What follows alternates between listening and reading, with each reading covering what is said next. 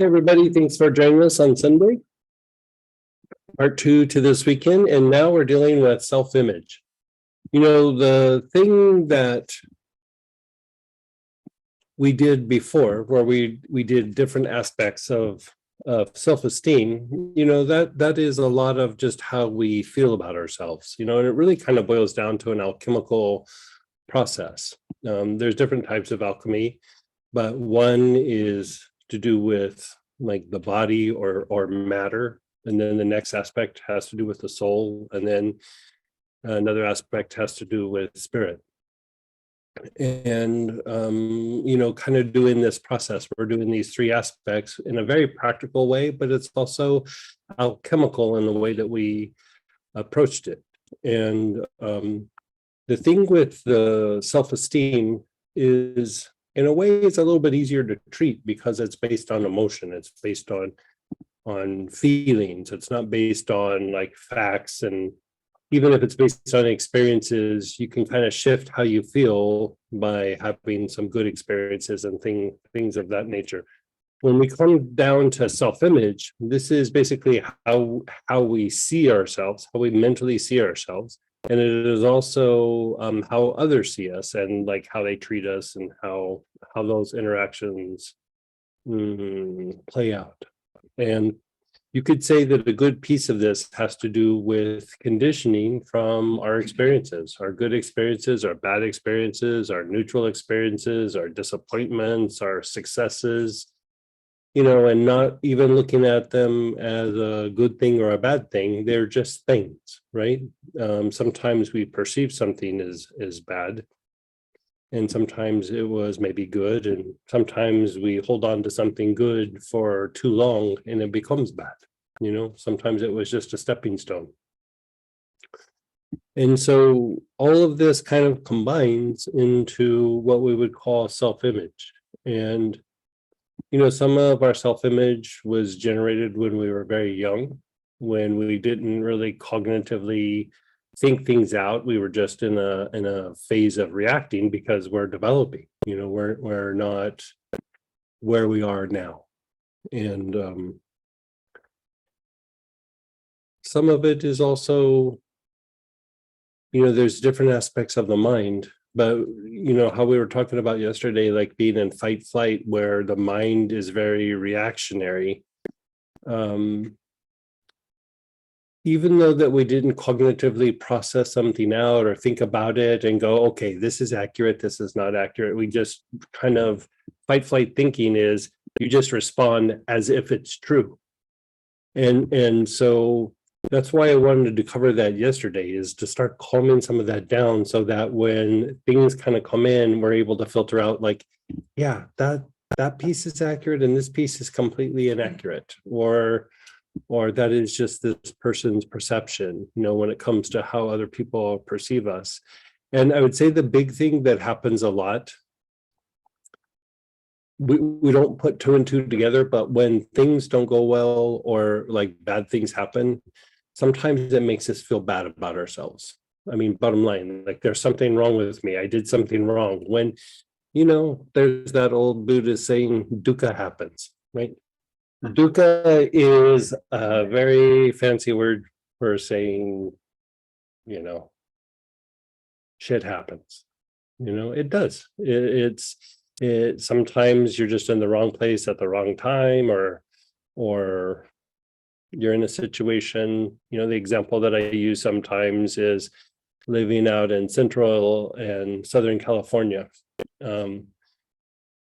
You could say like, oh, people have really bad allergies there or have respiratory issues, and what's going on with them that is causing this. You could look at it like, oh, is there emotional things causing the respiratory issues or whatever. Two worst places for air quality in the United States. You live there, you're going to have respiratory issues because of contamination from the environment, right? You're in a workplace that's super stressed out, that you get stressed out. Some of it might be you. Some of it is contamination from the environment, right? So the more that you realize who you are, the more you don't take on the characteristics of the environment. You can be in the middle of a disagreement or say a legal battle or something, and it would be hard sometimes not to take some of that on. But at the same time, the clearer you are about who you are, you just go, this is a fight. This isn't me, right? This fight at work, it's a disagreement or a fight. It's not me. The situation with a relationship, there's whatever's going on. It's not me. Now, this also means the good things too, though. Like that's the big one is you come in, some situation is going well, you don't go like, well, a lot of times we do. Look at how awesome I am. And then the situation changes. It might not have been you that was being awesome. It was the situation that was being awesome. And when I was doing consulting for things in the corporate setting, there was a couple different headhunters that I worked for, and they would have me evaluate somebody, and I'd go, "Don't hire that person. Like that person's a horrible hire." And they would argue with me left and right. And I get it from point of view on paper. They came from this amazing place. They were kicking butt. They were doing this. They were doing that. And I was like, I understand. They were in a super successful business that was well established. You're starting a new company, they don't have the skill set. Like it's one thing to step into something and maintain something when it's super successful. It's another thing to build it to be successful. They don't have the skill set. And they would tell me, one of them literally said to me, I don't know why I even work with you. I was like, okay. 6 months later, please, can you help me? Because everything you said was accurate. Like sometimes people in that, they're really good at BSing and being political and not building a business. And that's exactly what I told them. I was like, they're very good at like networking and BSing and keeping everybody on track. They have no skill set to build the business, none. Like they're going to get in there and they're just going to flail. And that's what happened. And it's because you see somebody in a situation where they're being successful and you go, oh, they really have it together. Sometimes they're just in a situation where it's together. It's not really them. And I always keep that in mind for myself. Like, if something's going well, is it me or is it the situation, right? Because if the situation changes, I'm in deep doo-doo, right? Like, so I always try to make it about like, I want to be clear that that's what it is. And if I needed to develop a skill set to handle something, I need to develop the skill set to handle it, or bring in somebody that can handle some of these pieces, right? So the clearer you are with your self-image, in a way, you really start to diminish the suffering that can happen in life, relationship, business, spiritual practice, whatever it is. There's some areas where I'm super smart, and there's some areas where I am a moron. Like, and I'm very clear about it. Like when I get into that area, I don't know. Somebody needs to tell me what to do. I need to hire an expert, something, because I am not bright in that area. Right. And so it just keeps everything flowing. It keeps you, helps you keep your perspective. And if you're about trying to produce results, it keeps you pretty accurate when you're able to go through and do these things. And so, I always go back to the situation with this story, and I probably have told it many times, but it was with Master Cha. So he's a Satguru, like, he's a very developed soul when he's in the body. And he was over at somebody's house and he sat down and he kind of did like he does. And he's sitting there and he's like, and in the middle of the conversation, he goes, do you worry? And then to the person that he's sitting with, and the person's like, no, because he's in their house, right? And he's like, And they're talking some more, and he goes, you don't worry? You're not worried about anything. You're not worried. And the person's like, no. And he's like, And the person's talking some more, and he goes, so you're not worried about anything. You're fine. And the person's like, no. And he goes, As soon as I sat down, I started to worry. That is not me. Something is going on in this room or in this chair. And the person was like, I don't worry. but she does. She worries all the time, and that's exactly where she sits. When the kids go out, she sits and worries about the kids. And he goes, "Oh, that's what it is." And then he just kind of moved on. But it's like, I wouldn't have had the insight to go, ugh, this worry is not me. I would have been all of a sudden worried about something. What's about to go wrong? Right? Like something's about to go wrong. And like this idea of self-image is like the more clearly you define, you can go, that's not me. Like whatever that is contamination from the environment. That is contamination from this other person. That is contamination from a difficult situation. That is contamination from a fight. That is contamination from whatever it is, you know? And then you realize like, okay, there's the me, and then there's the things that are happening. And being clearer about who you are is always a good thing. You know, it helps you to make better decisions, and it helps you to either keep your head out of problems or be very clear when it comes to problem solving. You know, so the good thing is we're not going to do this in an academic way where we say and go, okay, evaluate your personality, this and that. We're just going to go through and do a reboot, right?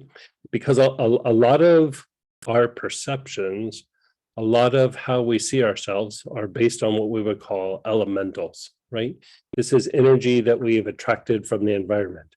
When you think something repetitively, or when you feel something very intensely, very strongly, good or bad, you attract energy from the environment that brings it into form, right? That brings it into form. And so these energies from the environment kind of make up our personality a little bit. They make up, another way of saying this is it's conditioning. Like you have a series of successes. There was a conditioning that kind of settles in that came from those successes. You had a series of failures or difficult things. There's a conditioning that happens because of these things. And if you look at it energetically from that point of view, it's just simply elementals. It's just a kind of energy. So if it's an energy, you can tap into it, you can shift it, you can change it, you can release it, and you can attract more of something that's reinforcing rather than destabilizing. Or, you know, I'd say in my youth, if I did things for other people, you know, I've said this many times, if I did it for other people, I was awesome. If I did it for myself, I was like, please, I was literally holding up a sign, please come knock my feet out from under me because I'm trying to do something for myself. And, you know, it took some years of going through and unwinding those things. And, you know, looking back, had there been the aspect of knowing of elementals even back in the day, it would have been a much faster process, much faster process. You know, because it's hard not to personalize experiences, good or bad, you know, good or bad. My experience is the hardest ones to let go of are the positive ones. You know, easy to let go of something negative. It's easy to let go of something causing you pain. It might not seem that way sometimes, but it's much easier than letting go of something positive that you've outgrown and it's time to move on. Boy, try to let go of something that like has worked for you for a while. Talk about putting yourself in crisis. But, you know, there's times where we do something, we do well, and then we have to let it go and move on to something else. And so, again, when we're not identifying with the external and we're identifying more with the internal, it makes it easy to go, yeah, that was great. I had a great experience, and I'll have another experience at some point, sometime soon. Right? So the very first thing we're going to go through and address is we're going to address how we see ourselves. Now, we're going to be utilizing the materialization breath. And like yesterday, we did Lama Yoga, where we went inhale up, exhale down. The materialization breath is very similar, except that there's a throat lock in it. So your head is down, you inhale, hold your breath, then move your head up and exhale. And then hold your breath and then move your head down, right? So that holding the breath changes the dynamic of what we did yesterday. Yesterday we were inhaling up, exhaling down, and we were diminishing like thought energy in the body. The tendency for whatever we experience, the forehead physicalizes it into the body.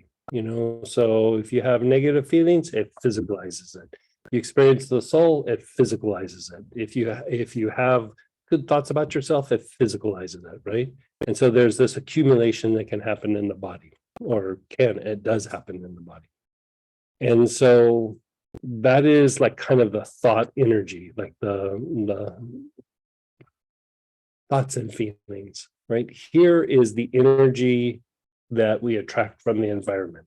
When we go through and we unwind the elementals, you're basically unwinding the conditioning that has happened over a period of time. Okay.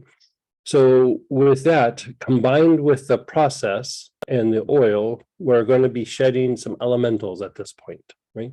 So these are specifically about how we see ourselves. So you can pull out benzoin, saffron, sandalwood, self-schema, which is actually tied to self-image, and then assemblage point, if you have that from the last couple of classes. And I think we put sandalwood in this, didn't we? Sandalwood. No, would we put it there? Benzoin? Benzoin. Okay. So pull out whichever oil that you have.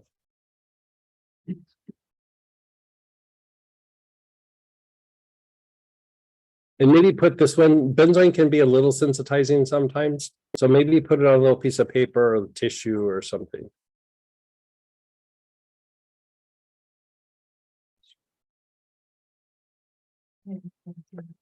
And whatever it is, just go ahead and start inhaling. If you haven't already, just start inhaling without even doing a process. Just start inhaling the oil for a moment.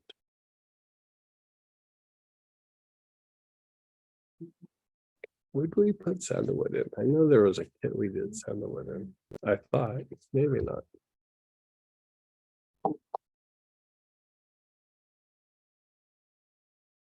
You have to hold it upside down and just let it sit for a minute because it's real thick.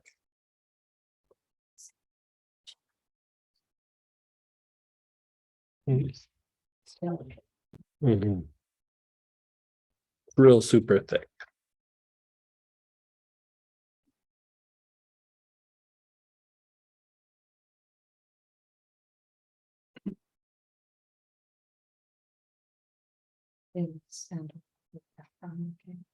Yeah. Mm-hmm. It's thick. It's super thick. You can just pop the cap out and just do a little finger. Yeah.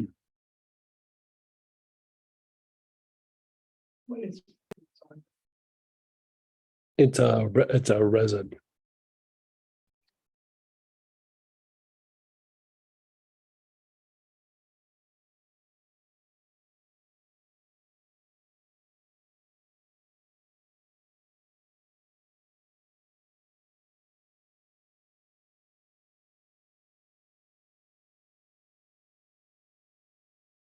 Yeah, benzoin's out of some of the anointing oils out of the Bible and Jewish writings. A little bit in Buddhist practices too, but they don't call it benzoin. Okay, just inhale it for a moment. Just get a little centered and see how you feel.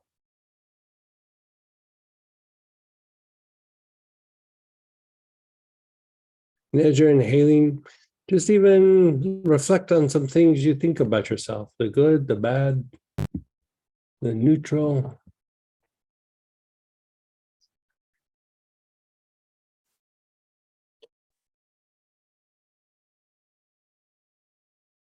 Oh, that's what it was. I think Lenny knows the classes better than I do.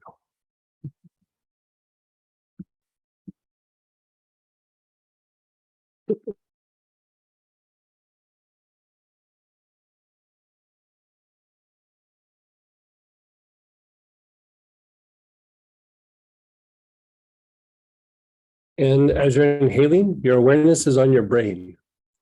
Long, slow, deep breaths with your awareness on your brain.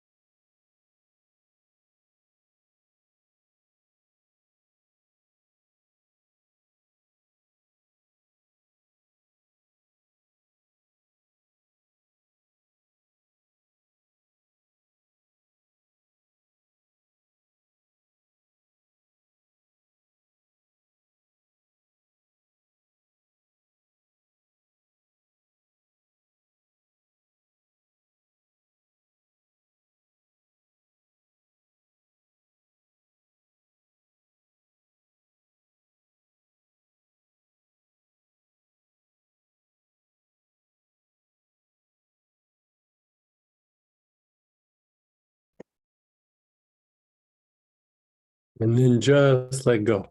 Just let go of everything. Just let go.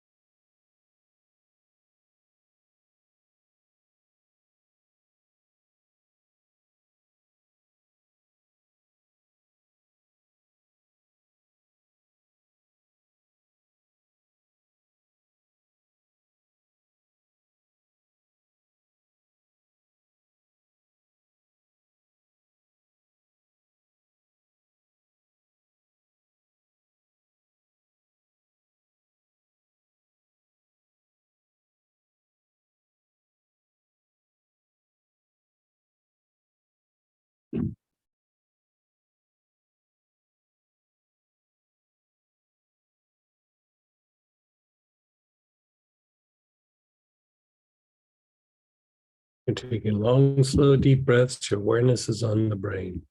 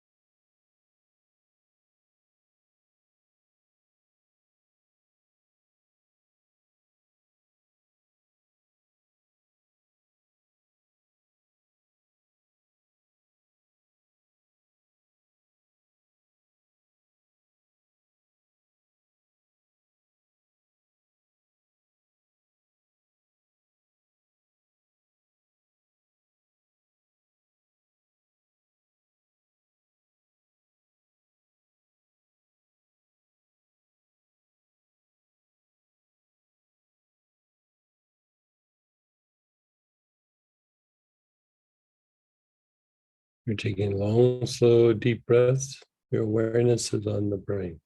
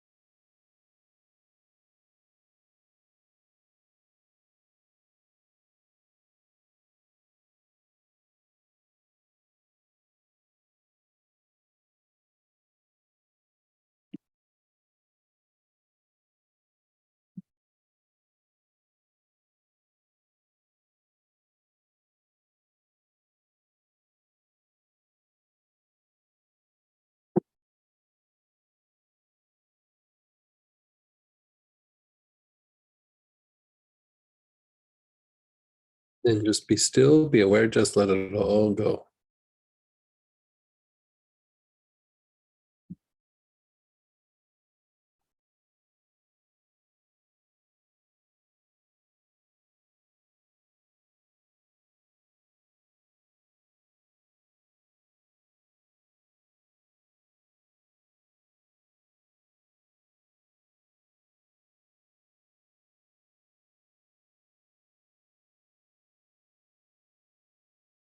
Begin inhaling again. Your awareness is still on the brain.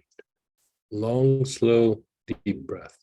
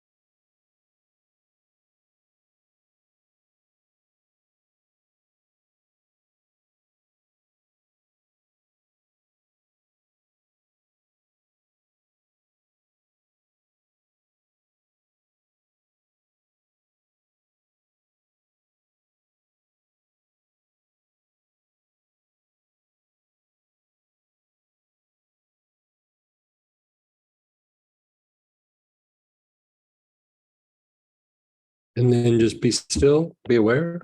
Let it go for a moment.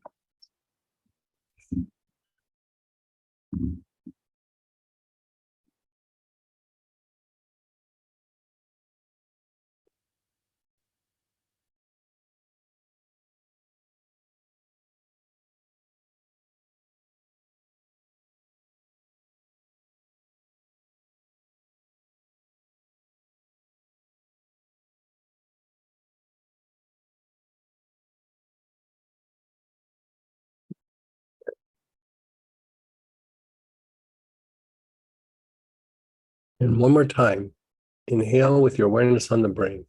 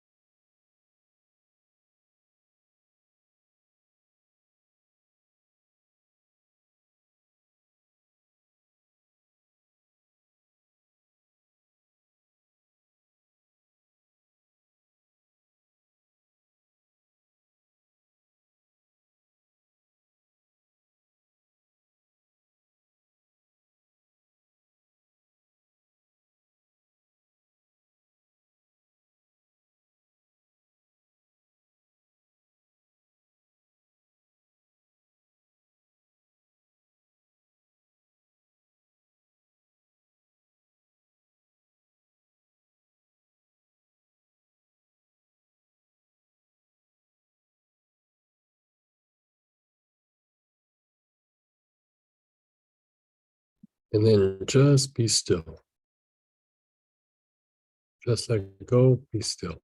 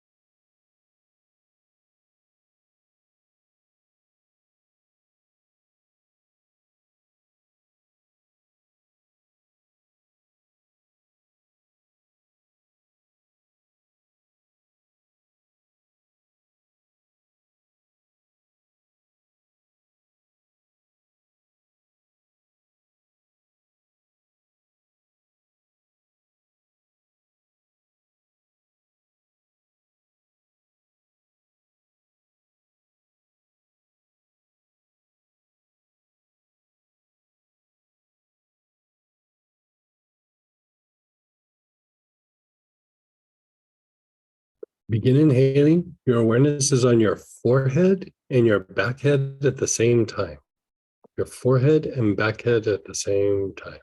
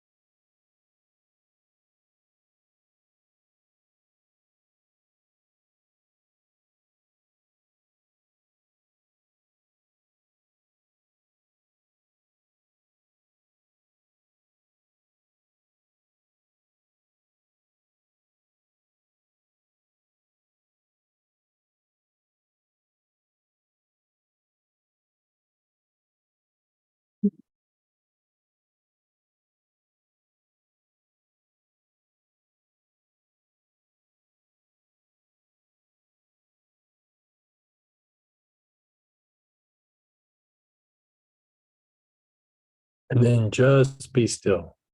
Just be still.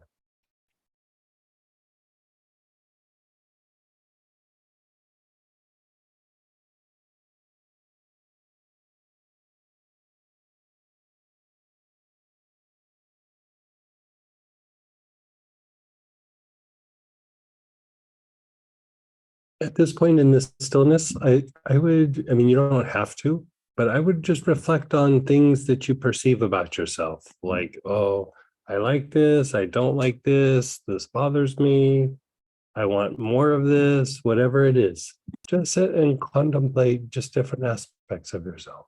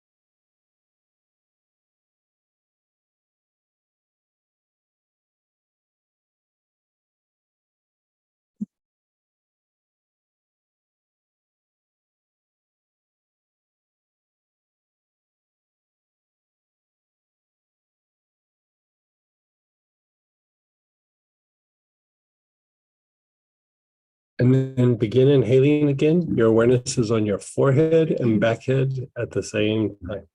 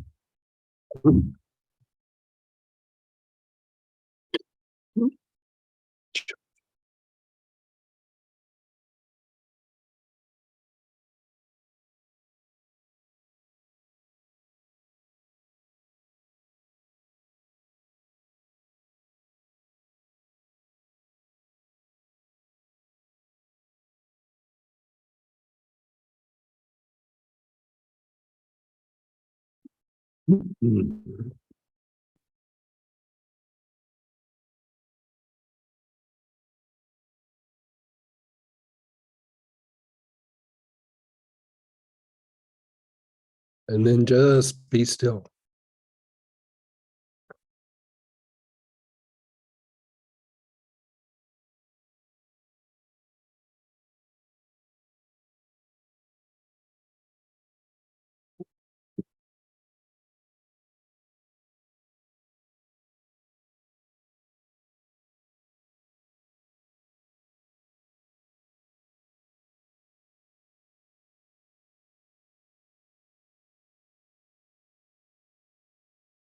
Contemplate aspects of yourself.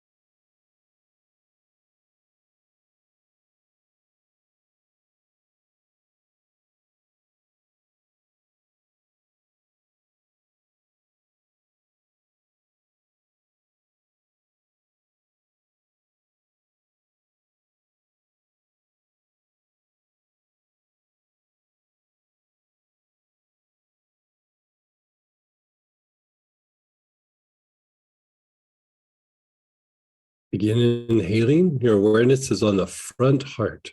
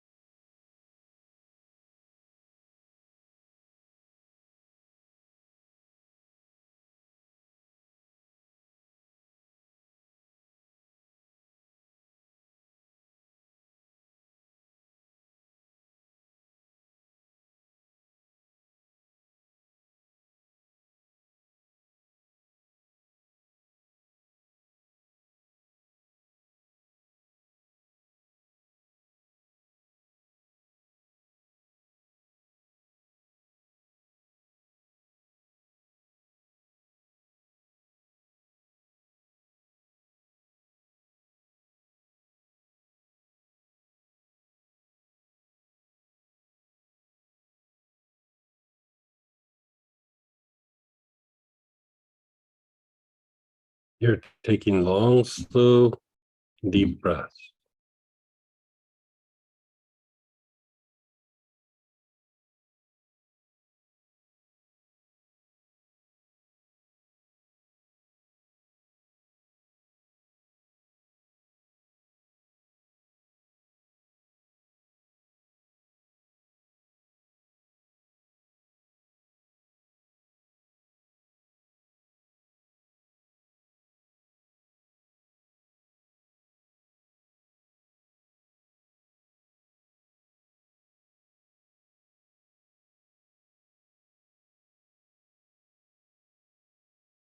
Take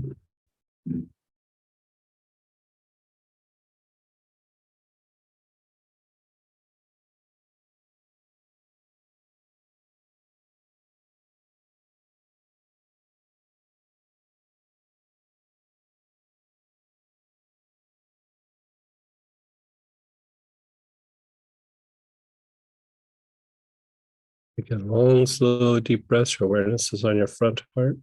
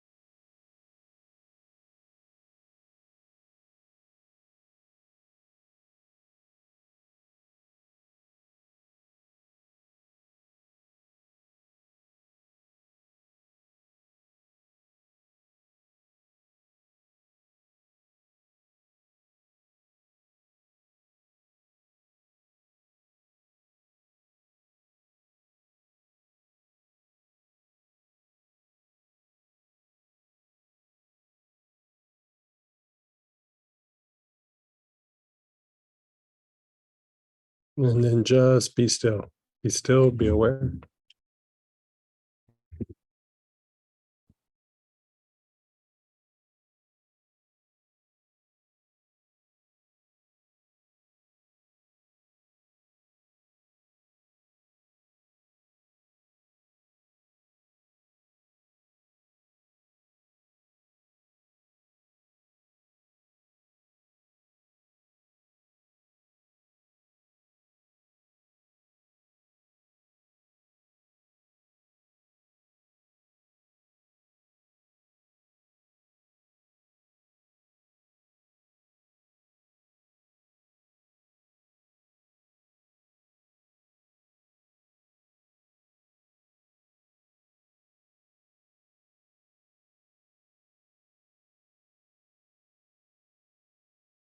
Reflect on different aspects of yourself.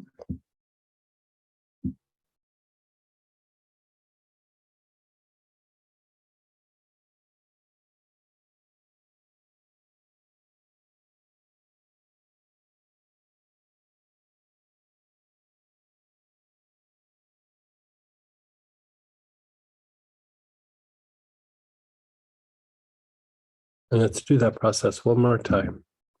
Go ahead and just begin inhaling. Your awareness is on the front heart.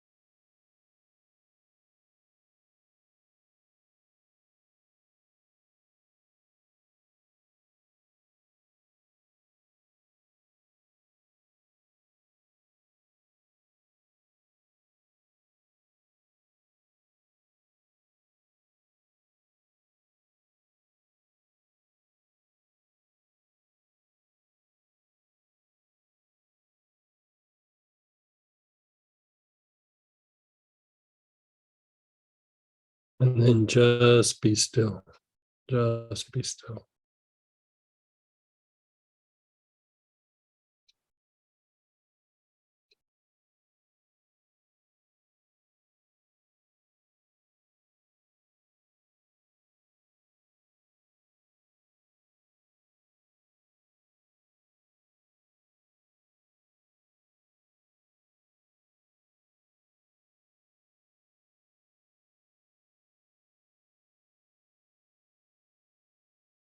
Maintain your stillness and awareness.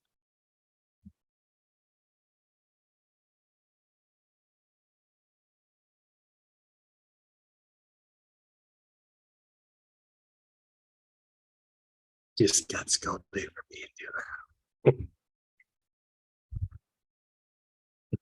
that.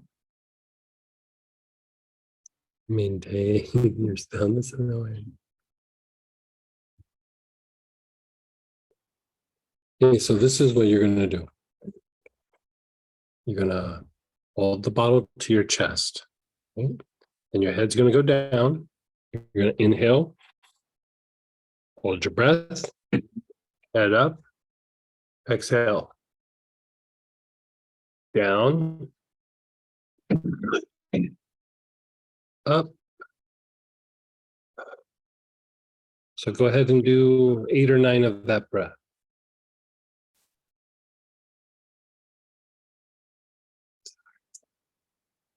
Oh, no. Head down. Inhale. Up. Exhale. Head down. Inhale. Up. Exhale. Head down. Inhale. Up. And then exhale. So you're holding your breath between the inhalation and the exhalation. So inhale, hold your breath, up, exhale. Hold your breath down, inhale.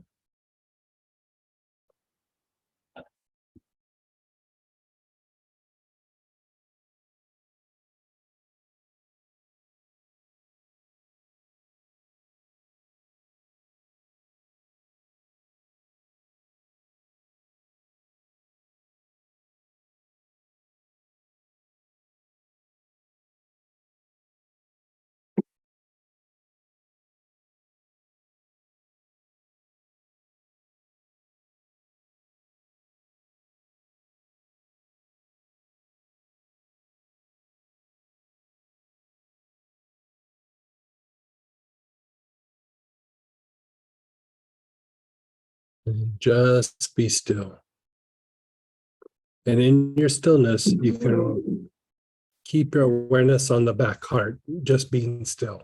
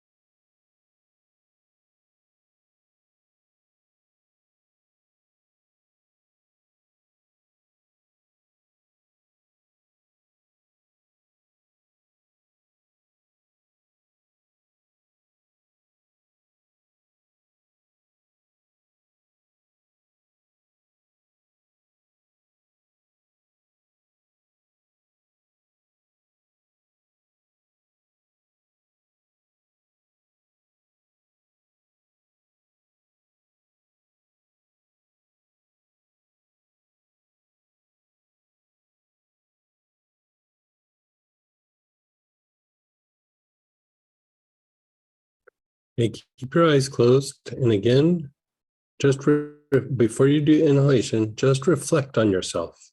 Reflect not so much on what you've been reflecting. Reflect on things you'd either like to bring in or things that you would like to increase, like things you'd like to cultivate. some aspects of yourself where you're looking at certain components in your personality you're wishing to either cultivate or enhance.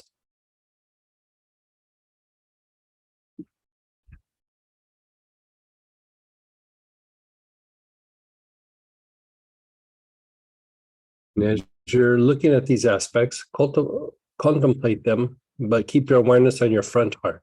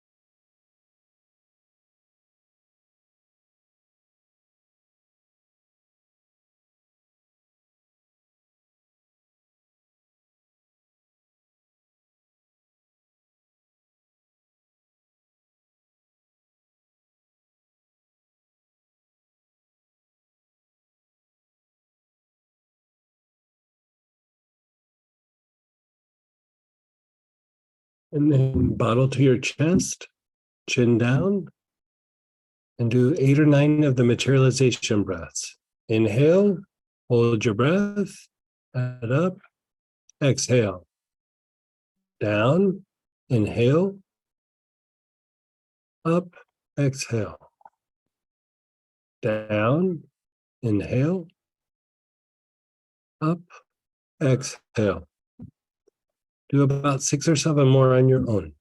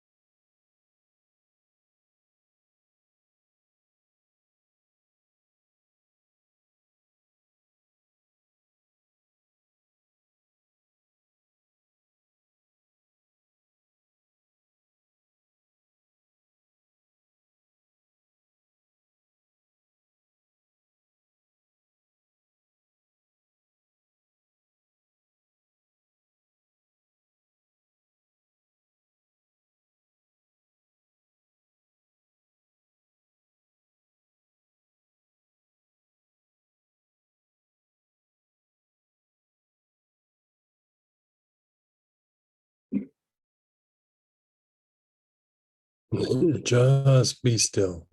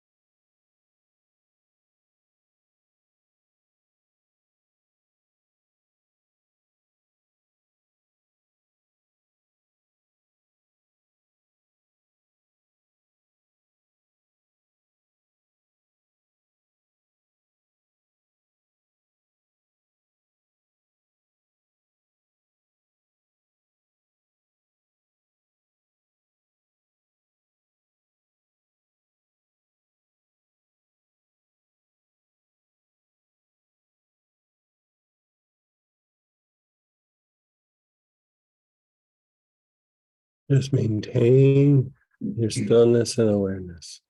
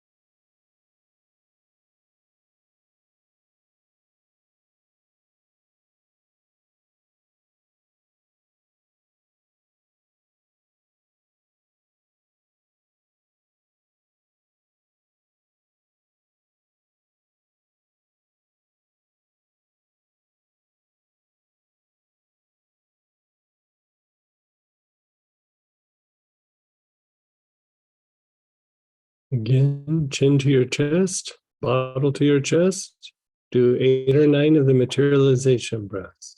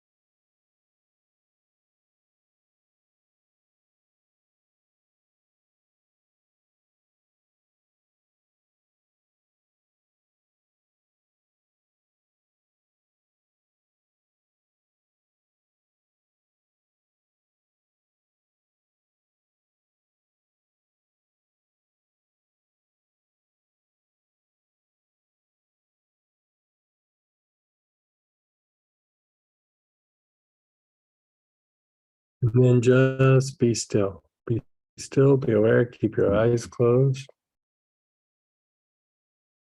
Just let it incubate.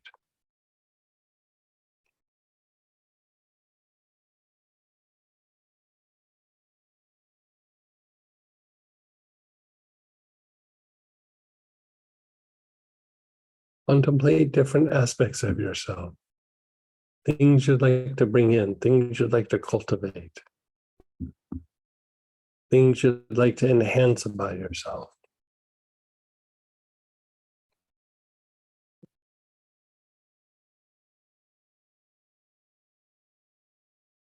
What does the more realized version of you look like?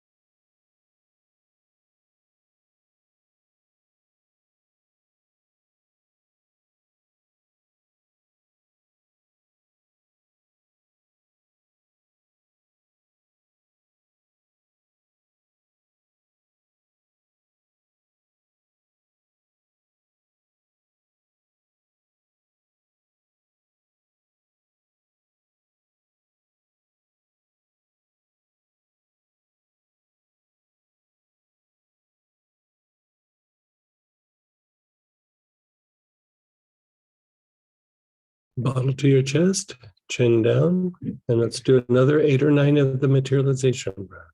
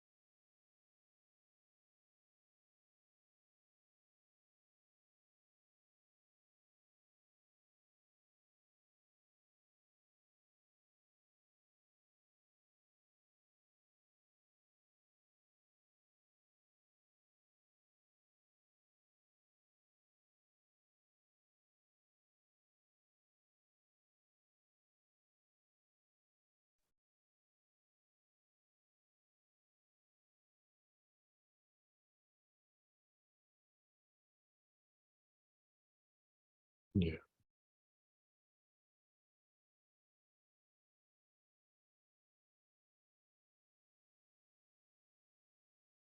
And then be still.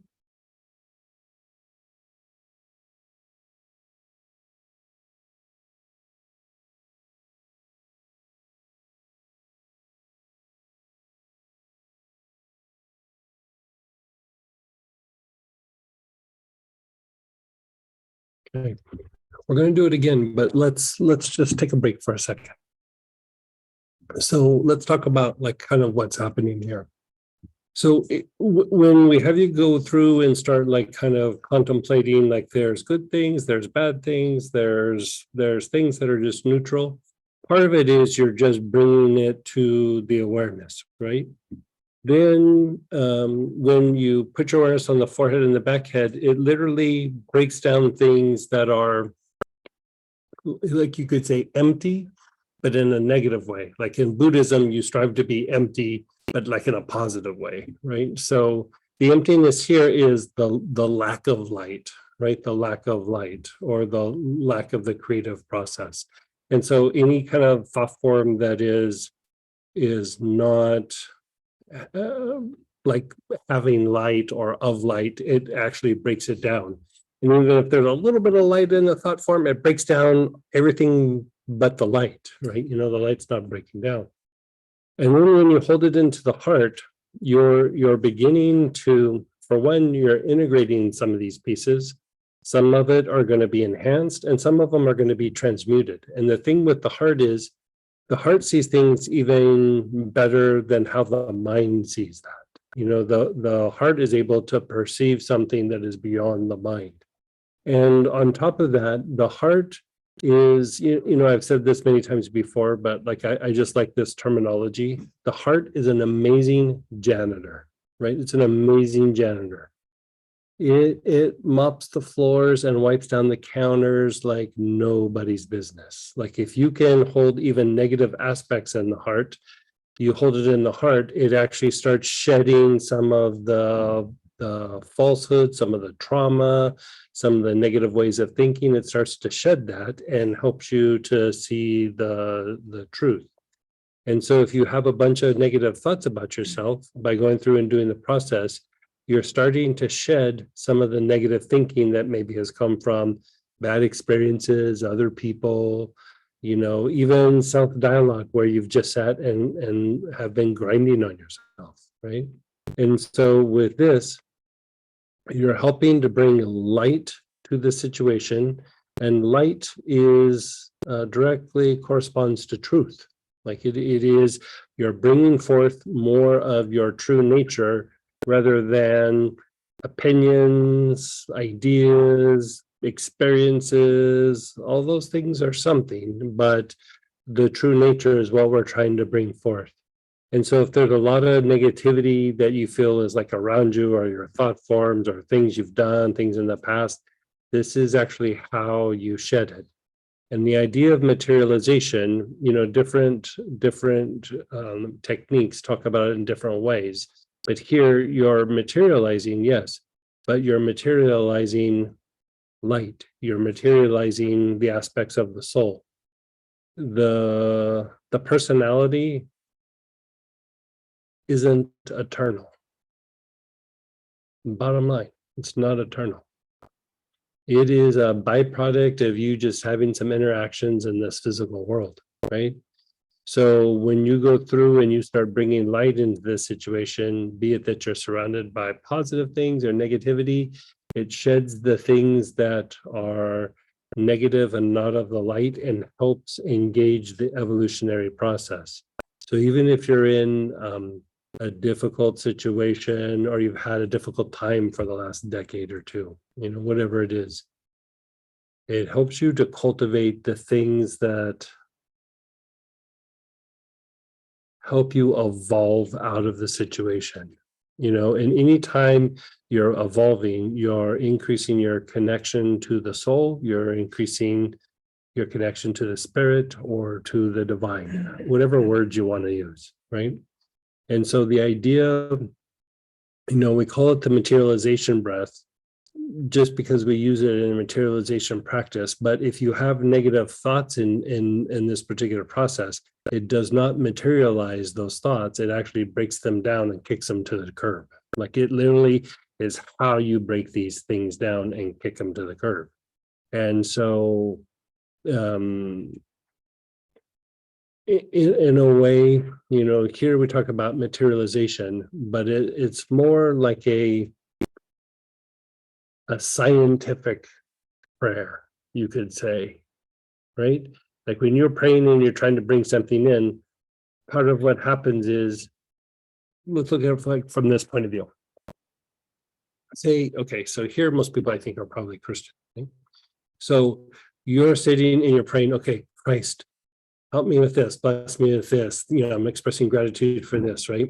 And so a little bit in our mind is like, okay, I'm trying to connect with Christ. When really, the energy body of Christ is as big as the planet. You are swimming in the energy body of Christ all the time,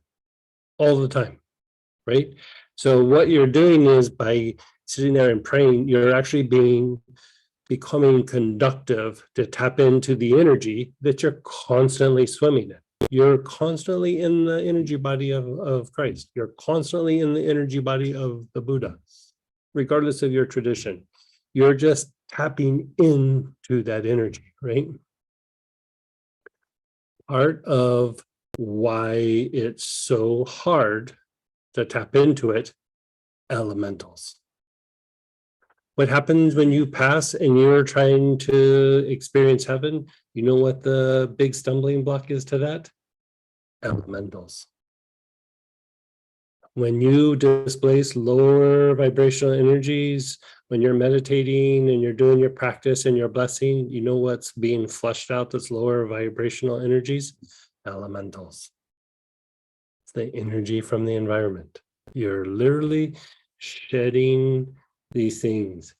When somebody is possessed and they do some sort of purification exorcism to get rid of what's possessing them, it's not some big demon that's possessing them. What's possessing them?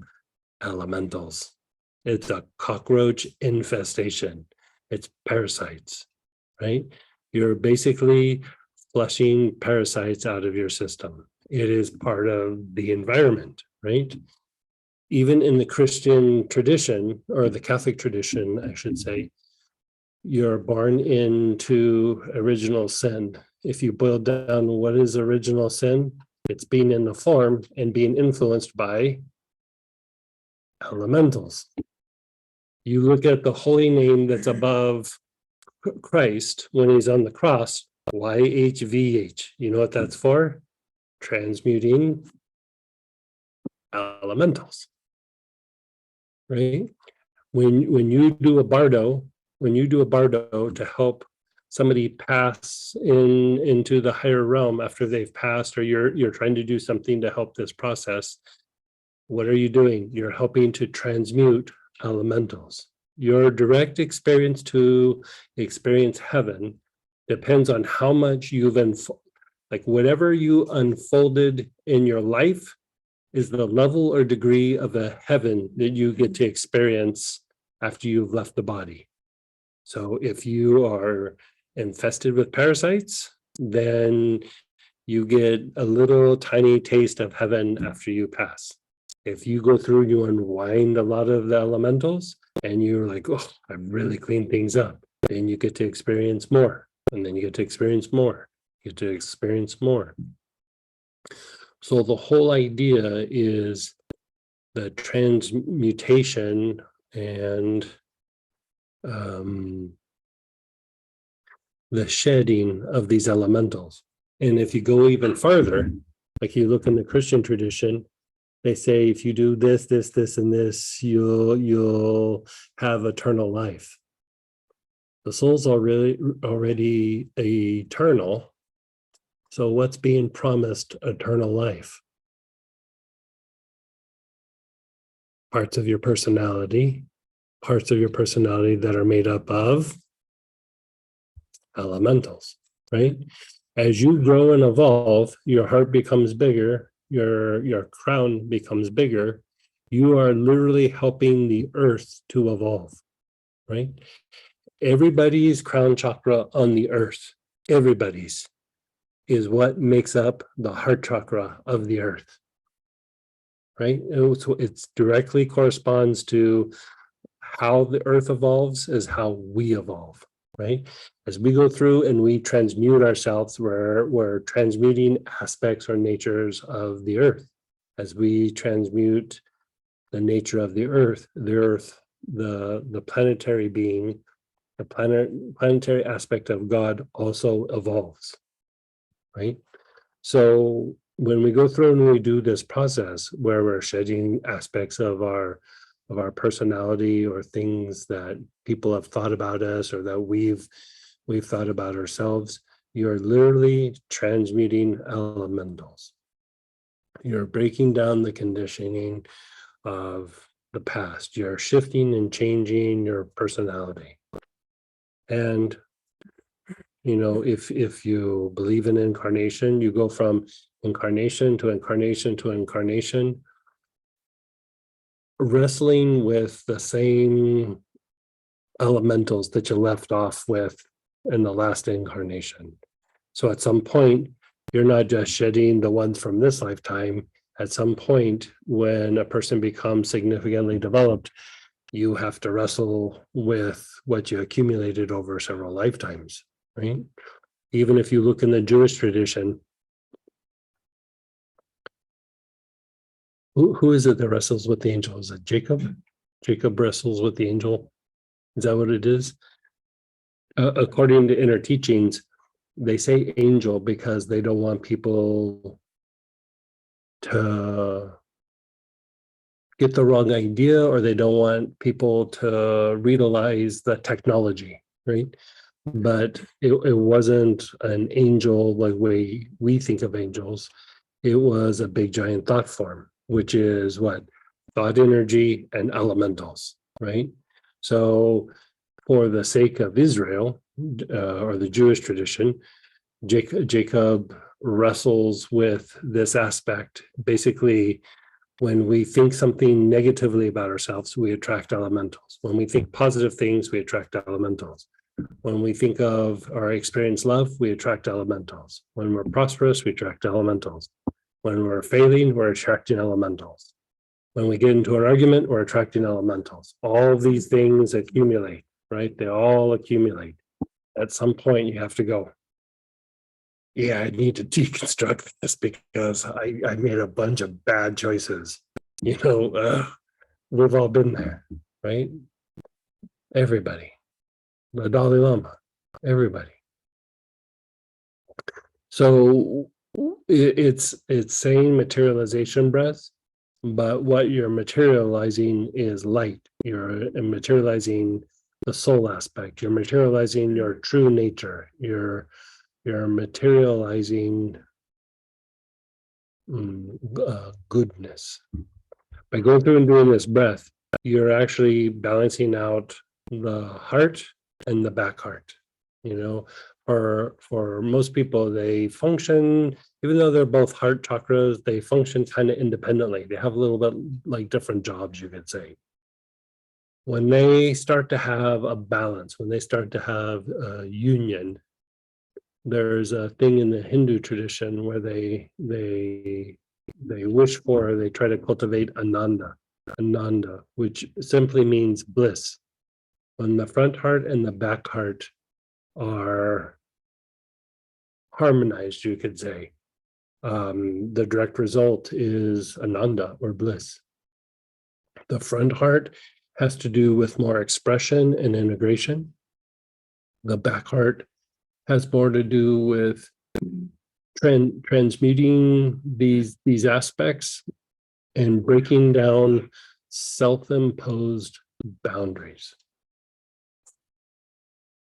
You know, like, for example, you know, I'll use myself as an example. When I was young, like I was like, it's kind of like what I said earlier.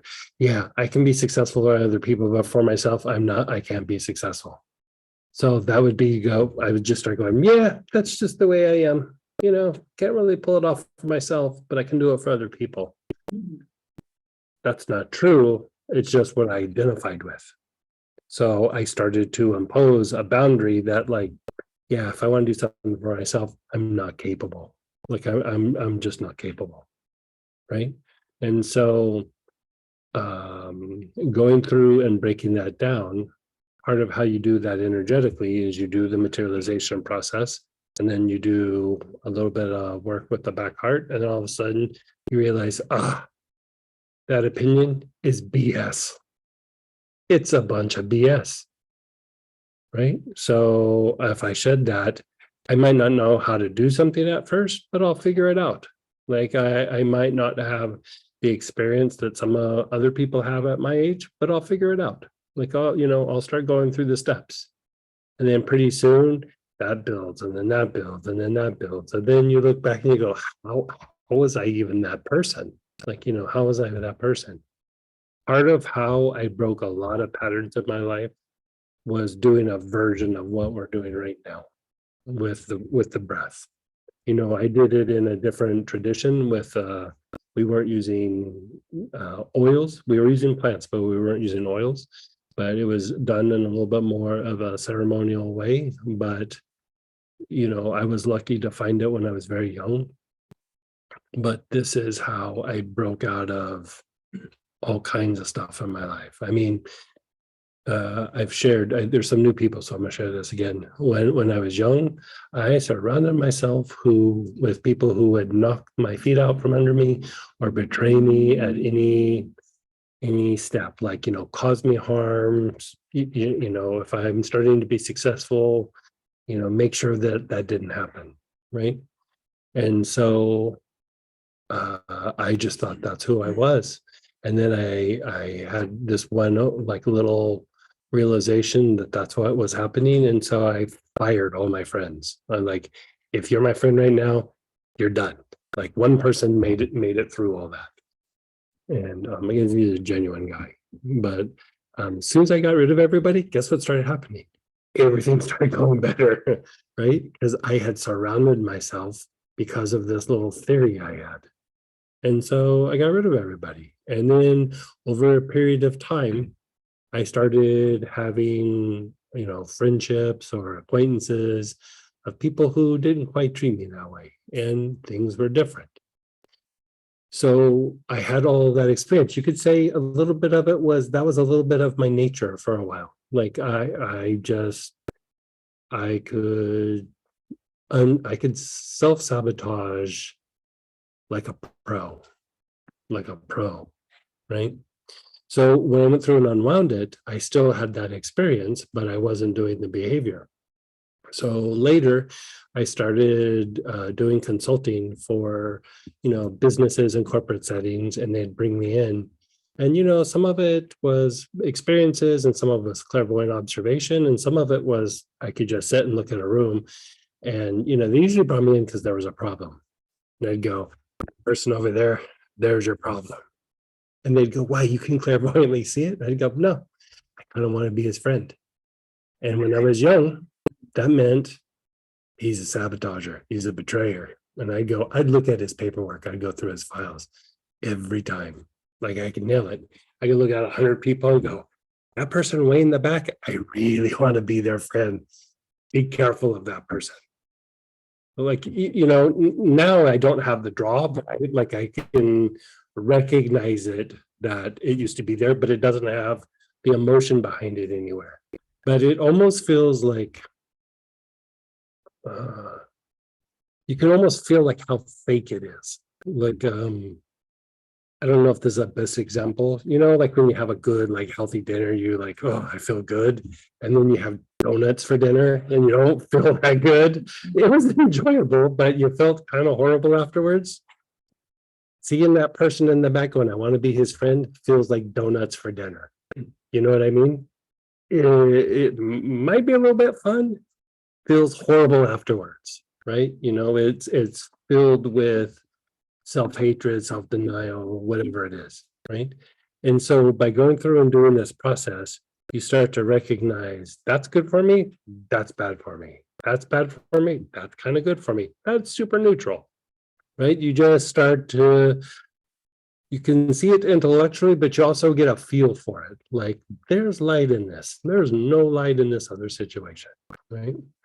And so when you're going through and doing this, if you have like negative thoughts about yourself, do more of the materialization breath, not less.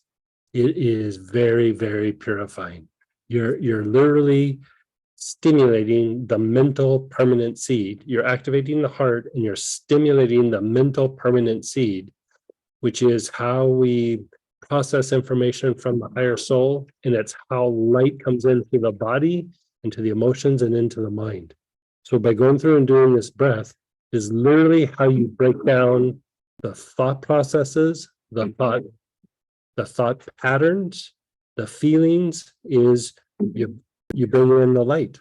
You just bring in the light. And even when you look at patterns, like you look at the pattern, like going back to myself, like, I could self-sabotage, I could betray, I could attract people, whatever. As soon as the light starts coming in, all that drama stops. As soon as you bring light into the situation, drama stops. It just stops. Drama is a repetitive pattern that has no light. So you just bring light to the situation, which is divine intelligence, and it starts to evolve out of whatever that pattern is. And every once in a while, it's a little bit of a bumpy road, like a rocky road, but just for a little short time. Then after a while, you go like, I've shed this. I can move on. I can move past this. I can go past what's happening right now and learn from my past experiences and have different experiences. And so, yeah. So with that, sit and contemplate again. Just look at certain aspects of your life, your personality, whatever it might be.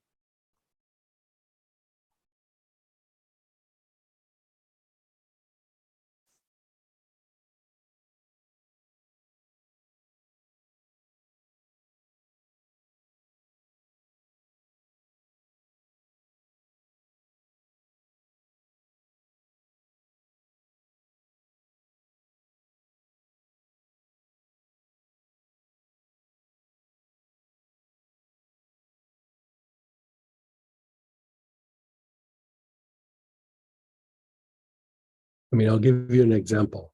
When I was young, I had some very not pleasant experiences with a particular family member. Nothing horrible. They just were obnoxious. They're just super obnoxious. And at some points I go like, okay, being the better version of myself, being this, being that. But the thing that shifted me the most is I sat and I looked at that situation, how I reacted to that person being obnoxious, that person just being obnoxious. Like I just went to let's just look at all the negative stuff, did the materialization stuff. And I would say the perceptions of myself changed. And that person, when they're being obnoxious now, it's like watching TV. it has no emotional response. Like I can be present and just go, not like detached, not repressed, not like cold or whatever, just like, you know, I have no thoughts. I don't feel like I need to resolve something. I don't feel like I need to protect myself. It's literally like I'm looking at the situation and going, you have no power over me. Done. Just done. And it's very empowering. It's very liberating, especially for people who really, you know, traumatized you or was really obnoxious, whatever it might be. You don't have to do it right now, but at some point I would go back and just look at certain situations and go, how could that not make up part of my personality?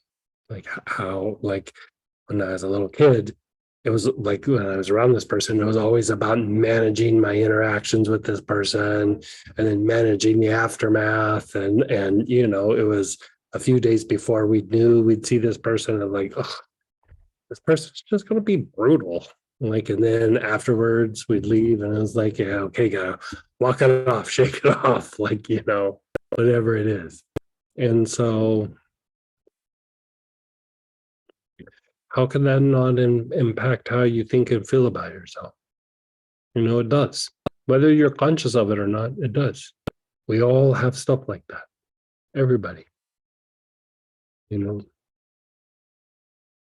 So you can just sit and think of positive things, but then as time goes by, you sit and you go, okay, there's these weird negative things. And it's not even like I'm negative in this. It's just like these weird things happened, you know.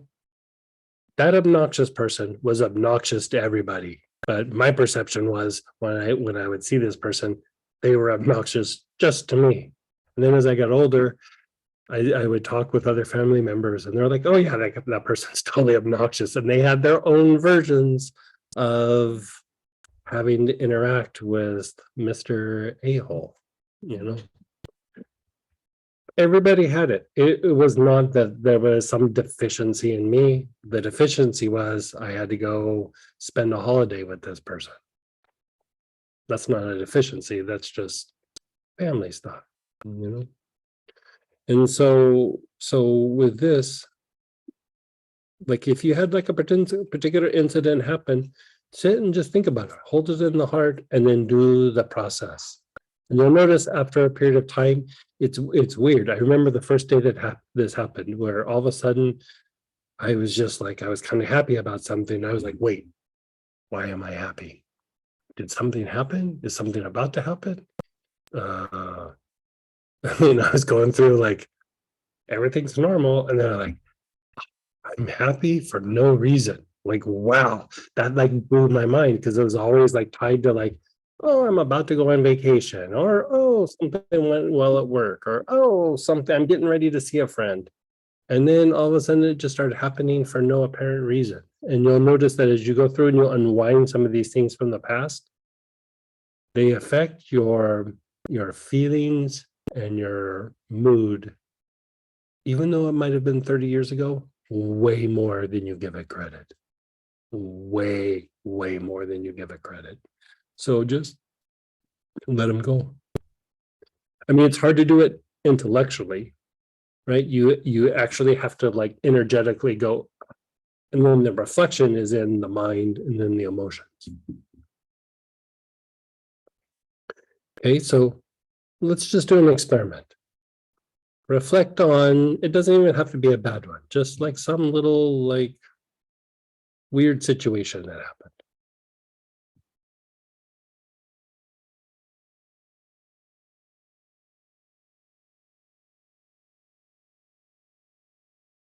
Could have been something you did, could it be something that went wrong, could be that somebody was super obnoxious to you.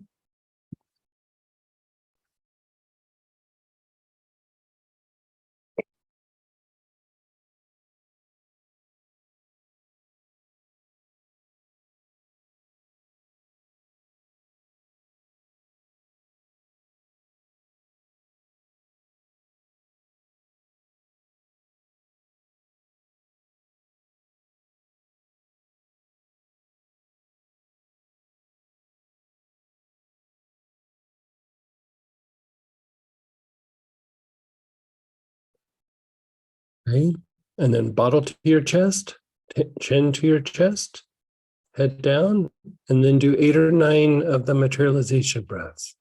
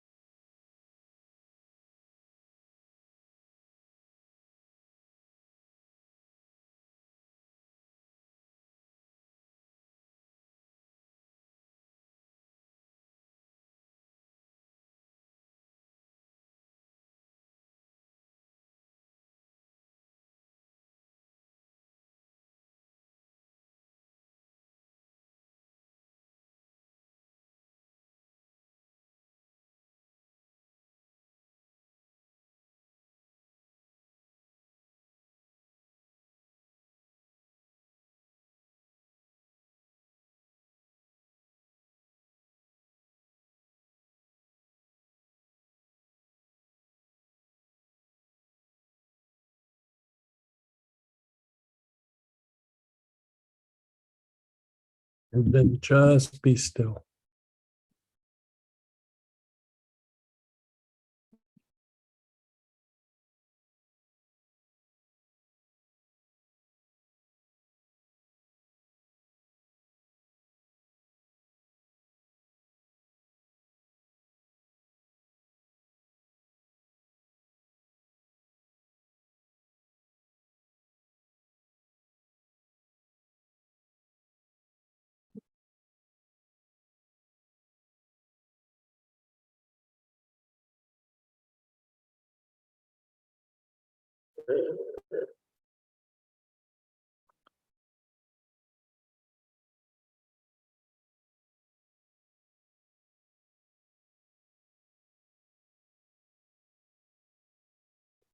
Contemplate some situation, some aspect.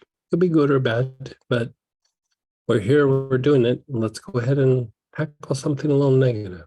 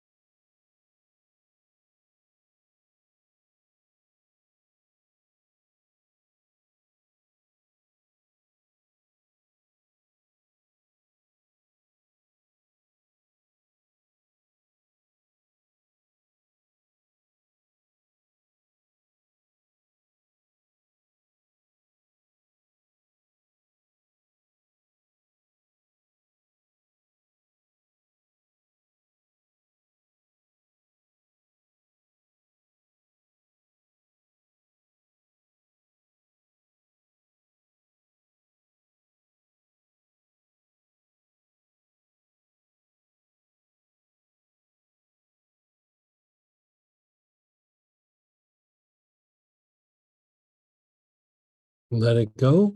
Bottle to the chest, chin down. Inhale, moving your head up. Exhale, down. And do about 8 or 9 of those.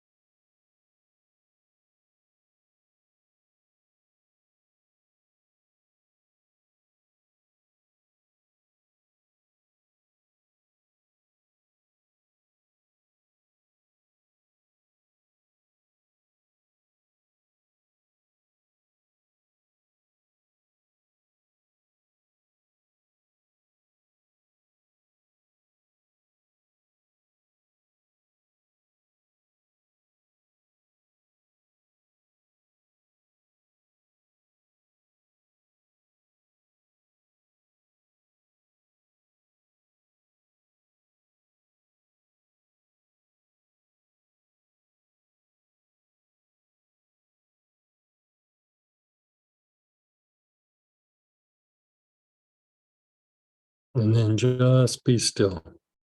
Just be still, be aware.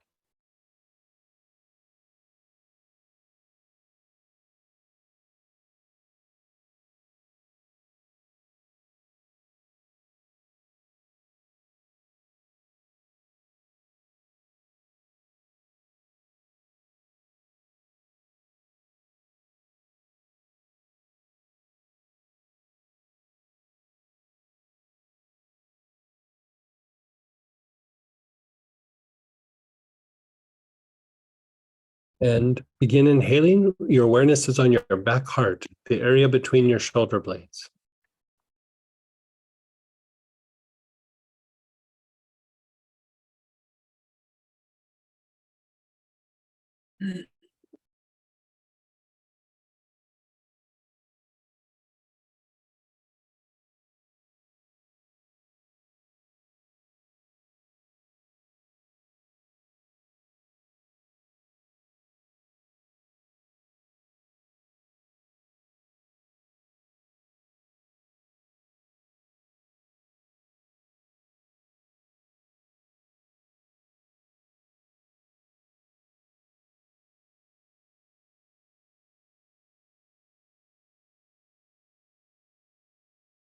And then just be still. Let's do a little experiment. Let's say it like this. Your ability to shift like internally, like a lot of times when you're having to like overcome some sort of obstacle or something, a lot of times there's the external component of the obstacle and there's the internal part, right? The limitations that are a lot of times mostly self-imposed, right? And so, you know, there's Kabbalistic principles, there's Kabbalistic teachings when it comes to this. Same with inner teachings and certain forms of Buddhism.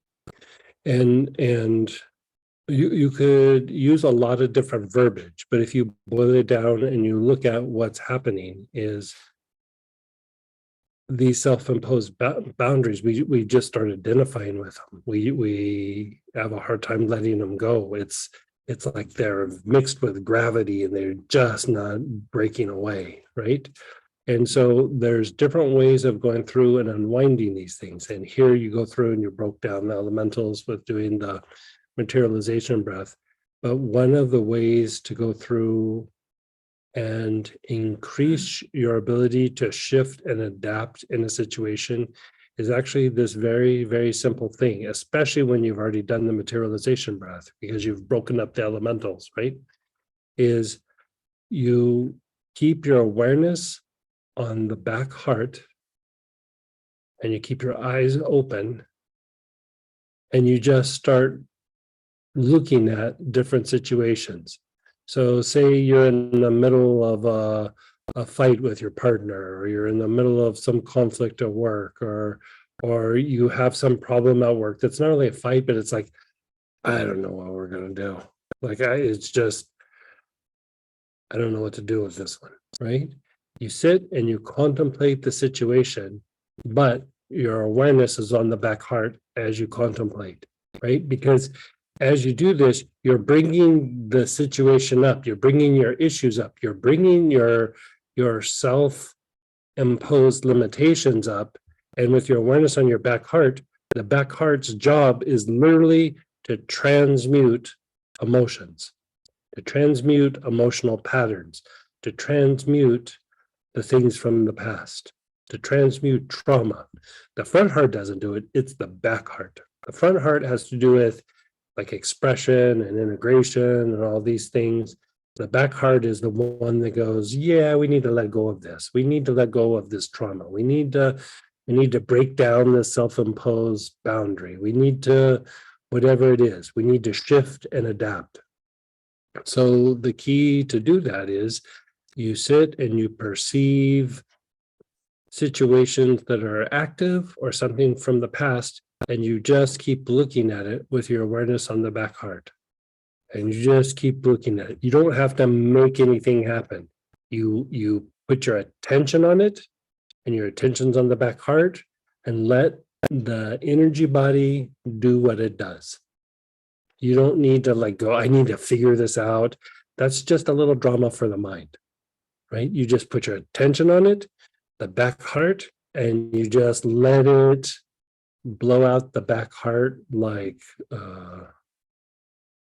whatever.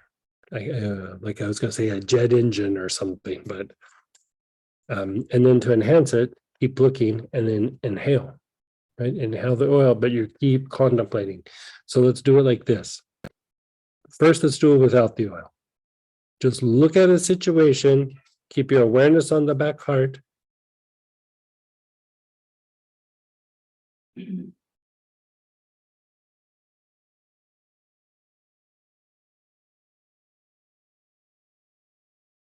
You're having a conflict. You're having a conflict with somebody, some situation. You can't resolve something. You can't get something done as much as you try.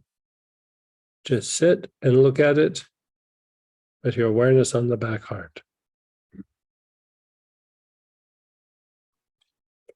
Yeah, you can do it with your eyes closed, but it's probably a little bit more potent with the eyes open.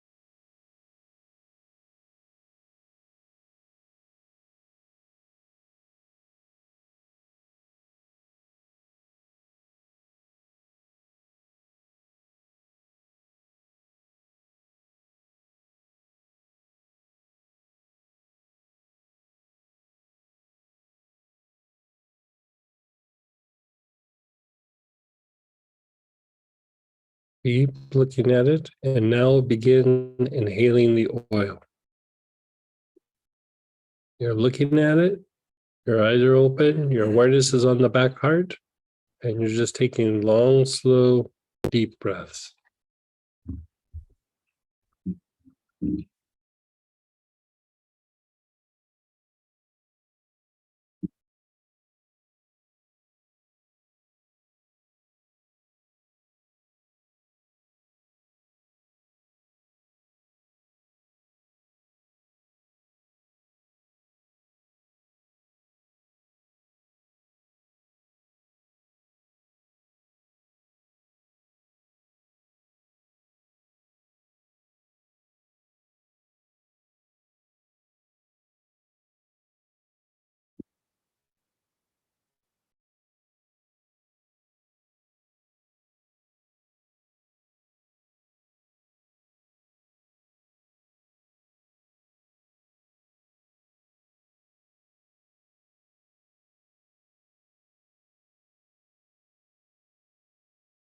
And then just be still.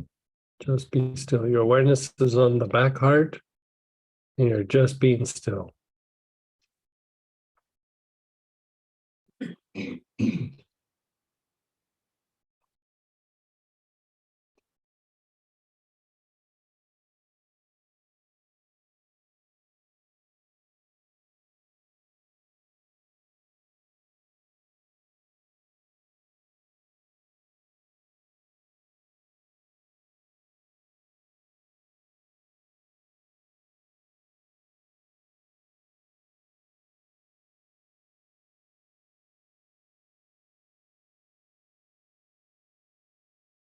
And look at that same situation again. Just look at it, just contemplate it, just observe it. And as you observe it, does it feel and look the same, or is things starting to shift and move a little bit?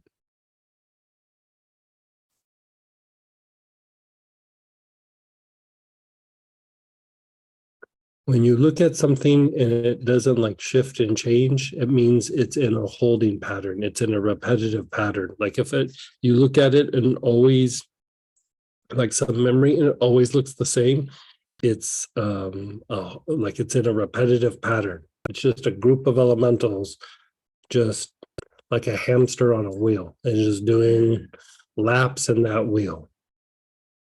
Right? As soon as you start to bring light to it, it starts to become more dynamic. It starts to have pieces. It starts to play out. It becomes three-dimensional. Like other things start to come in. Right? So that's the goal. Like you want it to start to move or shift. Right? So keep looking at it. Your awareness is on your back card as you just observe the situation.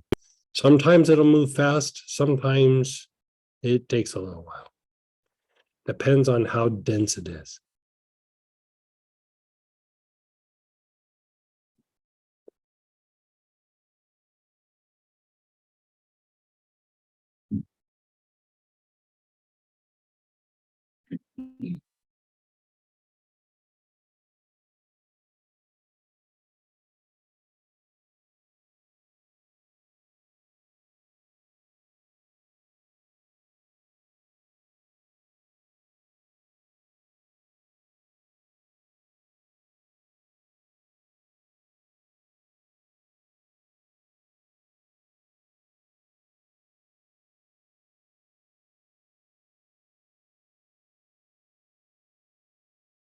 Okay, shake it off for a moment.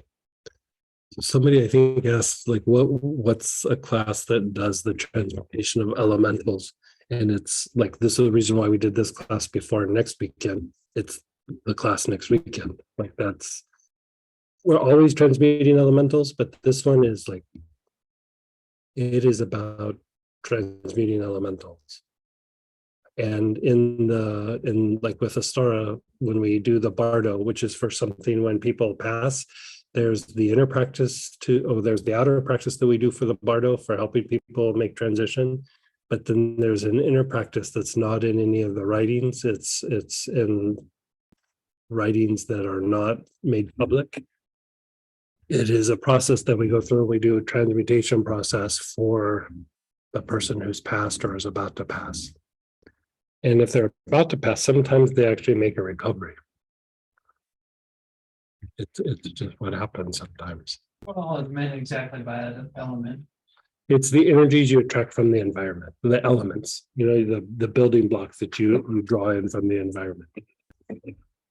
So like if you think something really intensely, that's still just thought energy. But then at some point you start attracting things from the environment that then mix with that thought energy and it becomes a thought form. Then it becomes like integrated into you, right? So it's a combination of thought energy and then the elements. Mm-hmm. So with that, we need to step away so we can do the Sunday session for Astara. You're more than welcome to join us for the stream. It's very, very short, but and then we will start up again at 1:30 Central Time. So I'll see you in about an hour and a half.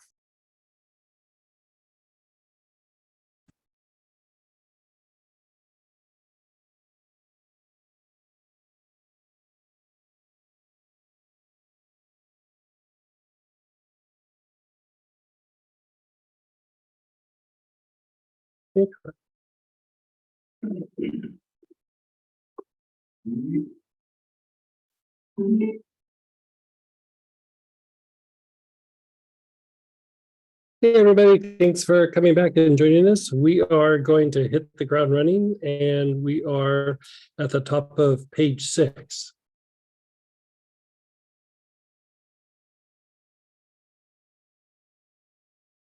So here we're going to work with kind of a version of what we did. We're going to use a different oil and slightly different pattern, but it's just to keep reinforcing like positive imagery.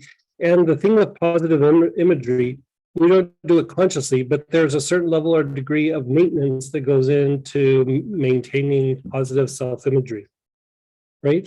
So with that, let's have you pull out some form of cinnamon, either cassia or cinnamon. Or whatever you used yesterday. Yeah.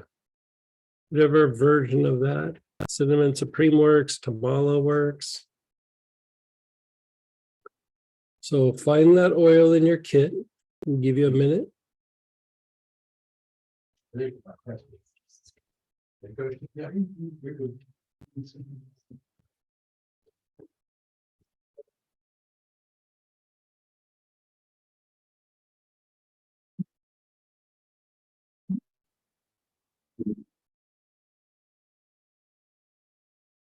Okay.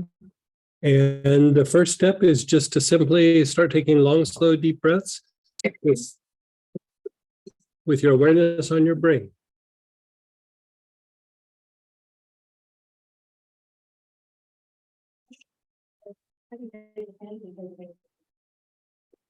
Your awareness is on your brain. You're taking long, slow, deep breaths.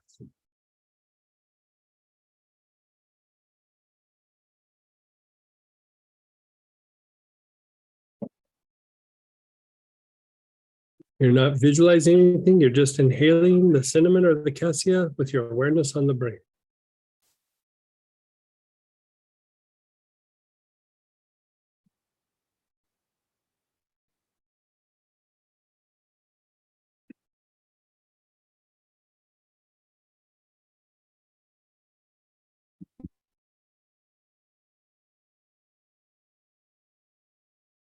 Inhaling through the nose, exhaling through the mouth. The great thing about cinnamon is it makes us a little bit more of an extrovert and thickens our skin somewhat. So when people come in, they say something negative, XYZ, fill in the blank, it just doesn't stick as easy. It sticks harder when we're a little bit more introspective, more introverted.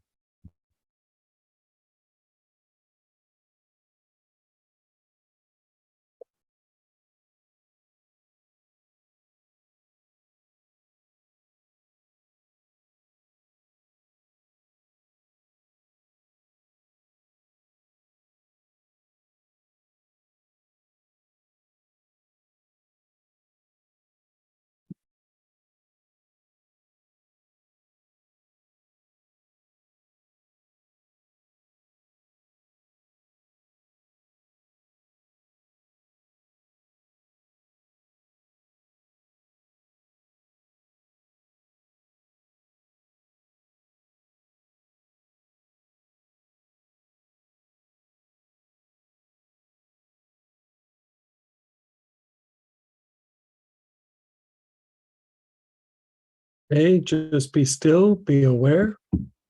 Just let everything go for a minute. Keep your eyes closed.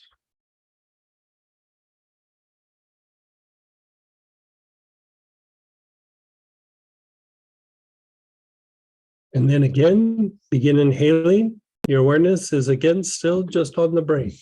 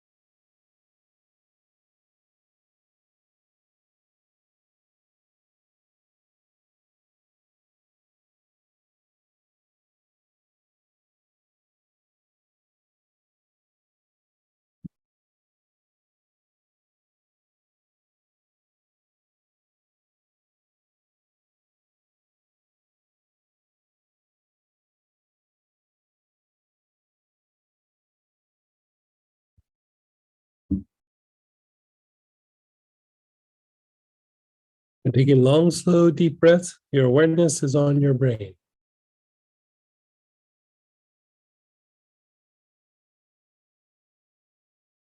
This is your brain on cinnamon.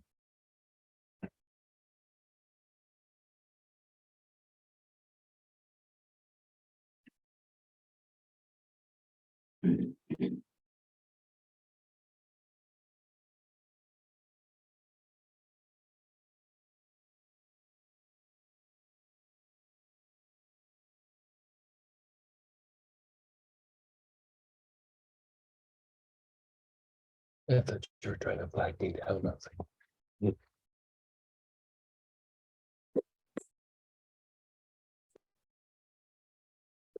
And then just be still. Just be still.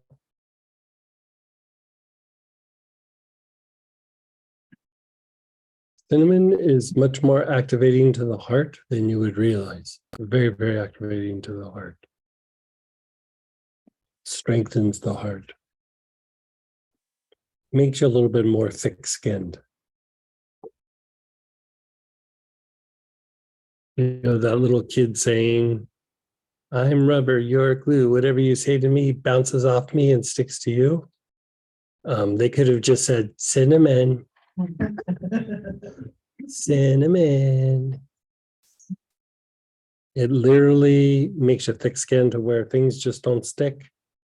And when people are being negative, it's like throwing a hot coal at somebody. You're trying to hit somebody with a hot coal, but you're the one that held the hot coal for a long period of time, trying to aim and hit the person. Even if you hit them, the damage is from holding the hot coal.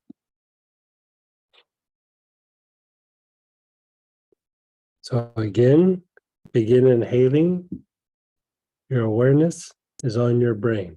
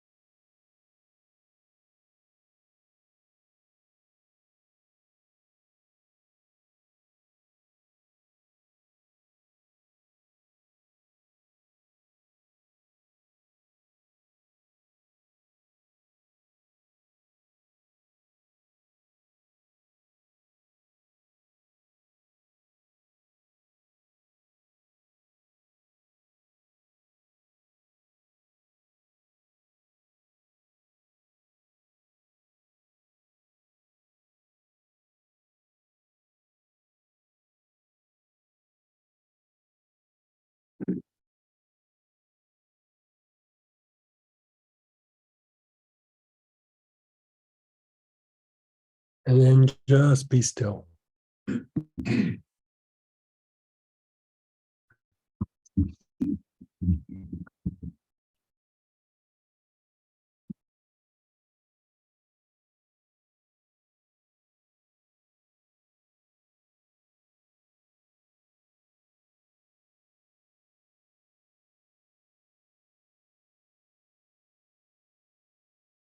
And then one more time, long, slow, deep breaths. Your awareness is on your brain.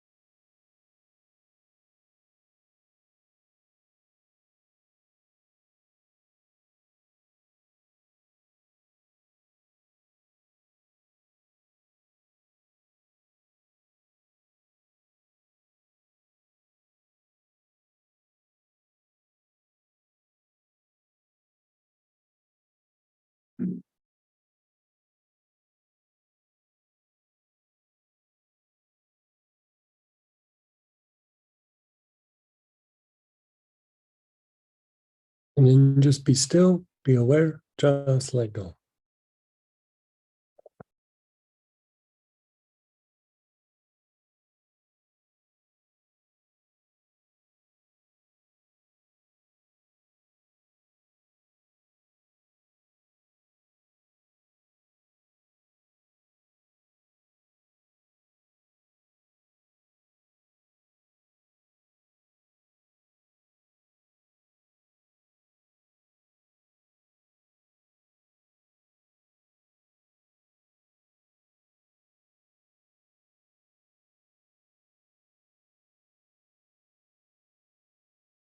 Begin inhaling again. Your awareness is on your forehead and your back head.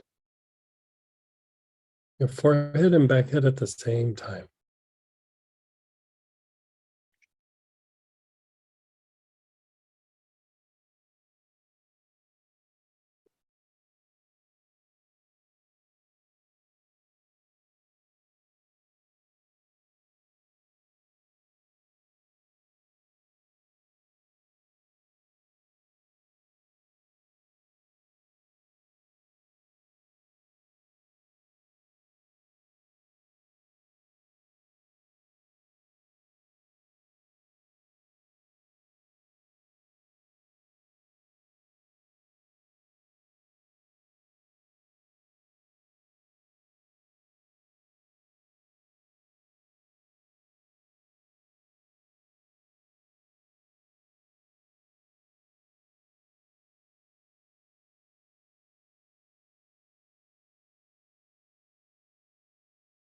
Awareness is on your forehead and back head.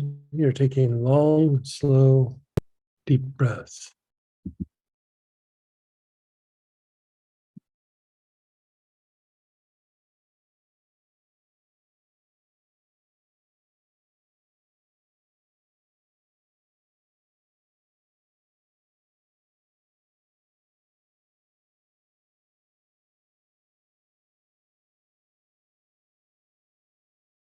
Okay, and then be still.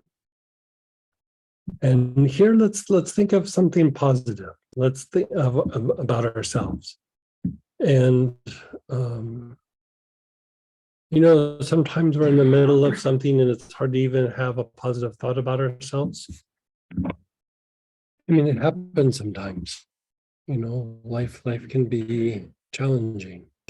And so even if you have a hard time going, okay, I can't really think of a positive thing, just see yourself like in a ball of light, or just see yourself happy, like see yourself in just some positive way. So as you're sitting there, just reflect and just see some positive aspect in yourself, see some potential in yourself, see where you'd like to be.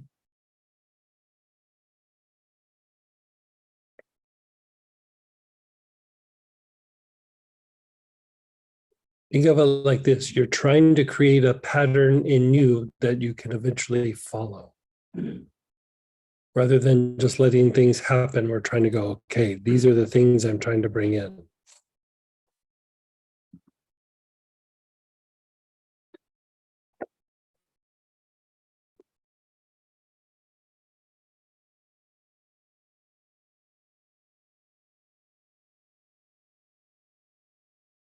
Okay, and then begin inhaling. Your awareness is on your forehead and back head at the same time.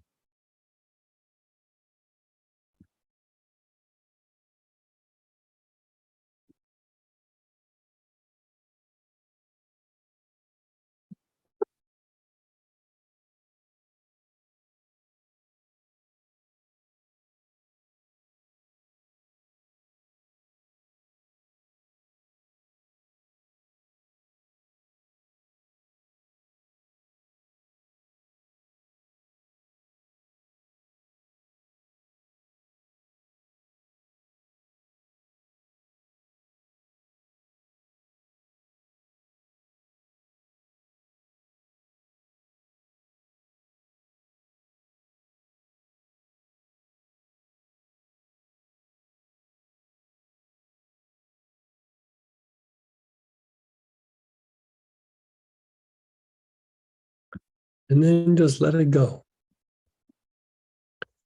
And reflect on the positive thing, the positive aspect of yourself, the thing you're trying to bring in,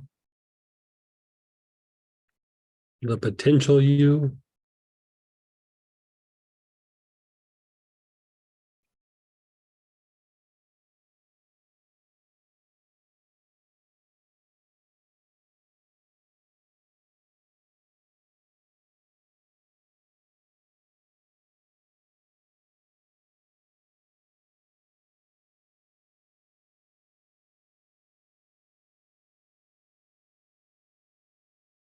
And then begin inhaling. This time your awareness is on your front heart. Put your awareness on your front heart.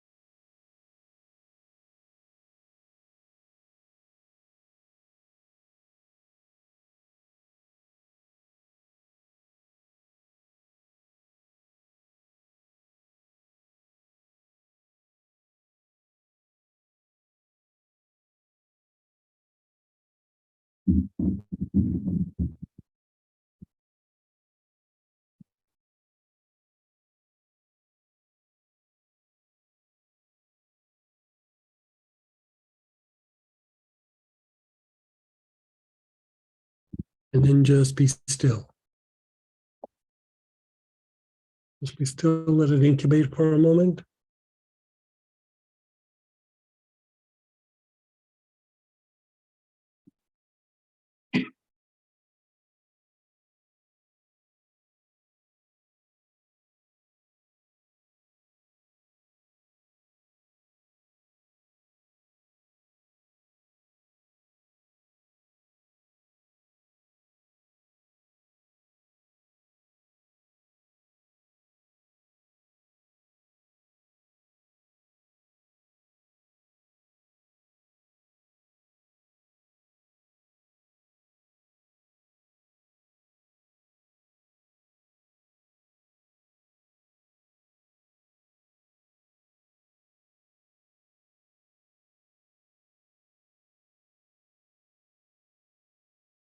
You're reflecting on those positive aspects.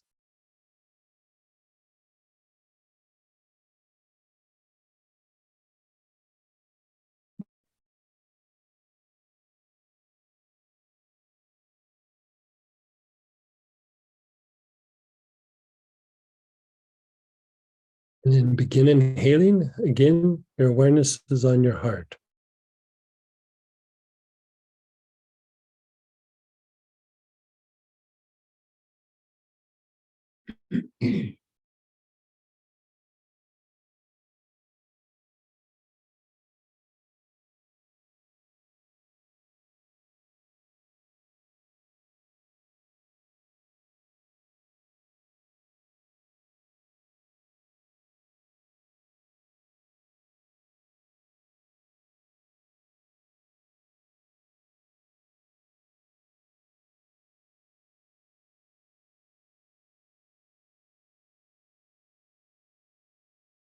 You're inhaling, you're taking long, slow, deep breaths.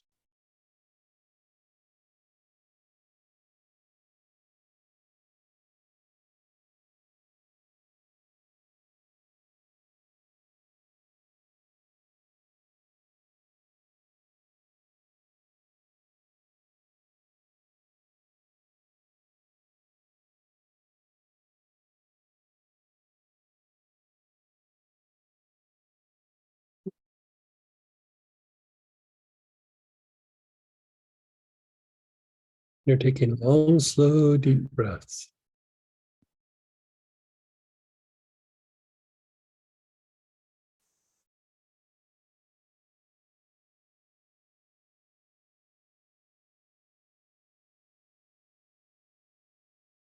And then be still.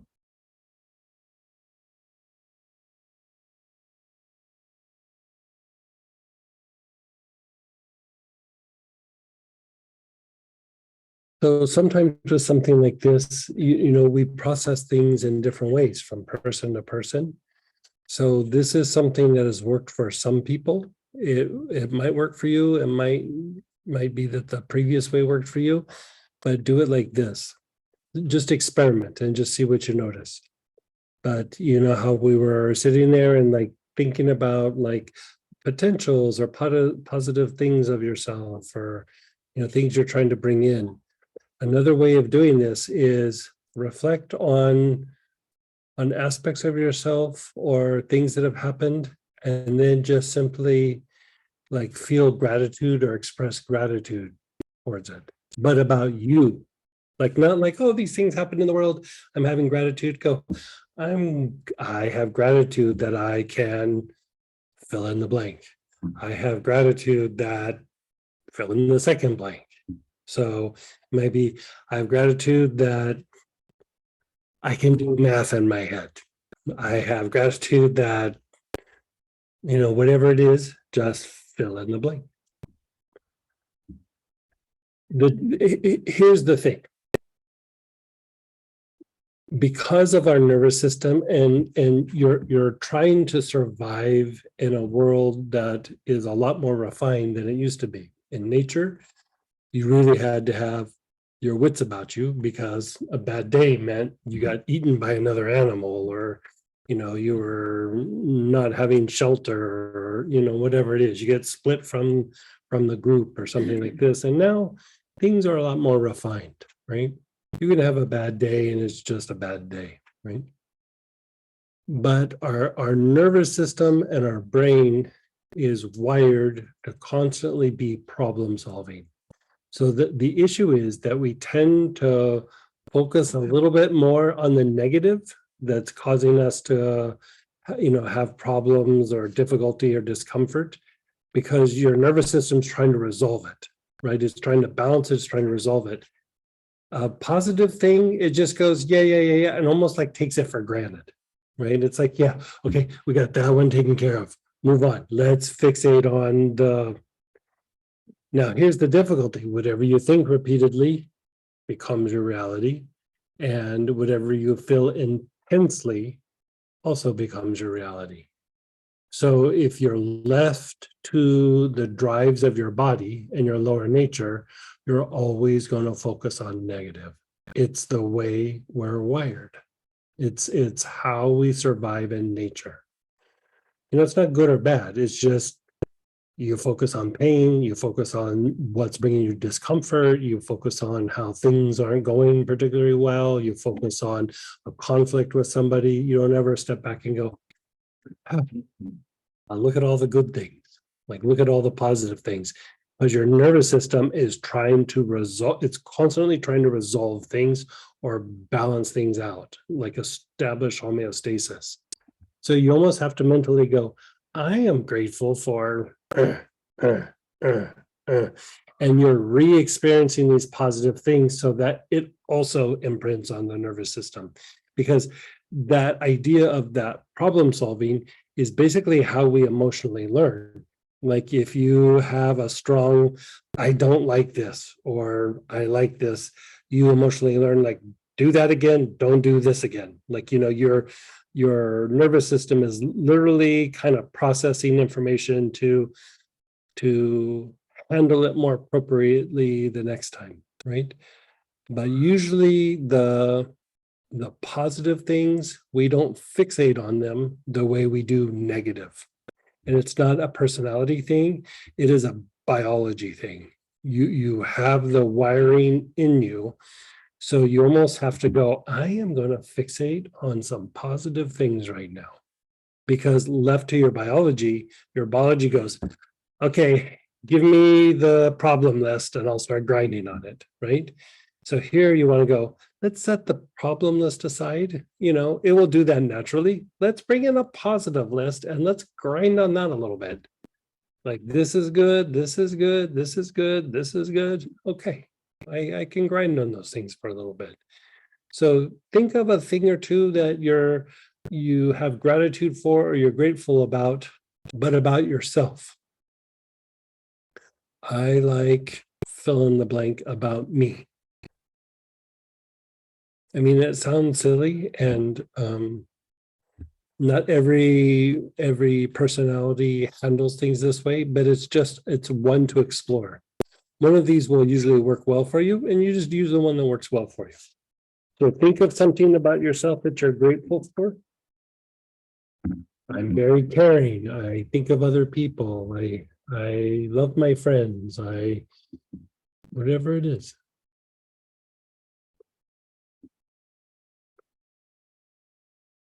And then as you think about it, inhale with your awareness on the heart.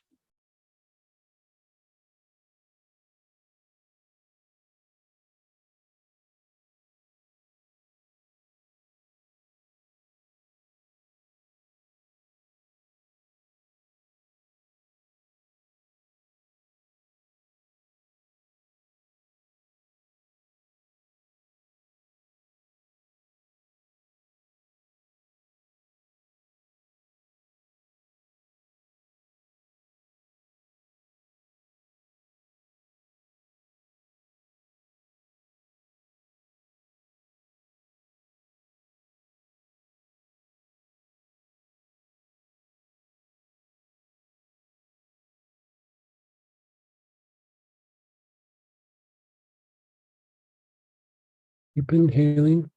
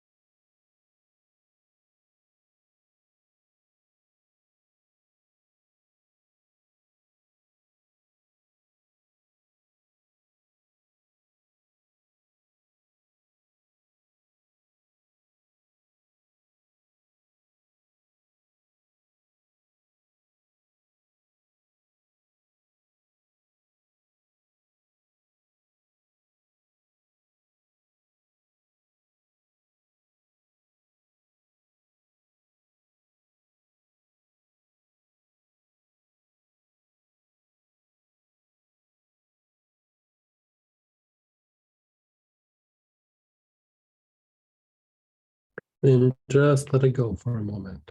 Just let it go.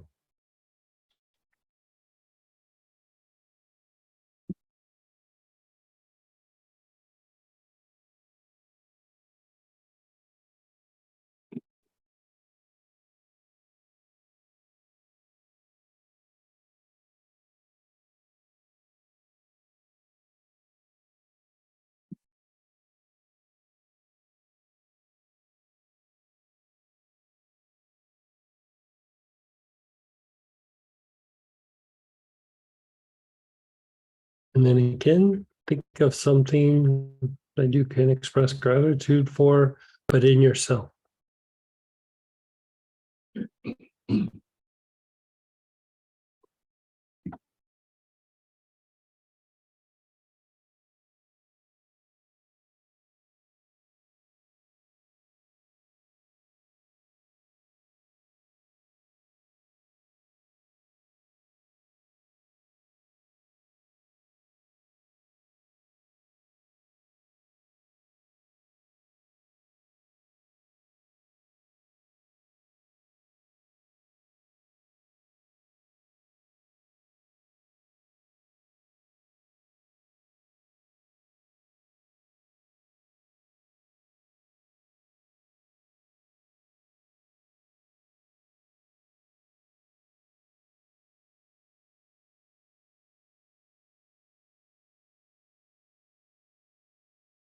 You're inhaling, you're taking long, slow, deep breaths. You're thinking something positive about yourself.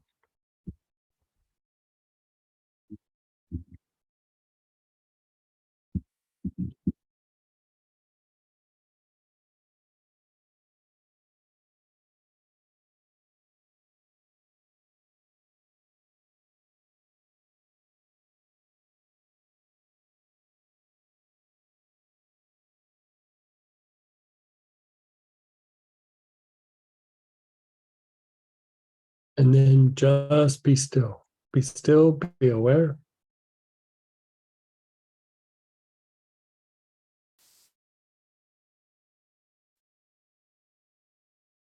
Now hold the bottle to your chest, your chin down, and you're going to do 8 or 9 of the materialization breath.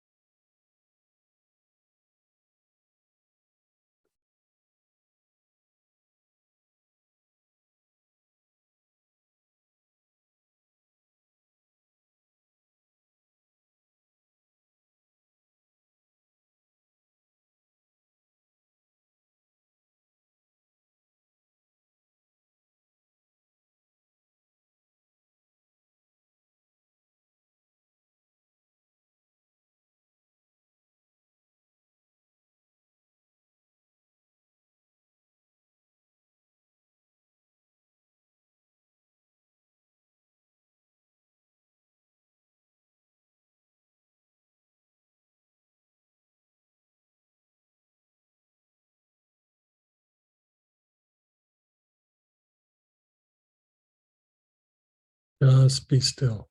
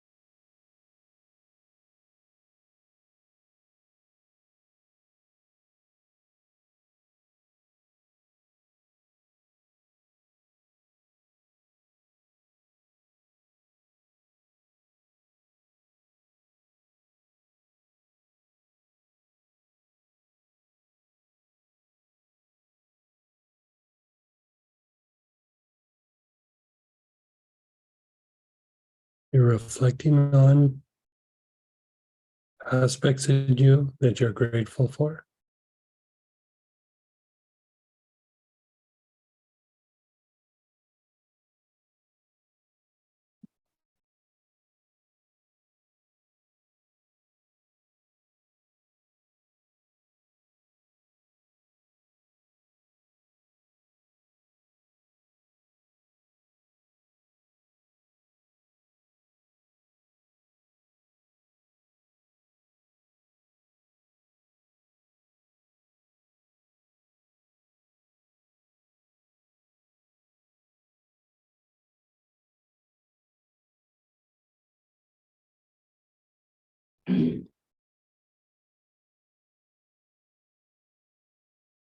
Bottle to your chest, chin to your chest. Do 8 or 9 of the materialization breath.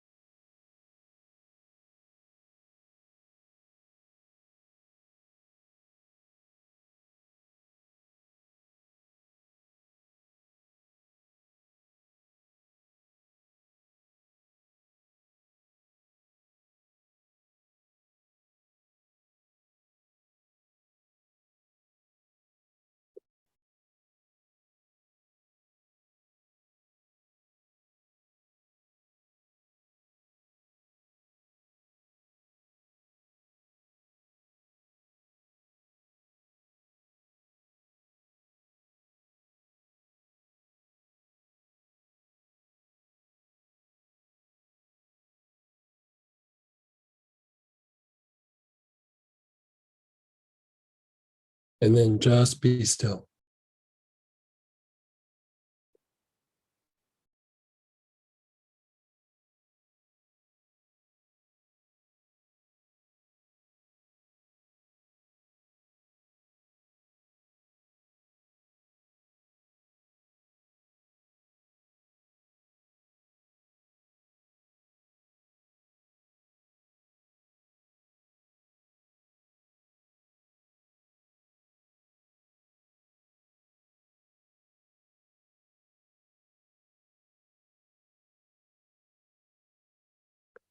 Begin inhaling. Your awareness is on the sex chakra, where the sex organs are.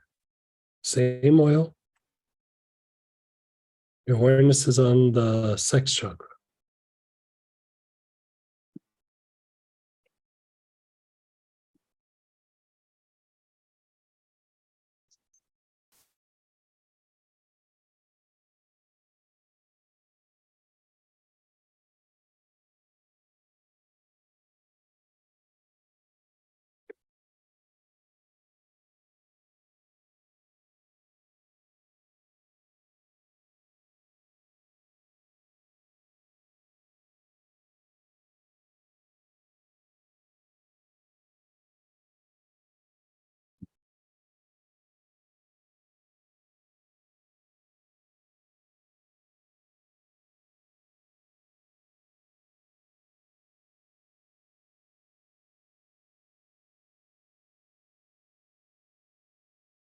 Your awareness is on the sex chakra. You're taking long, slow, deep breaths.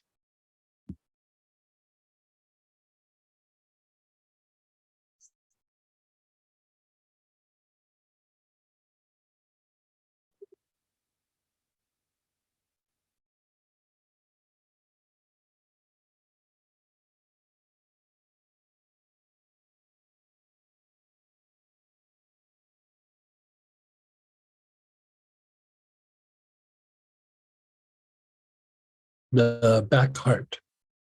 Your awareness is on the back heart.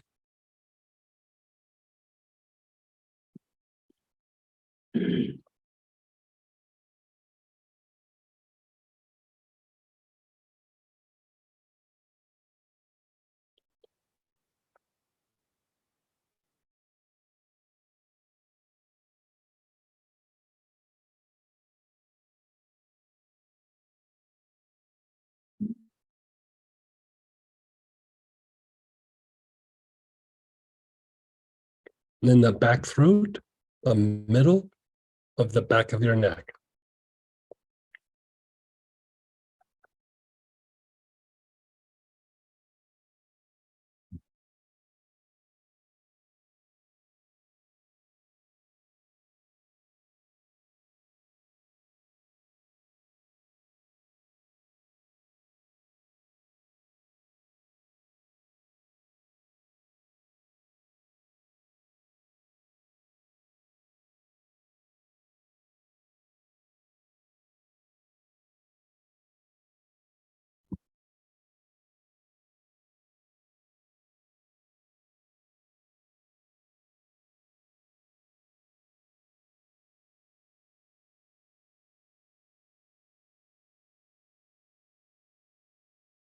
And then your crown. Your awareness is on the crown, the top of your head.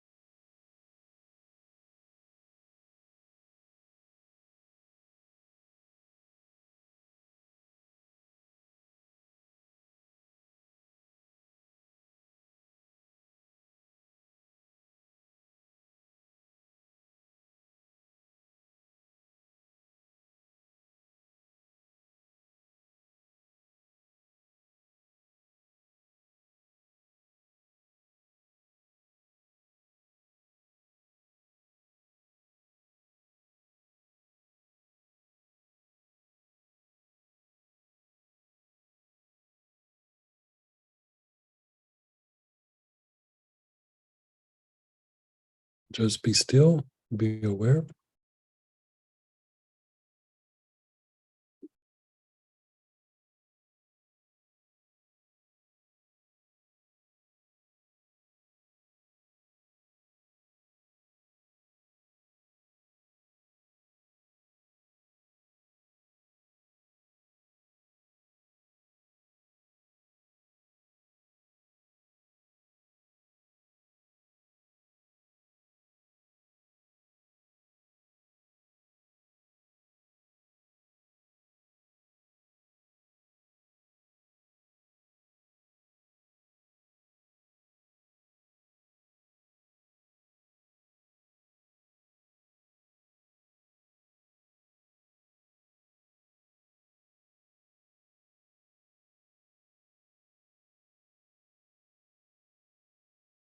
Just being still.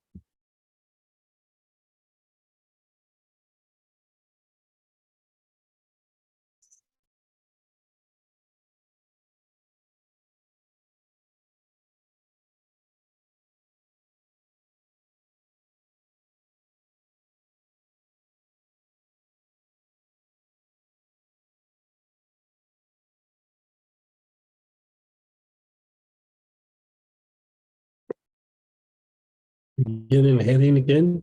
Your awareness is on the sex drum.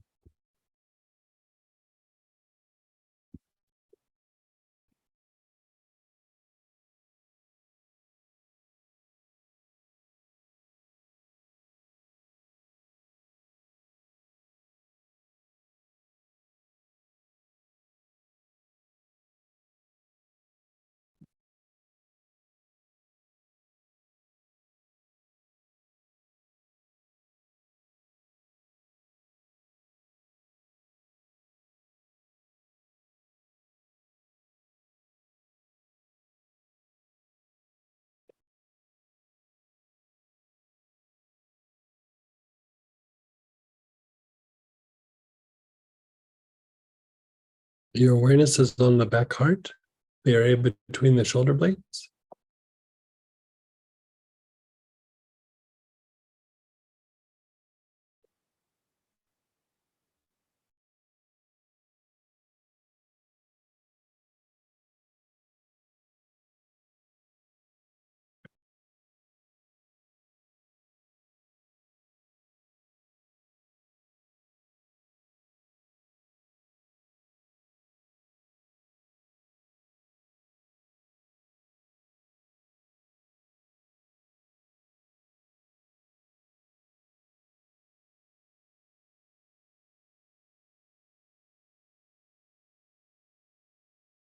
Your awareness is on your back throat, the middle of the back of your neck.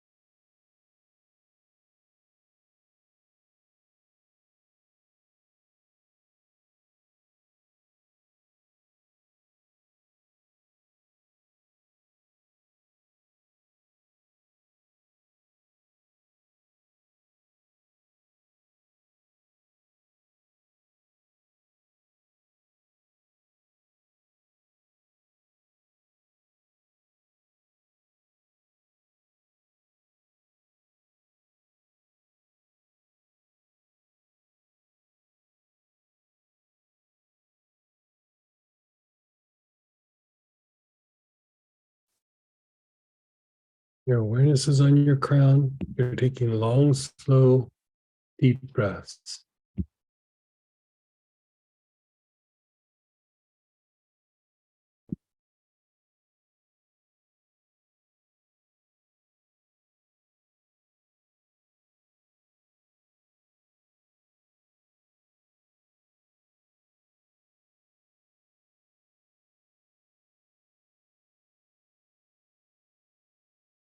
Just be still, be aware, just let everything go.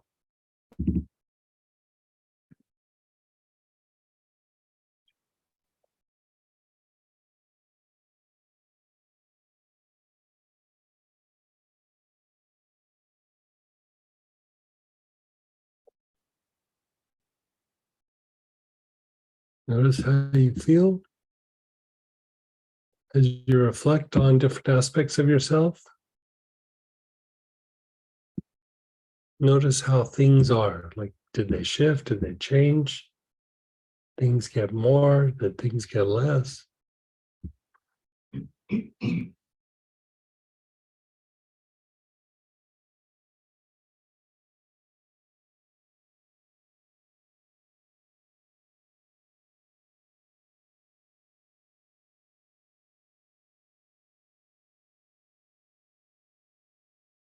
Hey, before we move on, let's go ahead and share experiences, ask questions. We did our morning session before lunch, and now we did this one. So let's go ahead and share experiences, ask questions. You can unmute yourself, type in.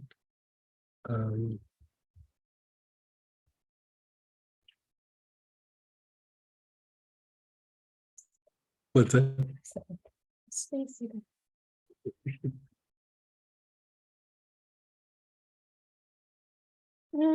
How are you guys doing? Everybody's good? Pretty mellow, right? Even though it's cinnamon, it's still pretty mellow. Laura, did you have a question? Miss Laura. Hey, it's no question. Before lunch, I was using assemblage point, and it literally, I kept totally just going out. And then I would hear you and I would come back, and it just kept happening over and over and over again. And does that mean that's something I need to, I wrote down what I was focusing on. Does that mean it's something that I need to keep working on for a period of time, which is what I assume?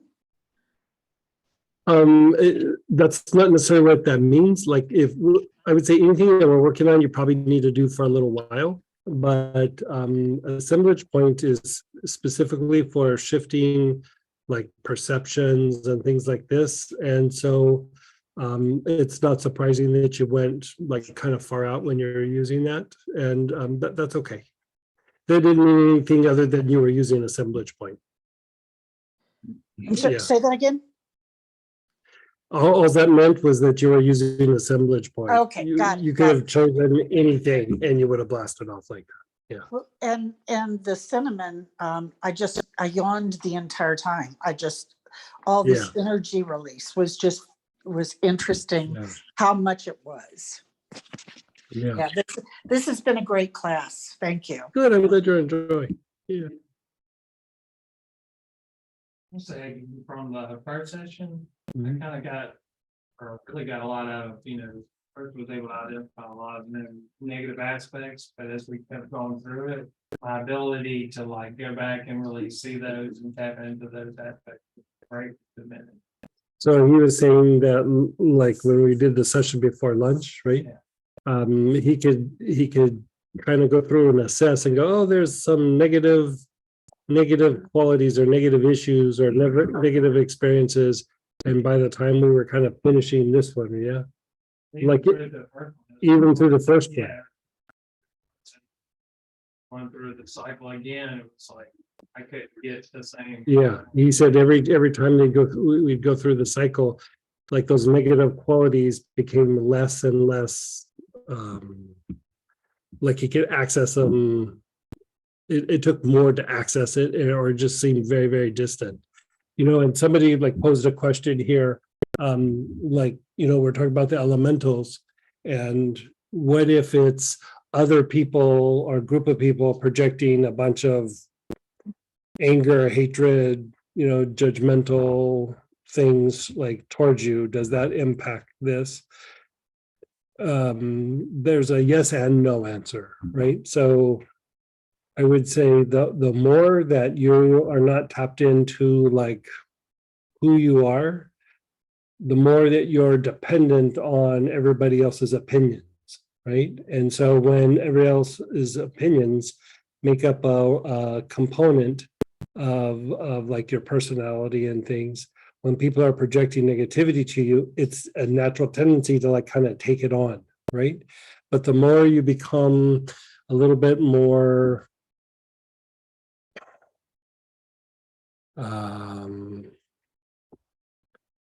you realize who you are, but it's like a way of saying it is like you realize the inner authority, like basically that's your opinion, that's not who I am, right? Because you know a little bit more of your true nature, that stuff stops to really have an impact. And at some point, if you're non-reactive, you recognize this, you're non-reactive, you actually generate good karma on whatever the project is or whatever you're trying to do. You actually start generating like a good karma or a prosperity kind of thing by handling those things well and being non-reactive. And so for the average person, when a bunch of people project a bunch of negativity, even if it's not to their face, it impacts them and makes them feel a certain way about themselves. But then over a period of time, it's like, it stops affecting you. And then after a while, you're like, this is going to help me bring something in. This is going to be fuel to bring in something positive,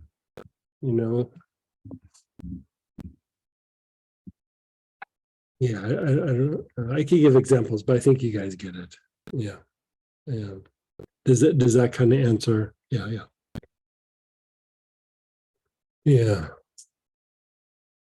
Like when two people are in conflict, it's actually tied to a materialization process in a way. But if one of you stops doing the dance, it either stops that materialization process or it brings something different in. And so you look at I don't know. There's things that you could say in the news, but I don't want to charge those things too much. It's too upsetting. Just think of a conflict that you've had with somebody. And it's like, okay, I'm trying not to bring chaos into this situation. You need to behave yourself and not do this. And then they're like, you need to behave and not do this. And then after a while, you guys are going at it so much, you've produced chaos in the situation, which is the thing you were trying to avoid, right? So a lot of times in conflict, and when I say conflict, I mean negative conflict,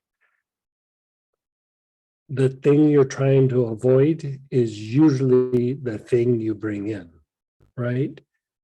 Conflict in a positive way helps you to look inside and go, I need to grow in these areas to resolve this issue, not I need to beat this other side down to the ground. You're like, what do I need to shift in me to grow and evolve? That is like a positive conflict that is like evolutionary, right? But when the conflict is all external like this, whatever you're trying to avoid, you're bringing into form. I mean, it's just mechanics. Right? We were in a situation not too long ago where we were trying to bring something in, and it was outside the U.S. It was in some other situation. Not Plant Run. It was another situation. And we were doing okay. And then some people got riled up and started being really super adversarial with us. And I started laughing. I was like, oh, finally. And everybody looked at me like, that was a weird thing to say. I was like, now we can bring it in. We have to have the opposition to bring it into court. But now we do it consciously. We're not doing it to try to beat them down. They'll point out our weak spots, we'll evolve, and we'll produce a result. Finally. I was looking for somebody to pick on us. Finally, took enough time, right? it's a weird way of looking at it, but if you think about it, if it's tied to the materialization process, we spend so much time trying to avoid something uncomfortable. Shifting, changing, growing, evolving is a little bit uncomfortable, but if like it feels good once it's happening, that is also based on a little bit of conflict. But it's not like you're going out and calling people a bunch of names, or you're trying to be violent towards other people. You just go, okay, this is happening now.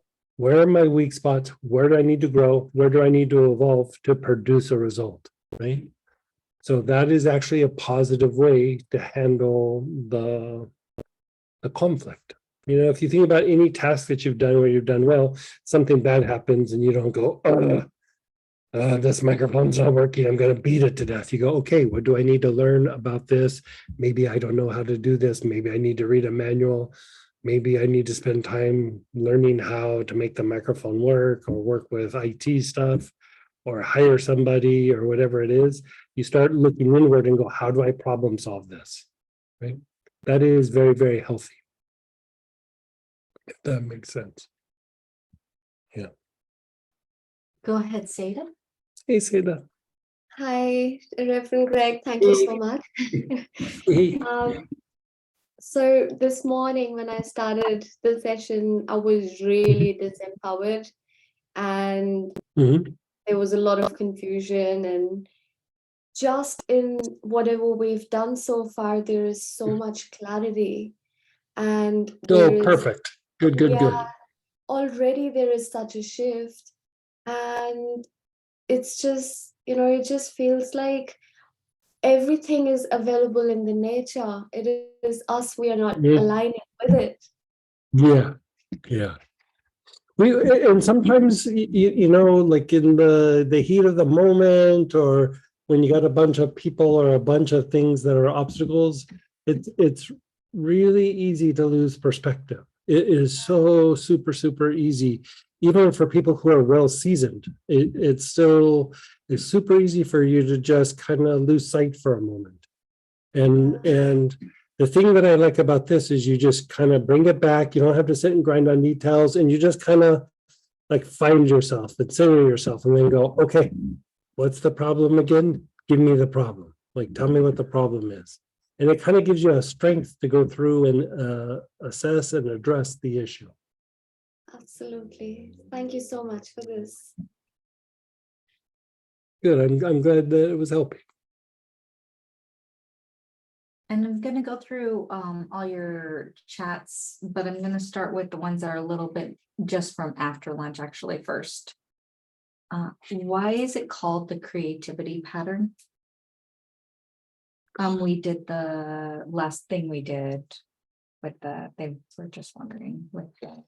It's tied to the creative process. Lower creativity is the sex chakra, higher creativity is the throat chakra. So it's tied to either bringing something into form or refining something that's in form to something a little bit more appropriate. Someone said, I was reflecting on my good qualities and it felt like as if they are on 3D. Oh, good. Good for you.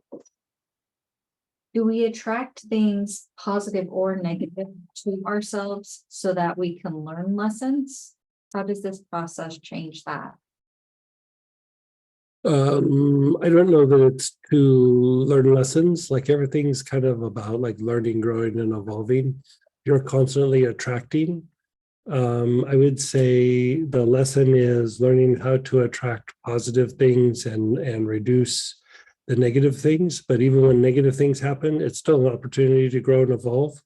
But, you don't have to go to the school of hard knocks if you don't want to. Like if you want to do it through things going well, that's okay too. But when things go bad, it's not the end of the world. It happens. It's never going to be purely just always positive. But at the same time, we don't have to attract negative things to learn lessons. I felt like I was getting messages from for other people, not myself. Is that normal?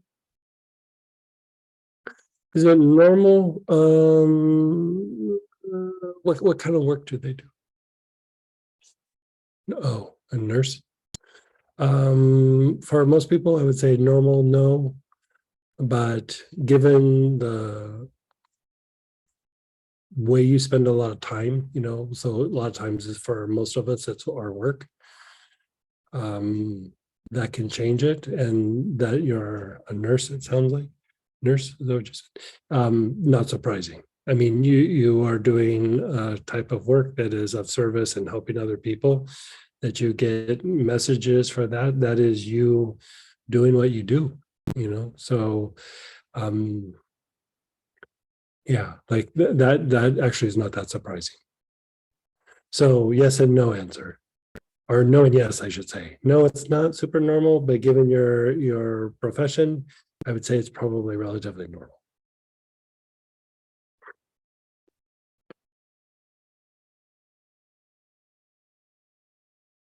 So I feel like my positive potentials affect me. Like I'm potentially smarter than another. I'm potentially prettier than another. So doing that process, they were sharing that. Think of it so much not like it's good. I mean, there's part of the mind that always is like us measuring up against things in our environment. But think of it like this. Like these aspects are all about producing some sort of a result, right? Producing a result in your work, in a relationship. And it's not so much about measuring up. It's just like, it's putting yourself in the right place at the right time, be it work, a relationship, spiritual practice, whatever it is. It's about just applying yourself and putting yourself in the right place at the right time. Yeah. This was right before we ended the first session. Such an important, impactful teaching on breaking down boundaries and transmuting elementals. My throat tightens up as it wiggles out from underneath my self-imposing boundaries. Yeah. Boy, I hear you on that one. I mean,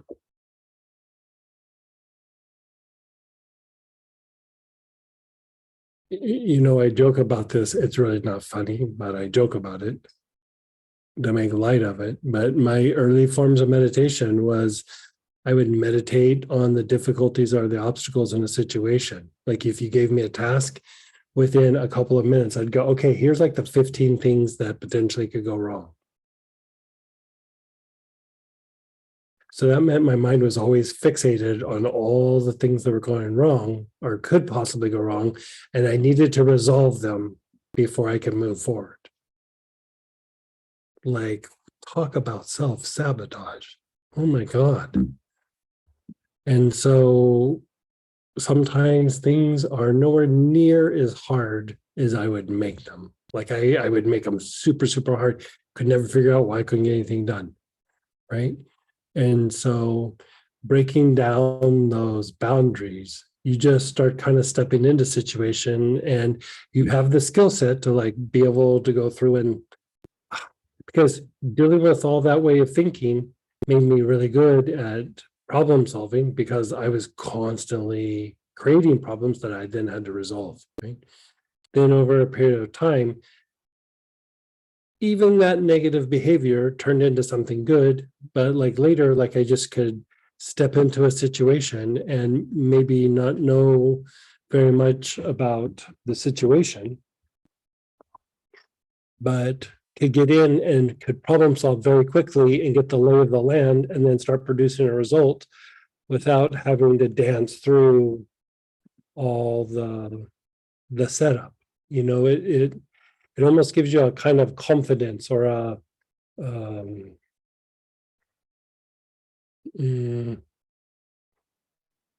like a strength that like when you go into the situations, you're like, yeah, I've taken a lot of punches. That means whatever this is, it's going to be boring compared to what I used to do to myself. Like what I used to do to myself, way worse than what could happen in this situation. And so as you break down those boundaries, the boundaries are gone, but that skill set and the strength is left. And so even when you shed something negative like that, it's still with you, but like in a positive way. Like it stops being negative and it starts turning positive.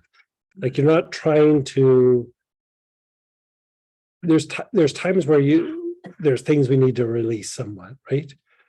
But sometimes, like we'll use that one as an example. I didn't need to release that tendency. I needed to temper it.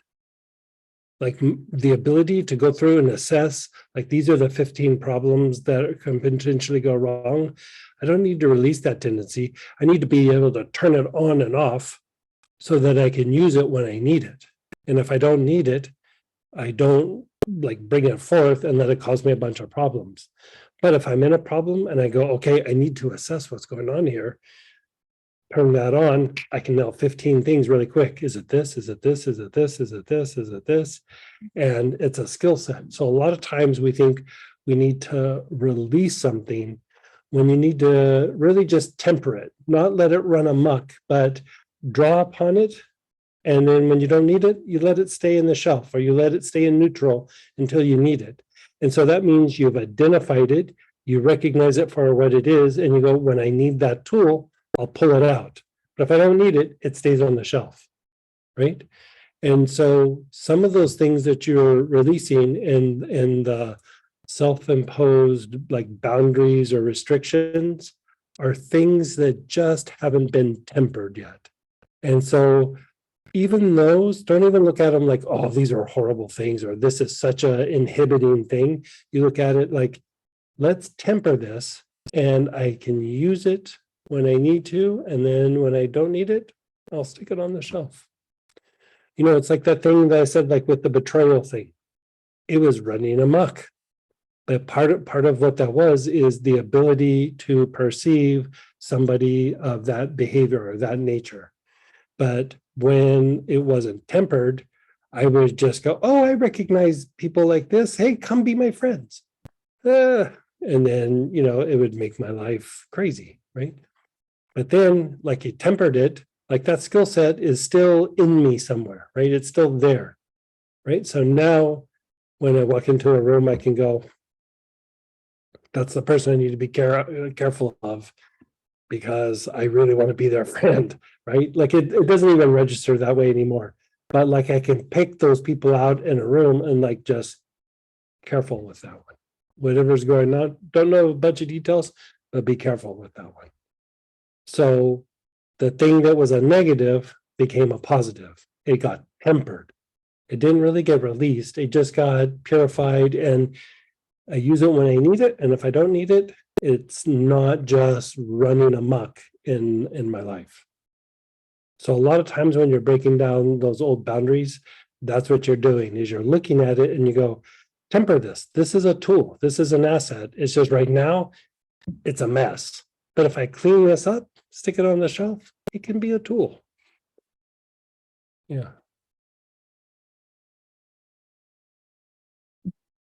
In the how we see ourselves section, what are the oils like benzoin or self-schema doing as we perform the protocols? Good question. They're helping to either break down or get distance so that you're not so entangled in the negative aspects of yourself, so that you can purify, release, temper, whatever it might be. So you're not as fixated on the negative and you're able to bring in more of positive aspects, be it something different or the positive side of that particular aspect of yourself that you're looking at. Because remember, like our nervous system, our biology sees the negative in situations and fixates on it to try to minimize suffering, discomfort, and try to improve your potential for surviving in nature. And so good for trying to survive, not so good for trying to be social and get along with people at work and have relationships. And you know, so it basically allows there to be an untangling, so you can go good, bad, get rid of that, or temper that, cultivate this. You know, it allows you to be more cognitive about what you're processing and what you're cultivating. a lot of times, we did this experiment many years ago, and granted, it was energetic, but I did it in several places. I think I even did it here one time where we stood up and we had people like evaluating something energetically. And we had people choose, like, what is your favorite color? Right? Just state your favorite color. And people would do it. And we would go through and we'd measure. And I think the most that we found was that, like, when somebody had a favorite color, it was only 5% their thought. It was all external, like from other people. And so, a lot of times, like with a child, the parents will choose, like, this is the color theme for their room. And then the child goes up and goes, like, purple. I love purple. It's because they see it all the time. Right. And then as time goes by, you just kind of keep cultivating. And then as you're older, it's like, yeah, I love the color purple or whatever. When you evaluate it, it's just something that got cultivated. It's not something where you went, all the colors, which one's my favorite? I like this, I like that. We don't do that. We have some experiences, we identify with a little bit, and then we start to cultivate it, right? So if you know that, then you can cultivate things you like, and then you can go, well, maybe I don't even like the thing that I think I like. And so, this happened to me in my late 20s, early 30s, where growing up, there were certain things that I wanted just because of generations of the family, right? And then when I hit my late 20s, all of a sudden, boom, I finally achieved the thing that everybody thought was so important in the family. And I was like, this is amazing. I get here and I finally have done everything that, we were supposed to be doing or that we were wanting to do. And when I really tap into it, I could care less. Like, it does not make me happy. It's not like satisfying. It's not anything. It wasn't mine. Like, I did not care. But yet, because of the family, this is what we're supposed to be cultivating. And as I got close, I realized I really don't care about it. Like, that's not my thing. Like, that was their thing. But you're part of a family, and so you have this group dynamic that ends up being something that you personally cultivate. You go through and you unwind these things. It just allows you to be more you, and like consciously more you, is a good way of saying it. Again, on the how we see ourselves, of all of those oils, which is the strongest, most effective? They all kind of do a little bit different things. Assemblage point changes your perception. Self-schema literally kind of helps reestablish self-image along with sandalwood. Benzoin helps you to detach and get distance from negative parts of yourself. And saffron, I would say, helps you tap into perspectives of yourself that are outside your mind is mostly based on sensory information. It helps you to tap into information about yourself that's beyond the senses. So from the unconscious aspects that come in from the soul, like that aspect. So in Ayurvedic medicine, sometimes they'll put saffron right here between the eyebrows, or they'll put sandalwood and saffron, which is the mechanism for the self-schema. And it's to increase like internal flexibility while physicalizing something of the soul. It helps to regulate this center and helps to physicalize soul energy into the body. If there is a lot of energy being projected at you, can that change the makeup of the normal elementals with you? It's kind of what I answered before, like it's a yes, no. Like if you identify with more of the external, yes. But then over a period of time, you become more kind of concrete in who you are. It's just like getting dirty in the garden. You just wash it off.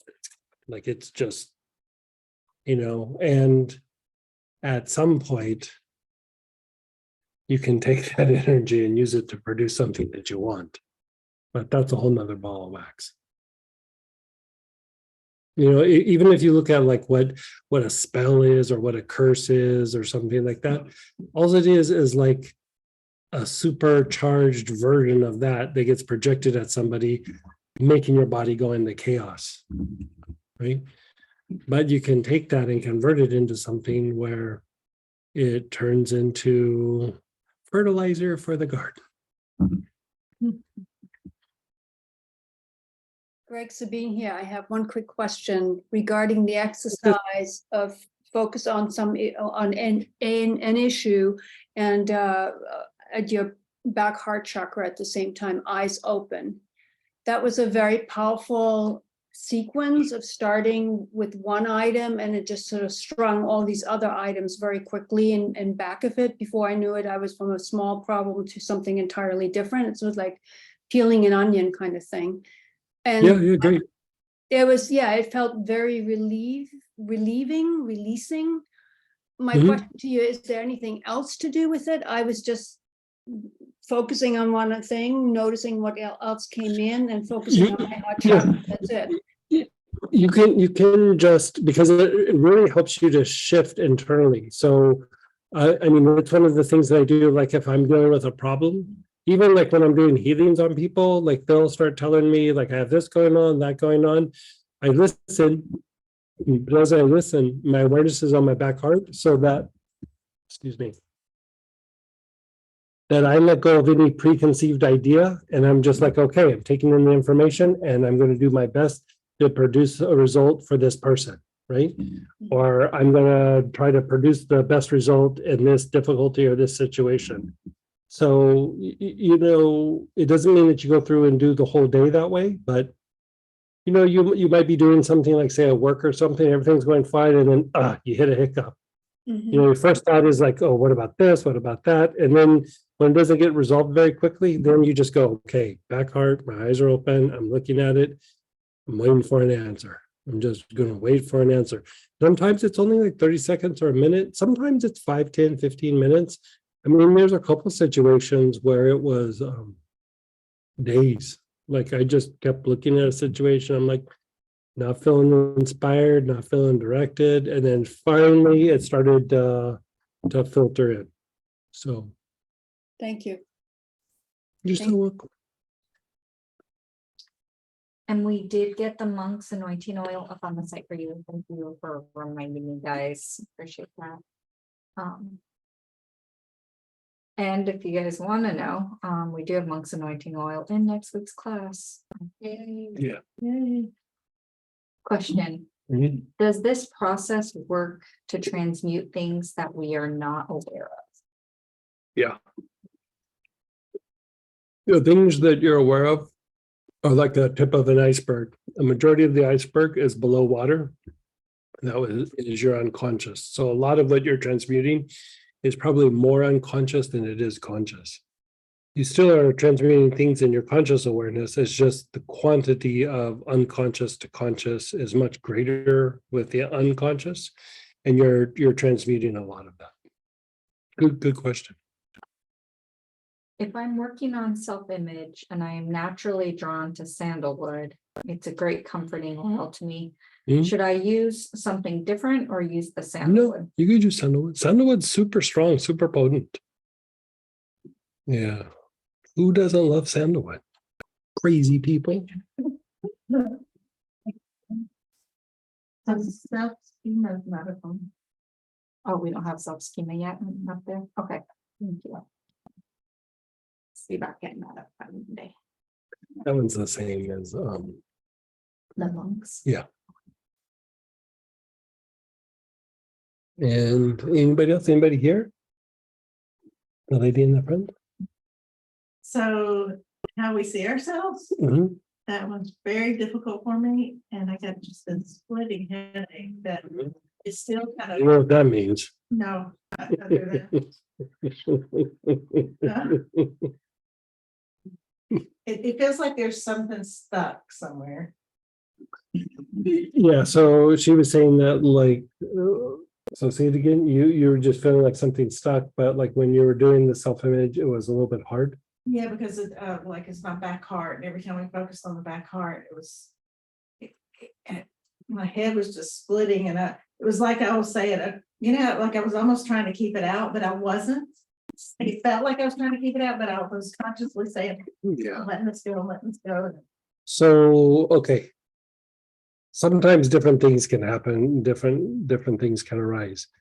And sometimes, like, when we were younger, maybe something bad happened that really impacted how we see ourselves. And unconsciously, there could be some like resentments that even as you go through and you unwind it, it starts to move and it would hit the back heart. Normally, I would think that it's like those self-imposed boundaries, but for you something's coming out, something about it's like a person. It's about a person. Yeah. So Joey. yeah, joy. Use something like ginger lily or assemblage point, something just to keep them moving. It's not emotional or mental, it's actually something stuck in your body. What we do a little bit later will also help this process, but if you just want to flush it out real quick. Just inhaling. Yeah, and then do Ming Men back heart ground. It's just, I share something.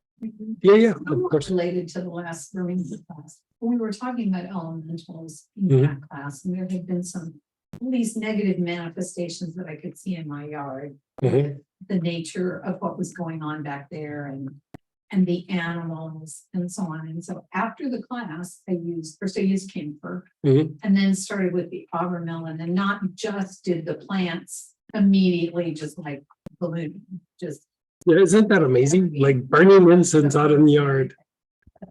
I've ever seen, I've seen it in other places, but not in Alabama.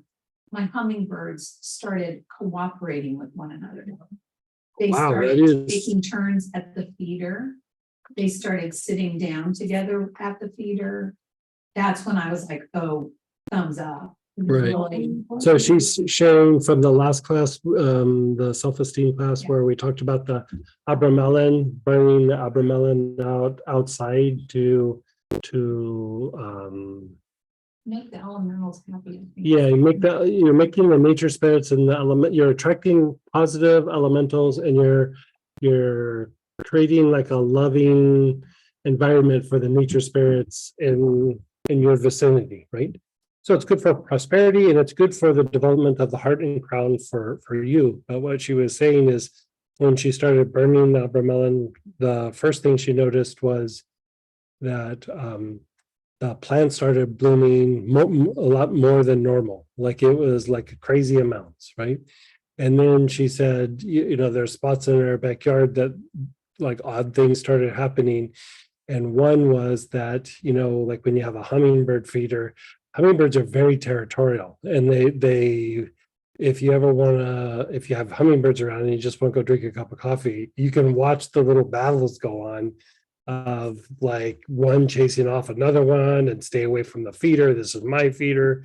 And she said when she started burning the abramelin after a little bit, that the hummingbirds all started working together like a unit, and they were interacting with each other. They were cooperating with each other. They'd even go to the bird feeder and multiple ones would be feeding at the same time. And the conflict seemed to dissipate and go away. Yeah. And so, yeah. I think for us, it's mostly squirrels and rabbits. Yeah. Like, And we have some bats and owls. yeah, we have bats and owls and yeah, lots of bats. Yeah. Bats make all the French toast in the world. What now? It's a silly joke. So You let's, have more. oh, we have more? Yeah, Hmm? go ahead, Maya. Hey, Maya, Hi, Greg. How are you? Hi, Sam. I'm doing good. Hey, Thank you for the class and for organizing. You're This so has been welcome. really, really, really good. I have two questions. Fire away. One might be a little silly, but can you please help me understand how the work that we did yesterday ties into what we are trying to achieve today with the self-image and the Sure. Part of how we end up having negative self-image is also has to do with the levels or degrees of mental energy and the reactiveness of the mind. And the more that the mind or the brain is depleted, the more that you're not able to cognitively process what's happening, and your mind just becomes really super reactive, like basically not really processing things, but just kind of reacting to things. And so for you to be able to shift and cultivate a healthy self-esteem, or excuse me, self-image, or to shift the self-image, if there's a lot of brain fatigue, you really don't have the ability to shift that because you don't have like the fuel or the gasoline to do it, which means then the mind and the thought processes are acting in a particular way. Like not everybody is processing information the same way. There's like different levels or degrees that the mind will work, and it will directly impact how you process information. And so one of the ways to change that is by increasing energy levels of the brain so that you have the ability to process things in a little bit more like, I don't want to say complicated, but a reactionary response, a reactionary mental process takes like little to no energy at all, right? Then when you start going, okay, I'm going to grind on some details, I'm going to look at all the details of something, that takes a certain level or degree of mental energy. And then the next level is you go, okay, I need to be able to look at this, I need to understand what it is, I need to understand new pieces of information here, and then how to apply it so that I can form a strategy. So that's an even higher level of mental thinking. And then you start to go to the phase of, what are going to be the consequences if I put this in motion? What are the consequences of this? So now you're looking at something in even more depth, right? And then even there, like what is big picture? What is long-term effects of this? And leaving it open so that I can adjust and adapt rather than have self-imposed limitations as we move forward in the future, but not lose the structure or the organization of what we're doing to get thrown off track, so to speak, right? And so the thing that allows that to happen, I mean, one of the pieces is your level of mental energy. And if your mental energy is low, then you're going to be more in that reactionary phase. And then if you raise it up a little bit, you start to be like, I can be more detail oriented. But if somebody says like, imagine this or imagine that, like not happening, right? Don't have the energy to do the imagination or perceive something new or abstract. And so it's basically adding fuel to the brain so that you can have these different ways of processing or perceiving things. Okay. Thank you. Yeah. And I had a second question. This one is a little bit more Mhm. personal. So I'm about to start a new job on Wednesday. Yay! Yay! Thank you. So, I struggled a lot with taking the decision because I was working I started working a few months ago with a different company. And then when I got this offer, I struggled a lot making the decision to leave and move on to this new one. And so based on everything I've heard today and yesterday, I do recognize I have a lot of self-limiting beliefs and self-sabotaging thoughts. And so I am, and a lot of fear. I think a lot of hesitation coming from fear.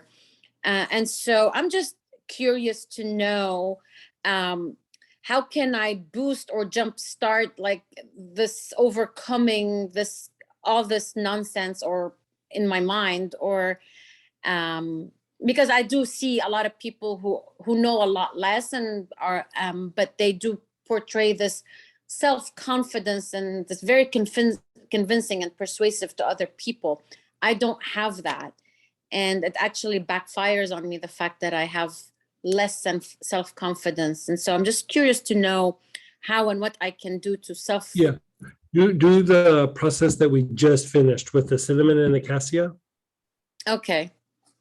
Yeah, that's your ticket right there. Cinnamon and cassia both make you a little bit more extroverted, make you a little bit more thick skin, make it easier for you to express yourself outwardly, put yourself out there outwardly. And you could say cinnamon doesn't know fear. It doesn't know fear. Okay.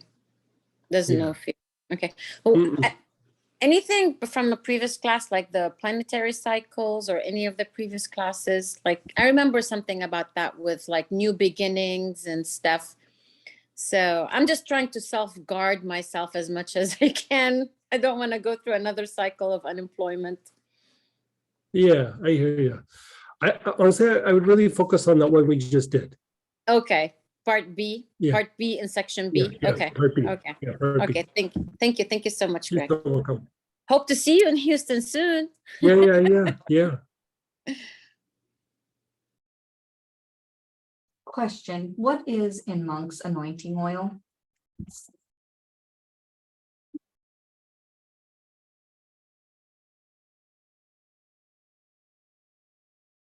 Aloes, premium frankincense, myrrh, saffron, galbanum, and benzoin. Question, what about moving or preventing congestion of chakras from this work? Any suggestions or thoughts? I tend to get congestion without realizing it. Wait, say that again. I'm sorry, I'm not quite getting What about moving or preventing congestion of the moving. I don't understand what the.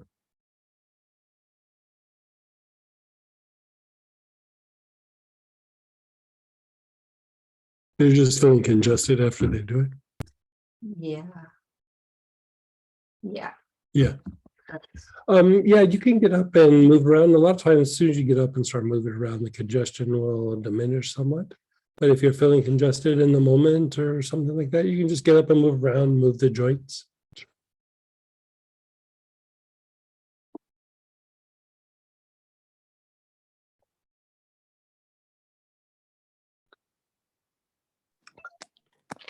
Greg, this is Deborah. That was actually Mhm. my question. I have difficulty exactly understanding congestion. I just understand that things that were weighing me down before used to be cords, and I've gotten really good at releasing cords. And it seems like the Mhm. thing that weighs me down now is congestion and chakras. And I was doing the habit of putting it in my front heart and trying to transmute it through my back heart. And what I was told by my healer was that I had congestion in those areas. And so that's where my question is coming from. It's like, okay, I'm going to do this work, but So I don't what? understand the congestion in the chakras. I'm not understanding. So you're putting something in your heart. Like what are you Yeah, doing? like today in the exercises, doing the same thing that we're Uh-huh. doing today. I'm Uh-huh. simplifying the way that I'm expressing it, but I'll have something that I want to transmute. I want to let go of, dissipate it. And the way I Mhm. understand it is that's through your back heart, right? So Mhm. I'm not, Front heart, back heart. Sure. yeah. And so from all of that work, releasing lots of stuff, I'm getting congestion in those chakras, is what I was told. Does that not make sense?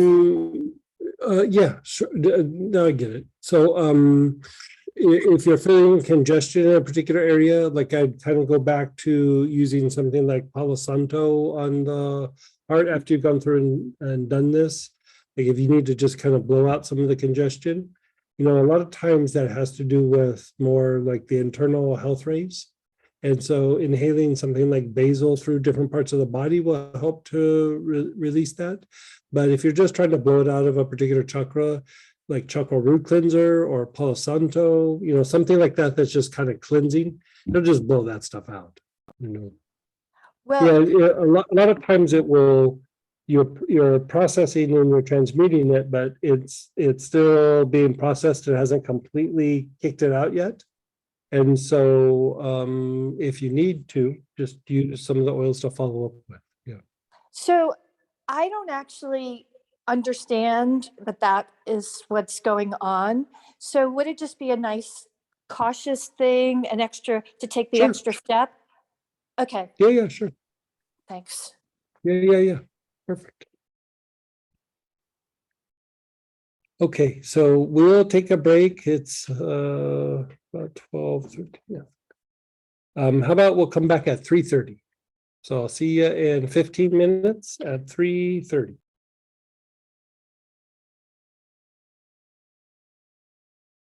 Everybody, let's go ahead and come on back. We are jumping down to the top of page 7. And now we're starting to address how other people view us, how other people see us. And so with that, what I'd like you to do is just take a few moments, close your eyes,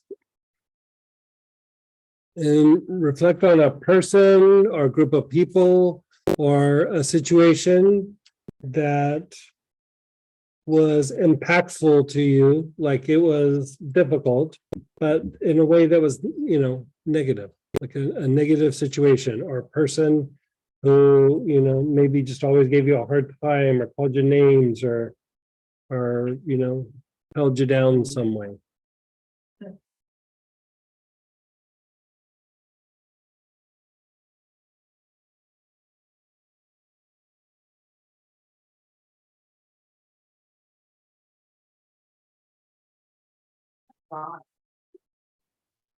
Just pick the top of the list and then work your way down. Somebody said here, what if there's a lot of it?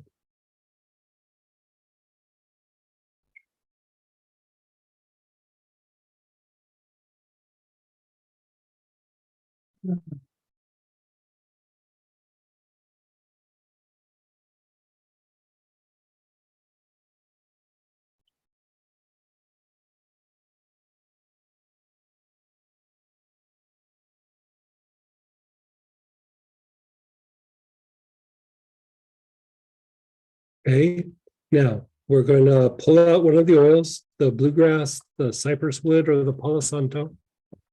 And you're just going to simply inhale for a moment.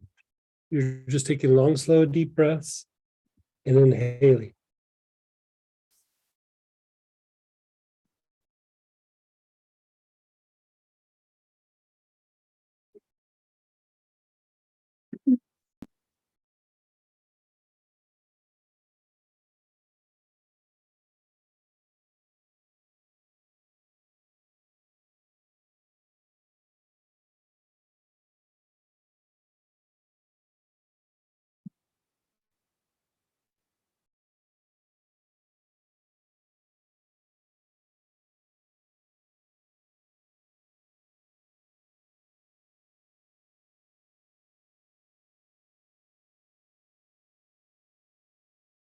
Long, slow, deep breaths. You're just inhaling.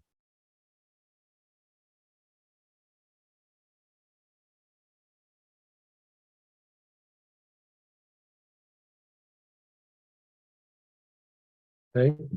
We're going to go back to the body awareness thing. So let go of the inhalation for a moment.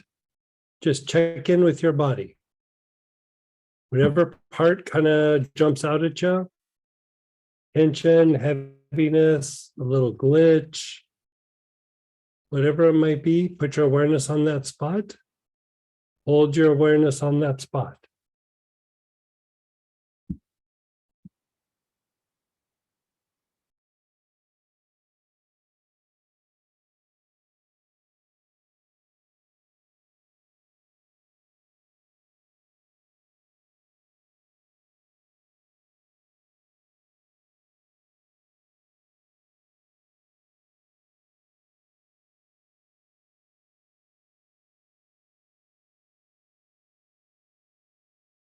And with your awareness on that spot, begin inhaling again.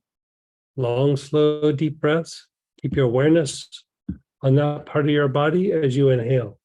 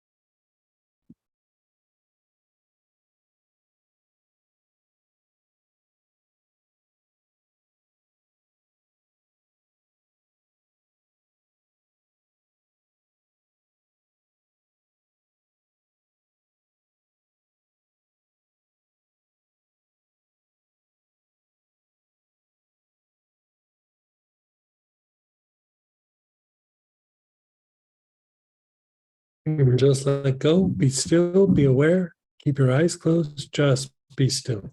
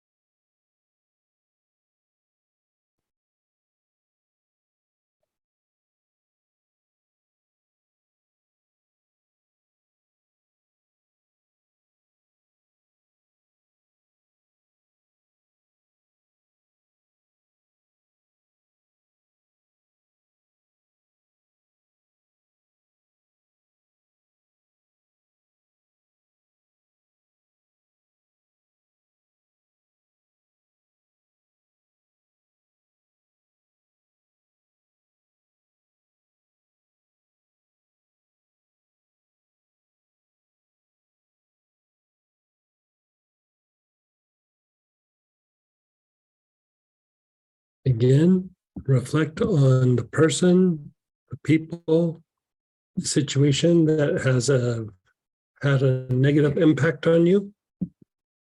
Just reflect on it, observe it.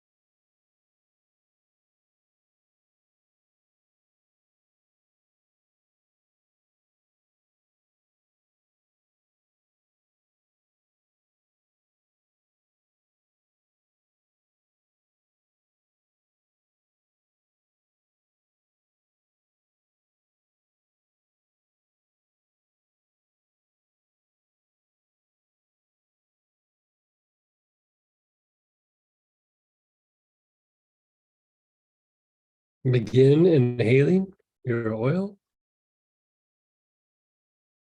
You can continue to think of that situation for a moment as you inhale.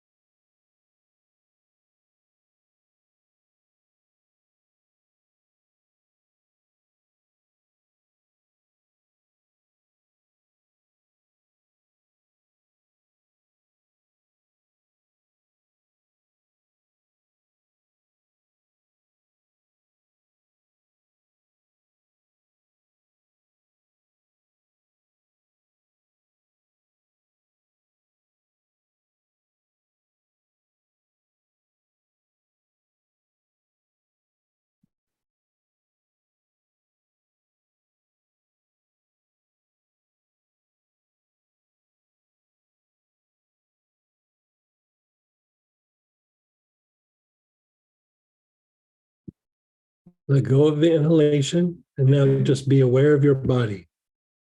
Where does that resonate in your body? Where do you feel something in your body?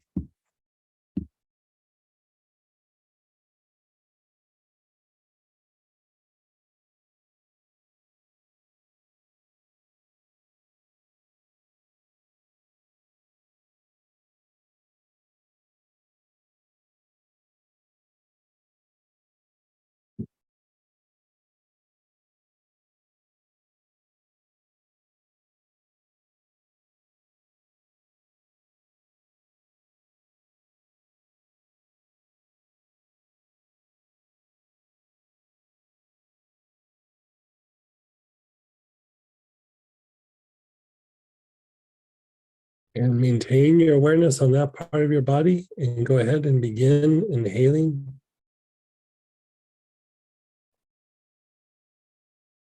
Your awareness on that part of the body.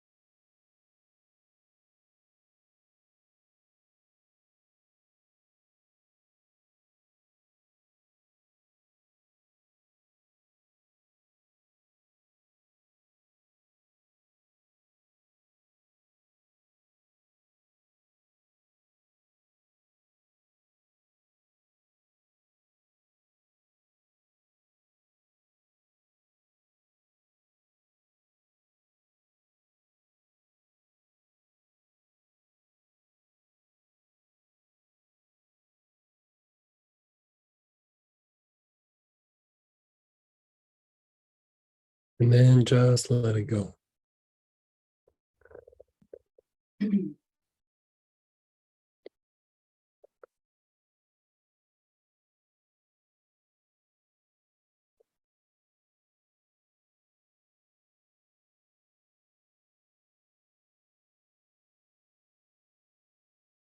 again, reflect on the person, people, incident, situation, and just reflect on it for a moment.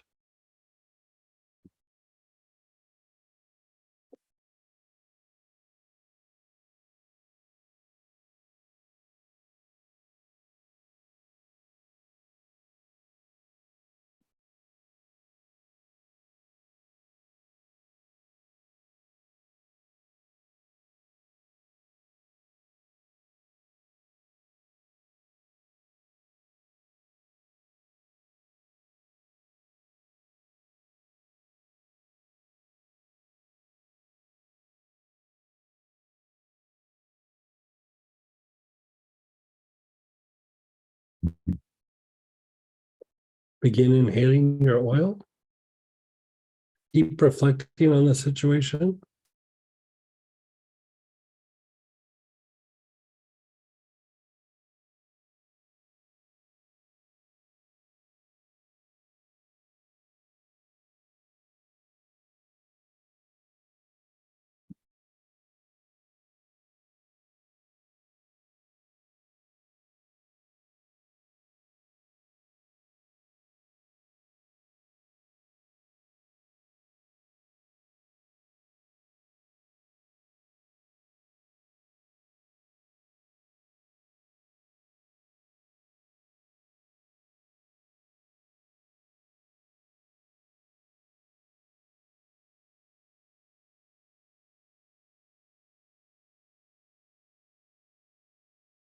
Let go of the inhalation for a moment. Check in with your body. Where do you feel this in your body?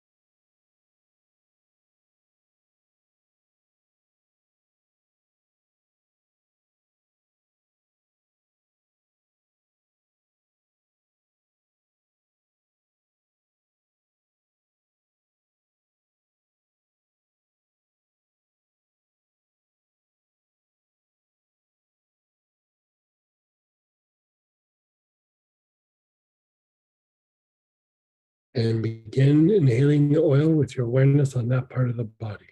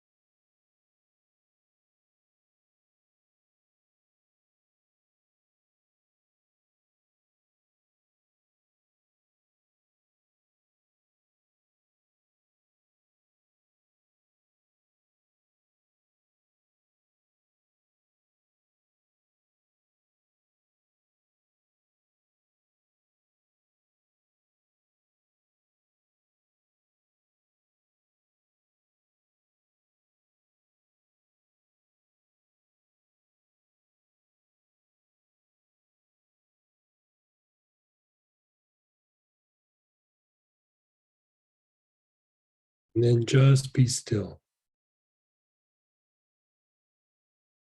Maintain your stillness and awareness. We're going to go back to what we did yesterday, which was Lama Yoga. And again, a refresher. Inhale, moving your head up. Exhale all the way down. Inhale up. Exhale down. We're not holding our breath in the middle of this. Chin down to your chest and inhale. Exhale. Inhale. Exhale. Inhale. Exhale. Inhale. Exhale. Inhale. exhale. Inhale. Exhale.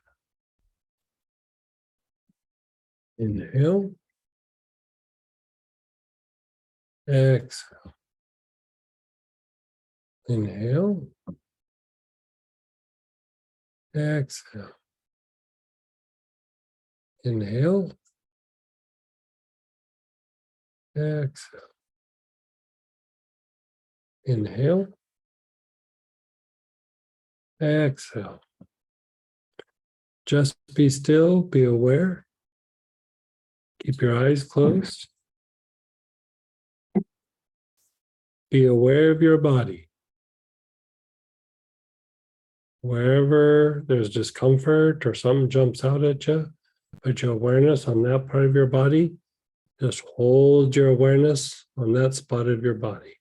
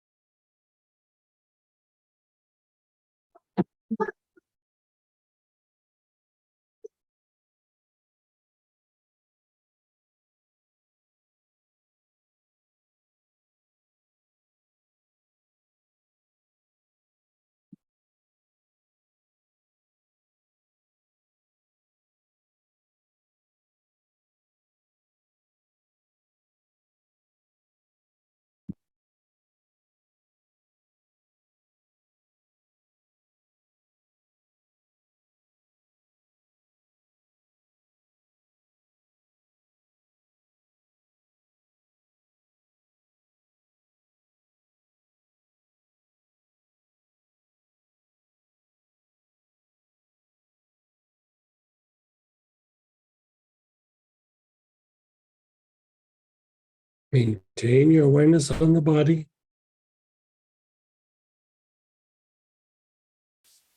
If thoughts are beginning to arise in your mind, just observe the thoughts. You're not engaging them, you're just observing them.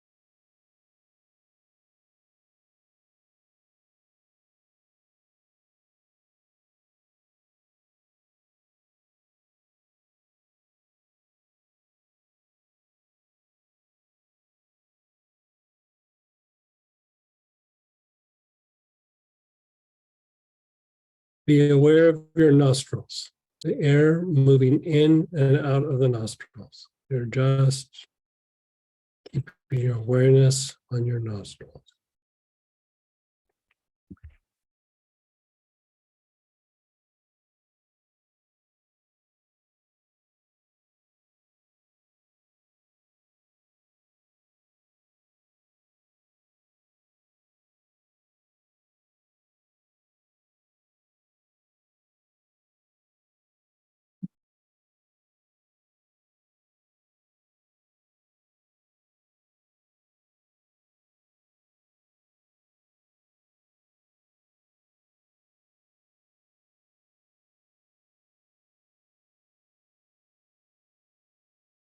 Put your chin down to your chest. Inhale, moving your head up. Exhale, down. Inhale. Exhale. Inhale. Exhale. Inhale. Exhale. Inhale. Exhale. Inhale. Exhale. Inhale. Exhale. Inhale. Exhale. Inhale. Exhale. Inhale. Exhale. Inhale. Exhale. Inhale. Exhale. Inhale. Exhale. Just be still.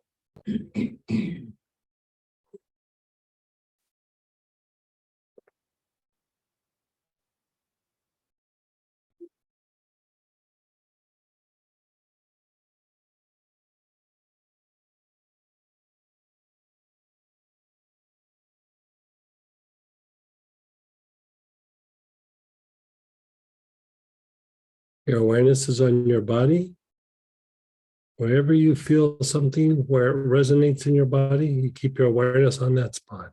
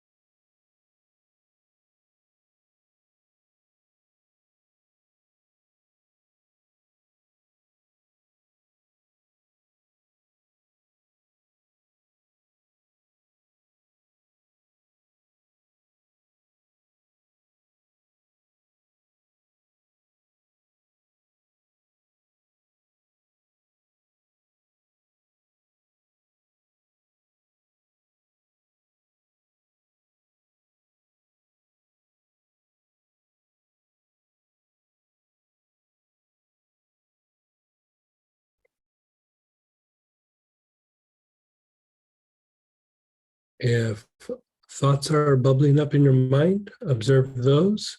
If they are not, keep your awareness on the body.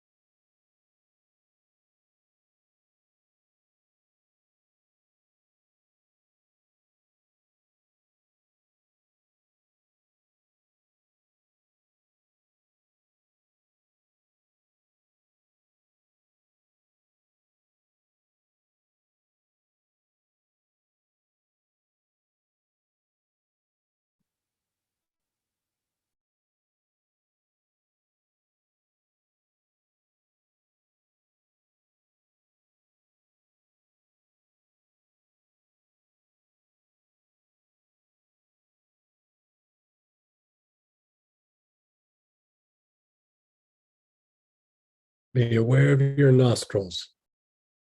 Just the air as it moves in and out of your nostrils. Just pay attention to that.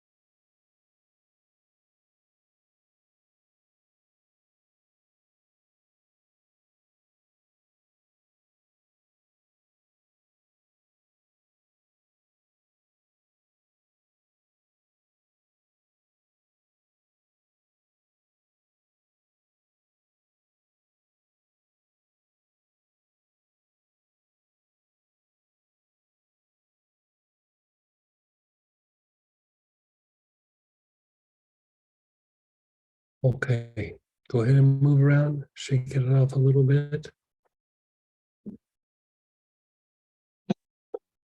Kind of move around.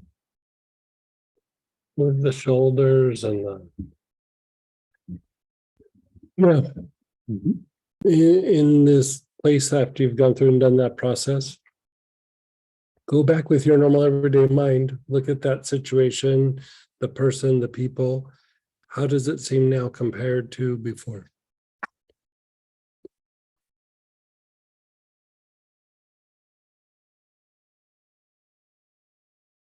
Mm. I have more empathy for them. Okay, so she, one of the students here said, because she looks at the situation, she has more empathy for them. They were expecting things of me that were not reasonable given who I am. Yeah, she was saying that they expected things from her that were not reasonable given who they were. I would say most expectations are not reasonable, period. Like that is at you or whatever. I mean, most times you're like, this is gonna be my big break, when it was just a thing. This is gonna be da da da da, when it was just another day. Like the big one, like remember 2012 or Y2K? This one's going to be, everything's going to melt down. Everything, it's going to be a big change. Just another day. You know, the expectation is always there, but it's not based on facts. It's just like, I want this, I need this, I have a preconceived idea of, you know, whatever it is. And expectations usually aren't very accurate. They're still nice. We still have them, but it just, you know, they are what they are. Mm. So, I go with you on the empathy and the, I just always now see it from everybody's direction. Mhm. Most of the time I transmuted into humor / hilarity, and I start laughing at everybody and everything. I understand them, Right. I feel with them, and then I just crack them. Oh, good. And then someone here said there is no charge. No charge. Yeah, good. Good, yes, yes.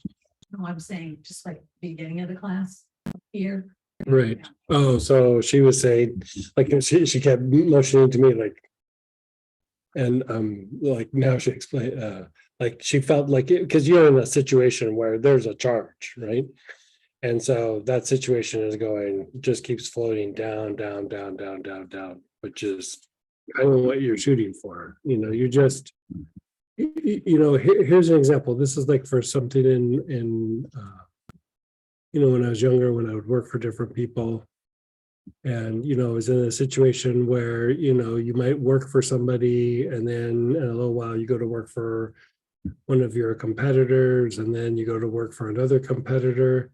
And so, you know, a lot of times when you leave situation, especially if you were performing, they try, like the people where you leave try to come up with a story, right? And so they'd always go, oh yeah, can't perform, you know, really can't do anything, you know, whatever it was. But basically their whole thing was, yeah, you know, he couldn't perform. And so, you know, you can sit and fight that, or you can also say, if they believe what they're saying, that means their guard is down. I can rock it and they won't see it coming. Keep thinking that about me. I can't perform because you won't have your guard up. So let's just say they ate their words. You know, there was a company that I worked for that was real dominant in the area. I left. They had this little storyline. I went to work for somebody else. The new place started dominating that industry, that area.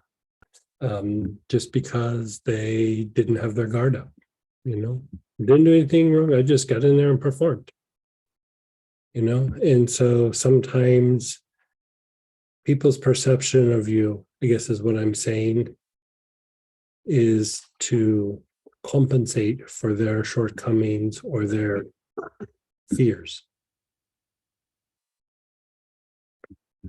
So even when they say something like here, like, oh, they can't perform, or, you know, whatever it is, you know, the first level is like, oh, they're saying this about me. But then the deeper level is, what's that say about them? Like, okay, that means that they're full of themselves and they don't think they have to perform, or, you know what I mean? You just start going down the rabbit hole. And they're like, yeah, they just gave me free reign to step into a situation and rock it. Okay, I'll take it.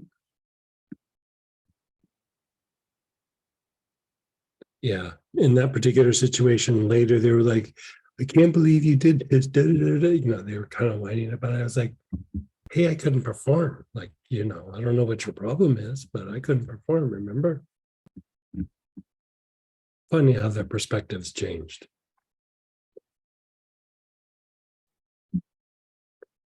Here's the thing. We always see things from the eyes of duality, right? And when we stop taking things like personal, like even their thing, it wasn't about me, it was about their fear, their insecurity, their shortcoming. And when you stop going like, oh, how could they do this to me? Or how are they saying this to me? Or this is going to be my reputation. And you just look at it for what it is. And you don't look at it from that duality point of view where like, oh, well, this is a reflection on them. And you just go, okay, set that aside. How can I perform right here, right now? Like with all that, you know, it's just they put their guard down. That means I can get in a situation and perform. They won't see it coming. They won't see it coming. That means with little or less effort, I can produce a result very, very quickly. If they thought I could perform, they would have their guard up and they would come at me really hard. So if they don't see me coming, or if that's their bragging thing, like, oh, you can't do this, you can't do that, awesome. Awesome. Because then I can get in, quietly perform, and before they realize it, already super successful. Can't do anything, you know, I'm already there. Right? But if I made a big deal of it, like, you have to recognize me for what it is, they would have started trying to stop me in the very beginning. So hey, we got to perform, got to put food on the table and, you know, pay the bills. And so take what you can get. Yeah. It's not there at all. Does that mean that it's just? Yeah, if it's just kind of not there at all, like sometimes that just dissipates and it's just kind of done. Like sometimes situations are more active than others. Like, you know, sometimes it was just some weird incident, and sometimes it's a weird incident with a family member or with a partner or with somebody at work, where even though the situation is past, you still have that situation where you're interacting with those people. Yeah. So, yeah. I wish I had these teachings about 2 years ago. Yeah. I wish I knew these things when I was very young. Yeah. So let's do one more. It's very, very short, but part of maintaining your self-image and everything is how to deal with either feeling out of control, or when you lose control, or when you don't feel grounded, when you check out a little bit. And so it's very short and it's very simple, but let's pull out your cinnamon or your cassia again.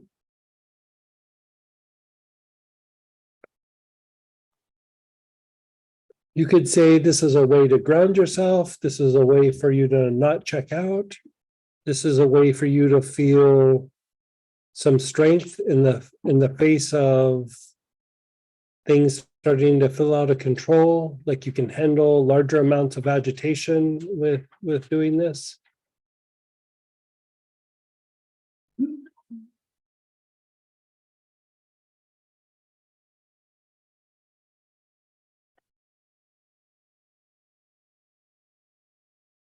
Okay. So begin inhaling. Your awareness is on your brain.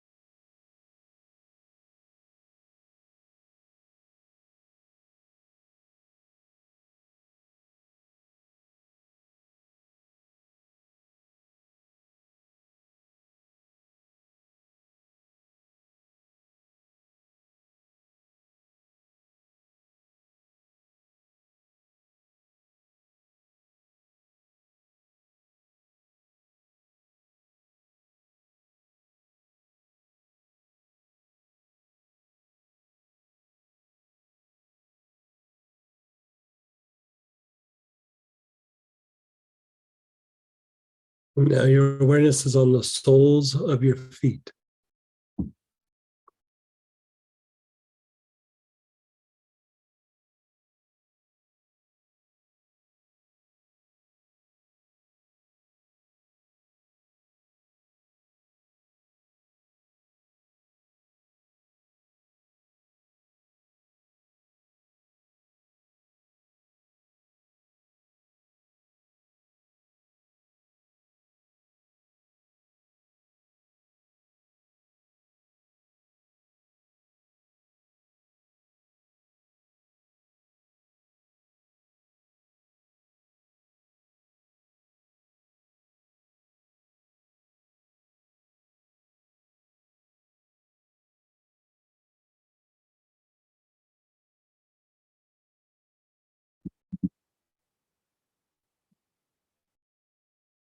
And then the brain and soles of your feet at the same time. Your awareness is on your brain and the soles of your feet at the same time.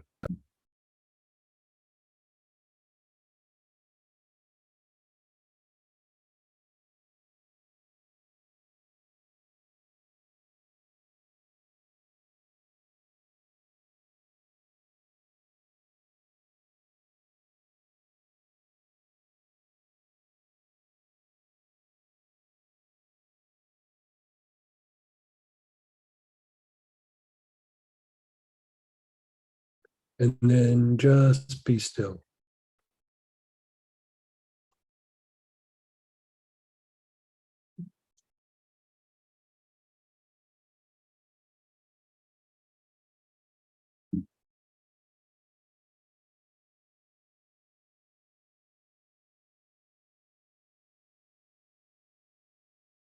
Just be still. Just let it incubate.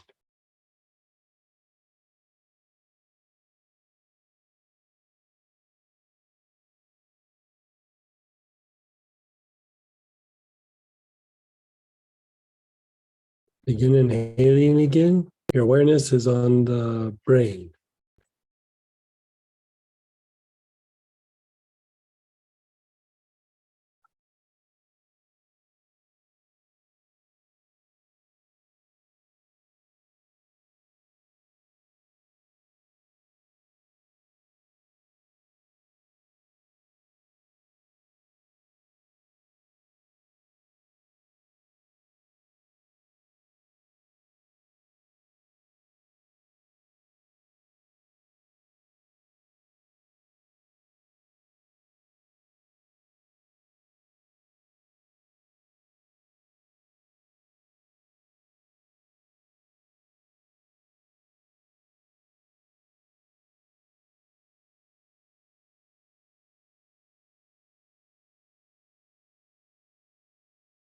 The soles of your feet.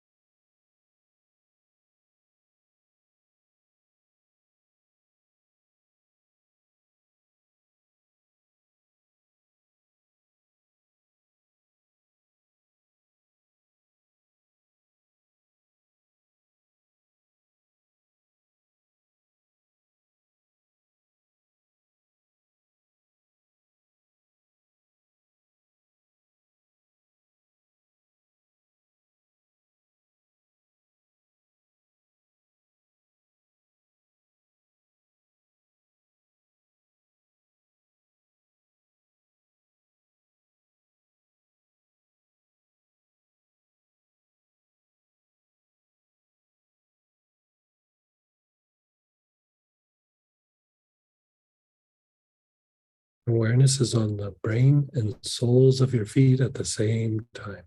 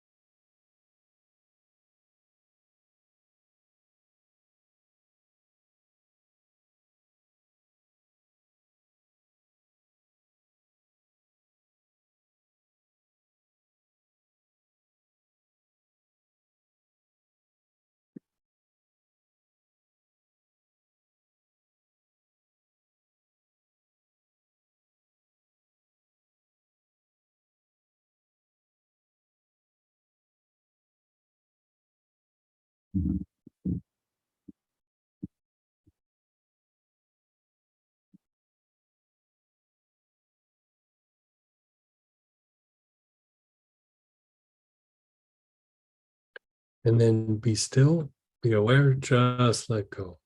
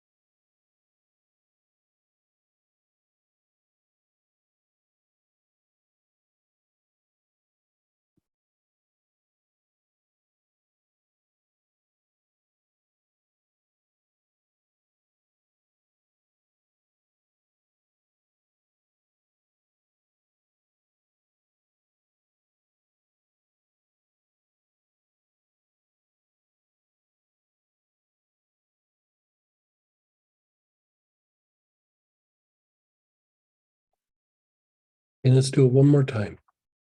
Begin inhaling, your awareness is on the brain.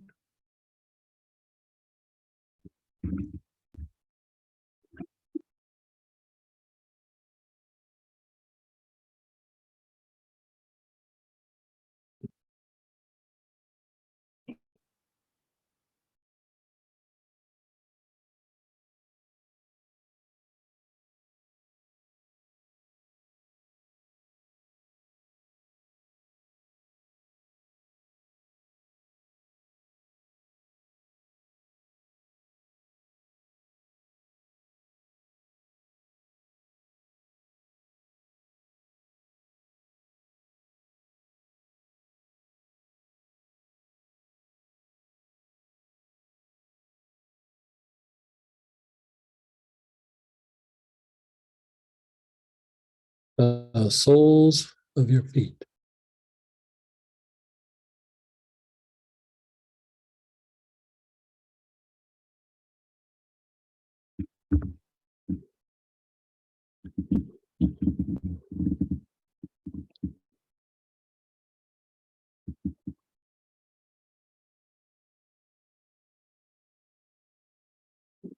And then the brain and the soles of the feet.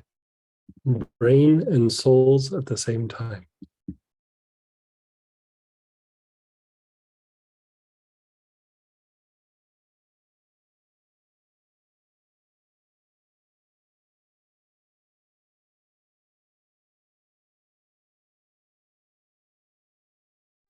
And then be still, be aware, just let go.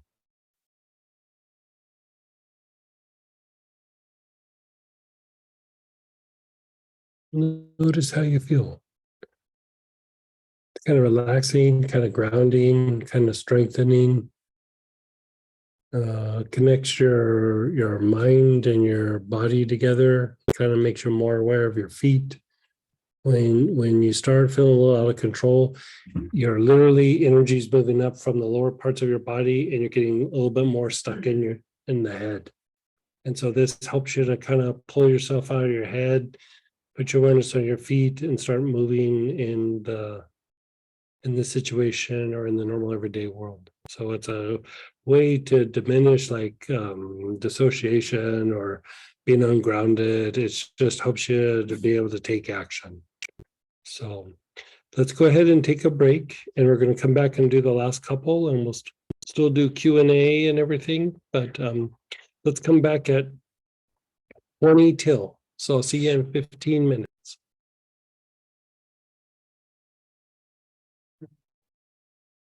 Okay, everybody, so we are going to wind up the aspects that involve self-image.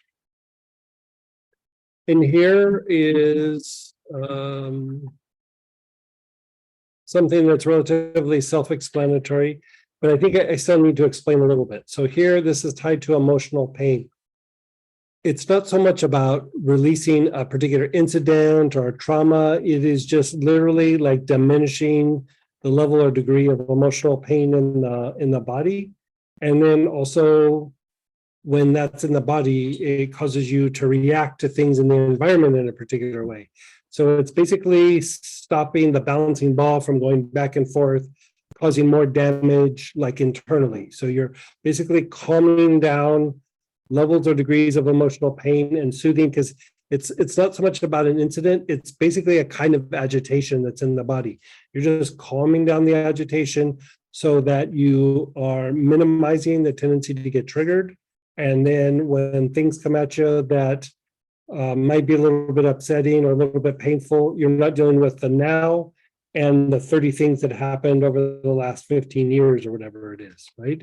So it's just a way to have a better sense of well-being and a better image of yourself just by reducing the pain that you feel, right? So with that, pull out, you have choices, milfoil or yarrow. A deep, milfoil and yarrow are both very deep, like wound healers, emotional, mental wounds. Or you can use assemblage point.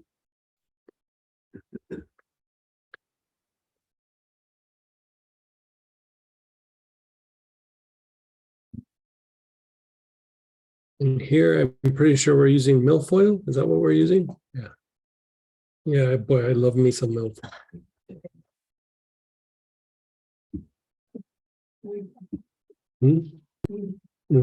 Isn't it nice? Years ago, that was the only yarrow you could get with milfoil. It wasn't the dark stuff floating around like there is now. No, that's so many different. Kind of yarrow. Yeah. So they're all. Yeah. I used to have a different collection of yarrow, like the pink flowers, the yellow flowers, the different. But people don't make the oils like that anymore. So a long time ago. Yeah. Okay, so begin inhaling. You're not even having to think about anything. You're just simply calming down this mechanism or a series of mechanisms. You're just taking long, slow, deep breaths.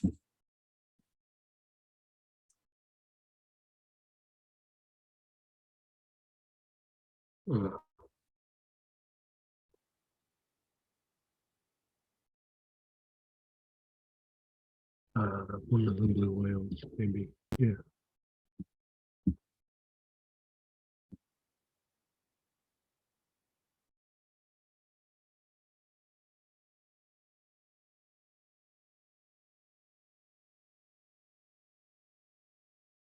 Long, slow, deep breath.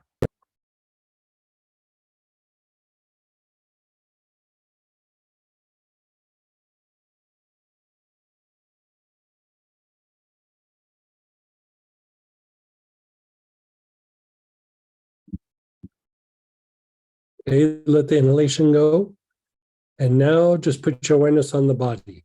Where in your body does this stand out? Where is your attention drawn?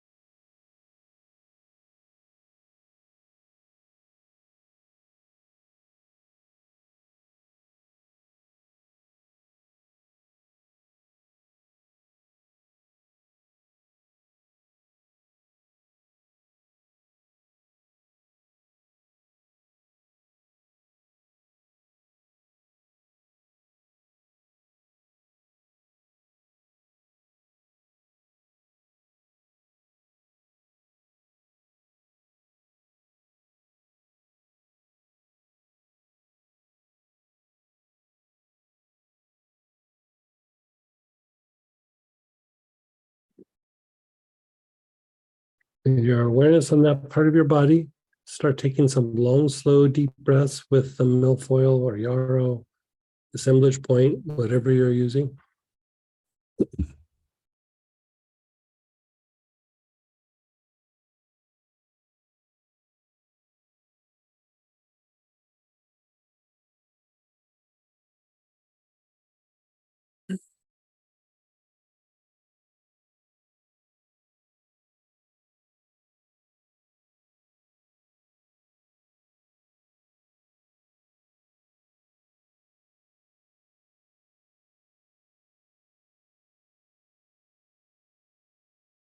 Your awareness is on your body. You're taking long, slow, deep breaths.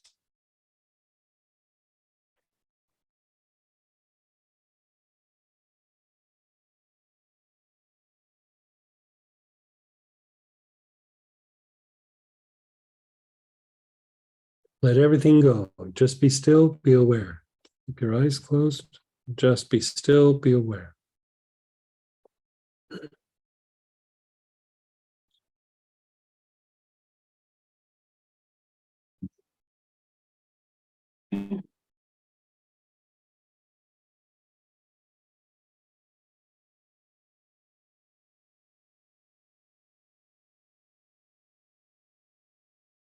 Okay, we're going to do more of the Lama Yoga. So you're going to put your chin down to your chest. You're going to inhale, moving your head up. Exhale, down. Inhale up. Exhale, down. Inhale up. Exhale, down.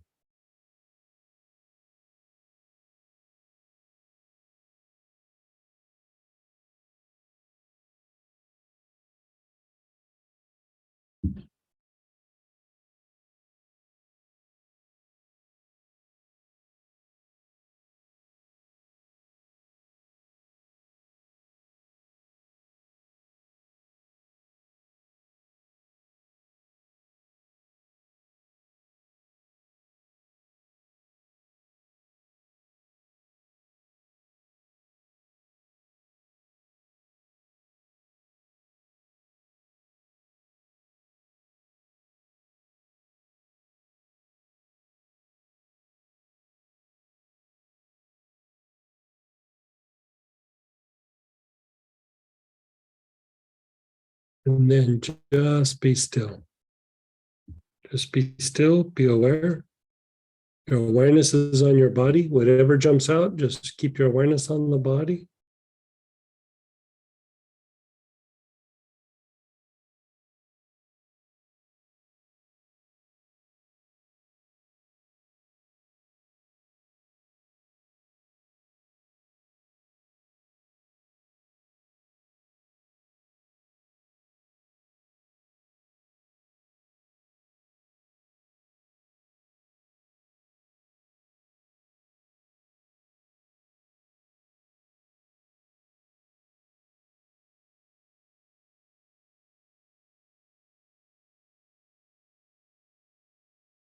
Your awareness is on your body.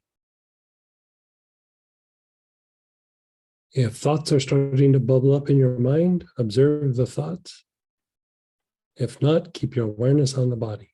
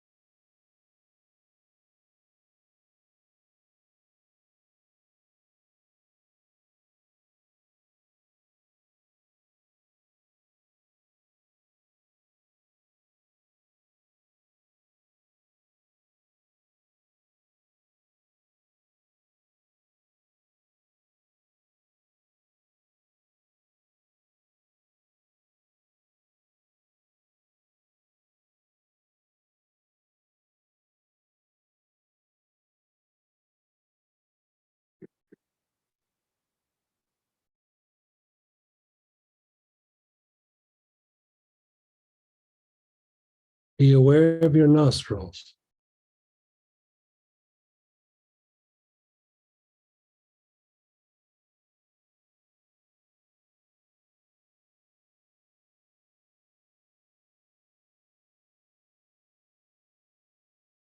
The air moving in and out of your nostrils.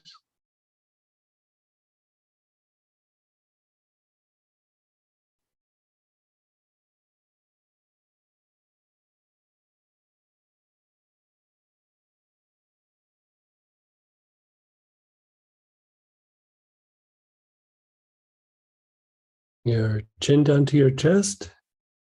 Inhale, moving your head up. Exhale, down. Inhale, up. Exhale.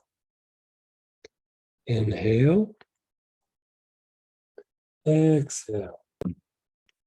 Inhale. Exhale. Inhale. Exhale. Inhale.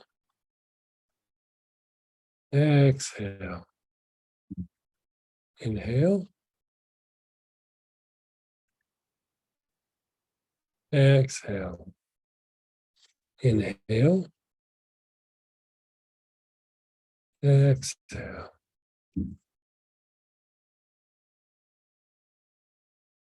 Just be still. Just be still, be aware. Keep your awareness on the body. Whatever jumps out at you.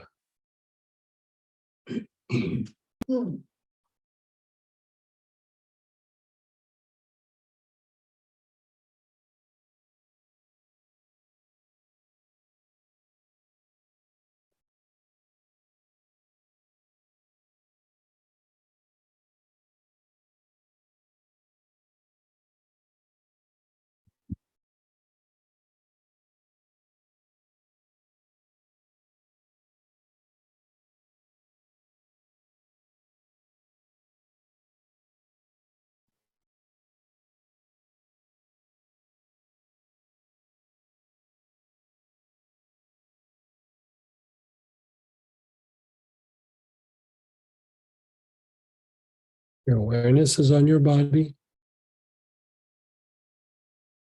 If thoughts are bubbling up, observe the thoughts.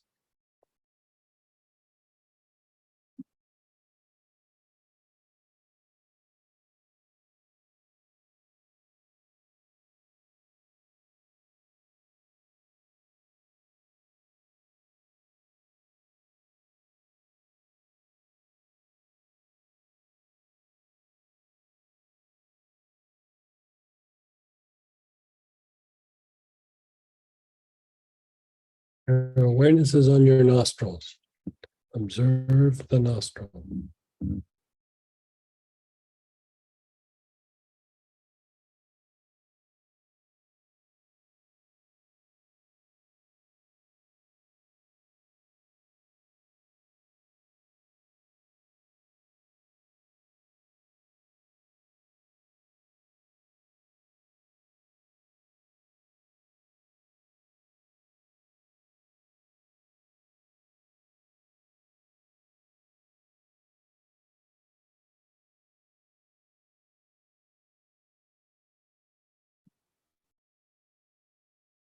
Okay, we're gonna do a next little phase of this segment.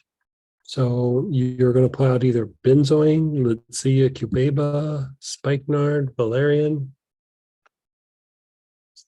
Here, I think we're gonna use benzoin again. We have, let's see. You do either one. Okay. We have it in our kit. Let's use the Litsea cubeba. We haven't used that one for a bit. Yeah.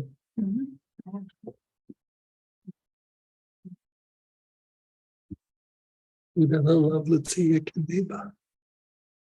Crazy people.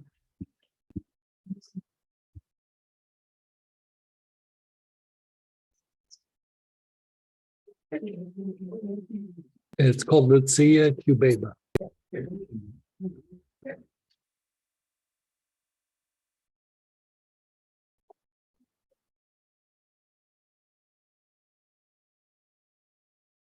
Got a bit of a lemongrass vibe to it.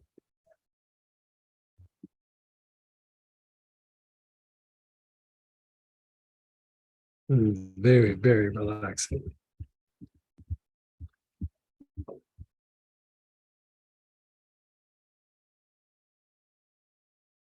Okay, so begin inhaling. Your awareness is on your armpits.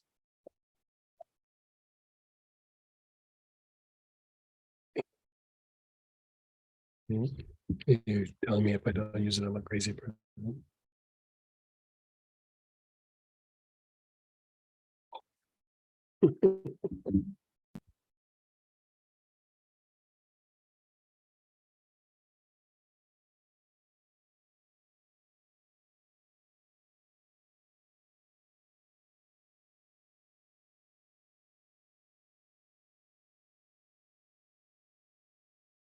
Your elbows, especially the front of your elbows where they bend.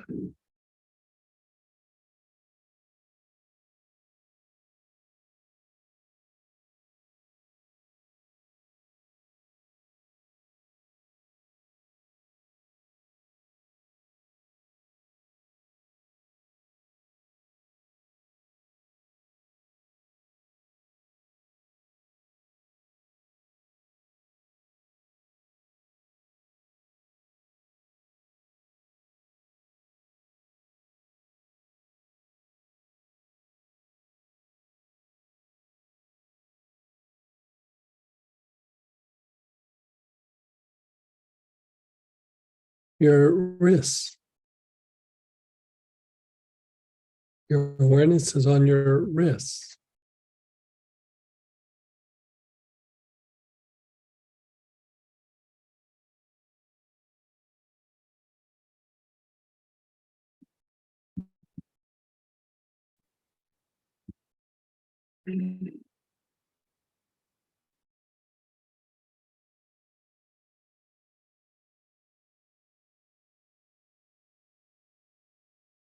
Palms of your hands.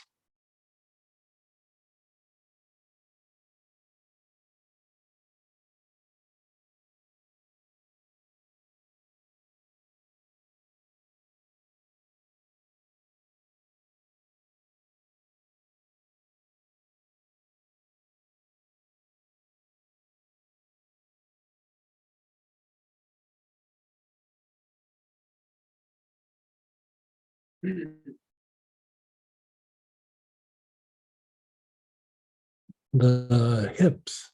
Your awareness is on the hips.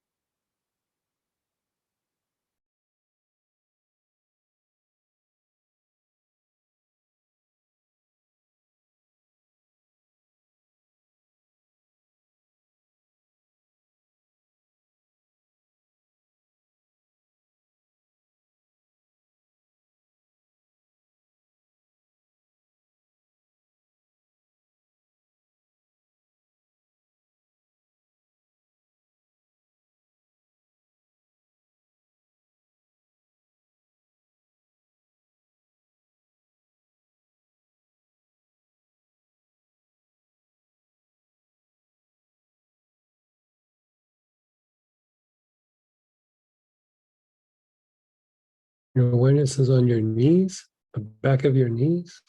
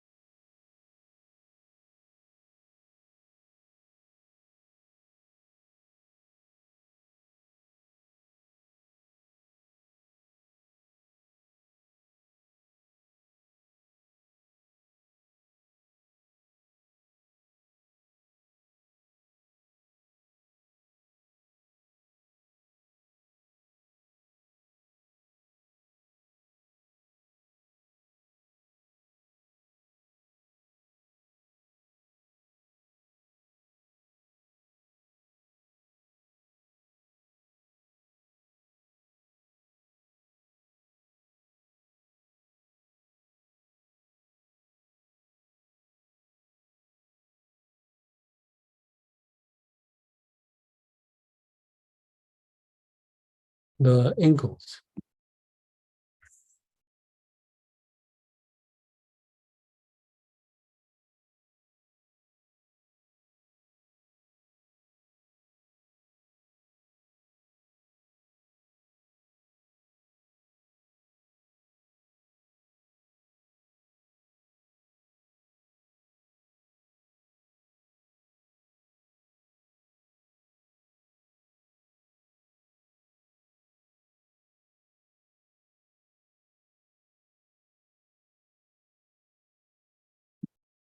The soles of your feet.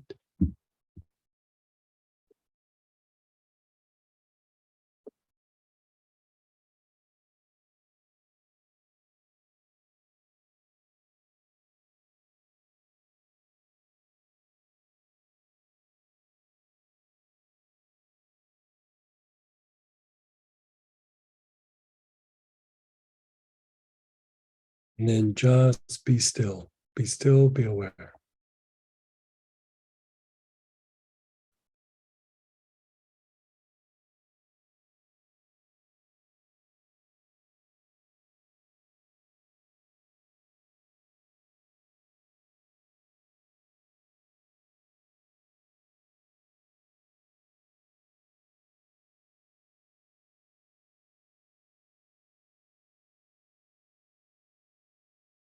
Begin inhaling. Your awareness is on the low back, known as your Mingmen, the back side of your navel.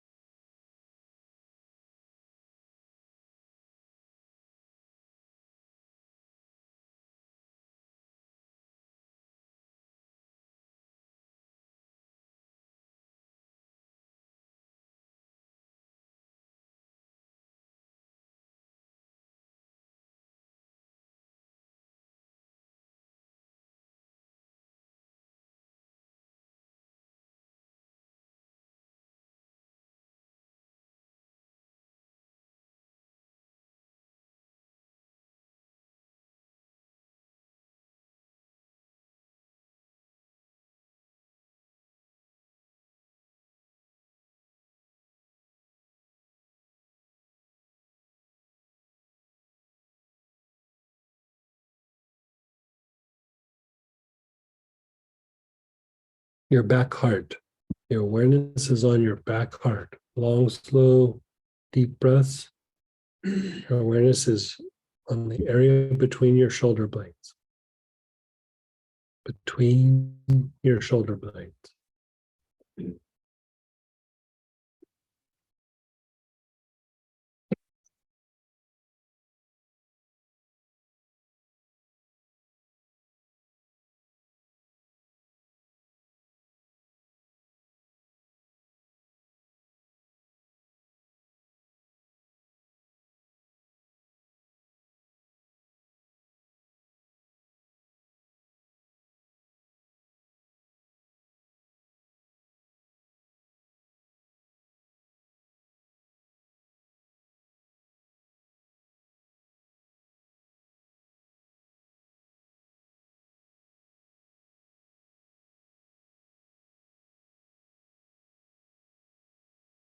Awareness is still on the back heart, the area between your shoulder blades.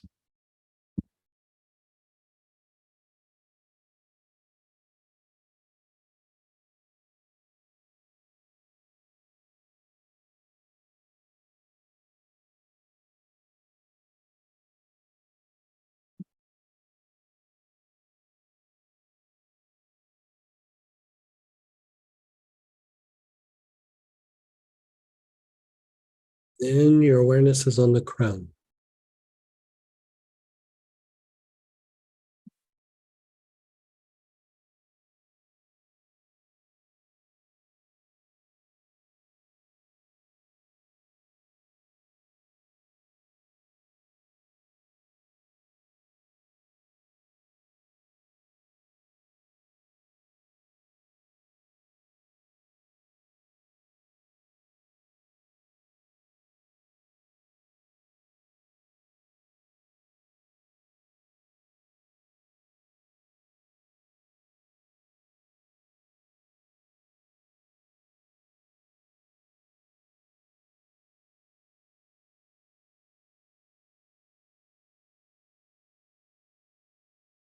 And then just be still, be aware, just let go.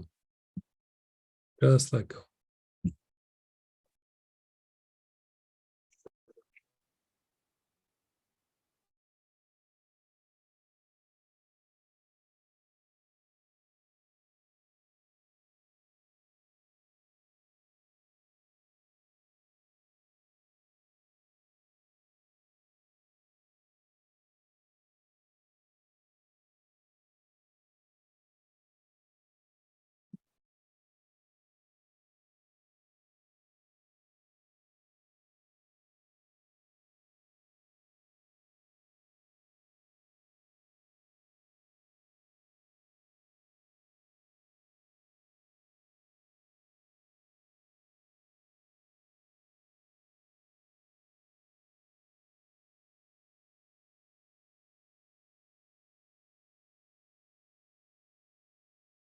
Okay. Now, if you wanted to really work this, you would repeat the process that we did. You'd go through it and then cycle it again, cycle it again. We've already kind of done several things today, and so we'll just do it one time, but you can do that whole thing like from beginning to end, that last segment, several times.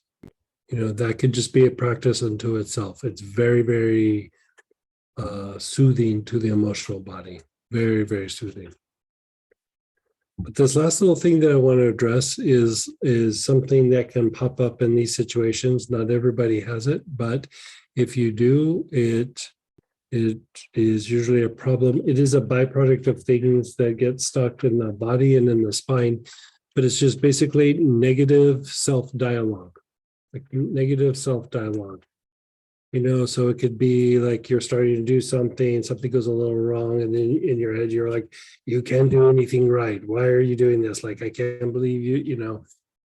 Everybody's got like some little different version of it, but we want to diminish this dialogue. We want to diminish the tendency for these like self-criticisms, you could say. It's one thing to be like, okay, I need to step up and I need to do better, rather than like grinding on yourself. You know, a lot of times it feels very similar to like if somebody was really just grinding on you and criticizing you and angry at you. Because a lot of times criticism, that's not like helpful, not like, you know, hey, if you do this, it'll be better. But like when people are just grinding on you, it's a byproduct of anger. You know, it might not even be anger at you, they're just angry, right? And so sometimes we pick up the baton and continue where other people left off. Like, you know, mom did this, dad did this, my ex did this, you know, whoever it is, like you just go, okay, I'll just take it and run with it. My teacher did this, the principal did this, you know, my old boss used to do this, whatever it was. They used to criticize in this way. And then you go, well, that must be me. So I'll just take it and I'll continue with it, right? So there's sorry, there's like a little fly in there. That's why I'm not going crazy. right.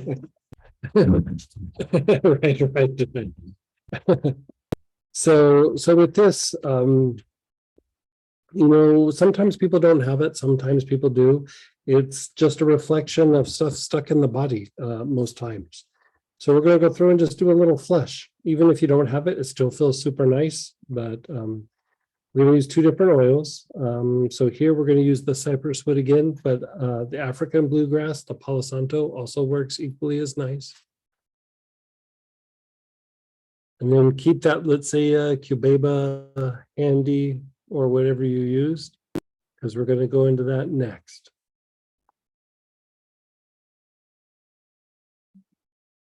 And if you have repetitive thoughts, just engage them a little bit. Like, think about like, oh, this thought goes in my head, where it's not just like random thoughts like, hey, I should go fishing this summer or whatever. It's like negative, but directed towards you. Like, I can't believe I did this. Why do I do this? I can't believe I did this again. Here I am, like, can't do anything right. You know, whatever little weird thing pops up into your head. I call it weird because it's not supposed to be there.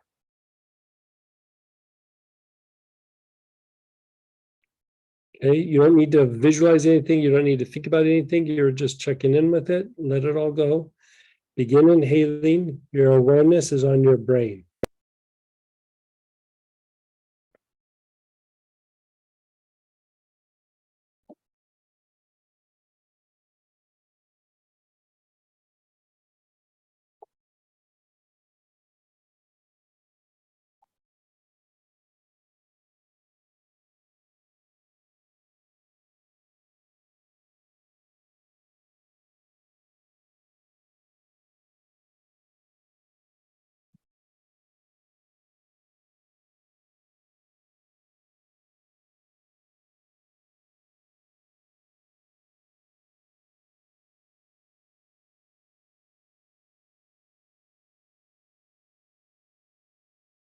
Long, slow, deep breaths. Your awareness is on your brain.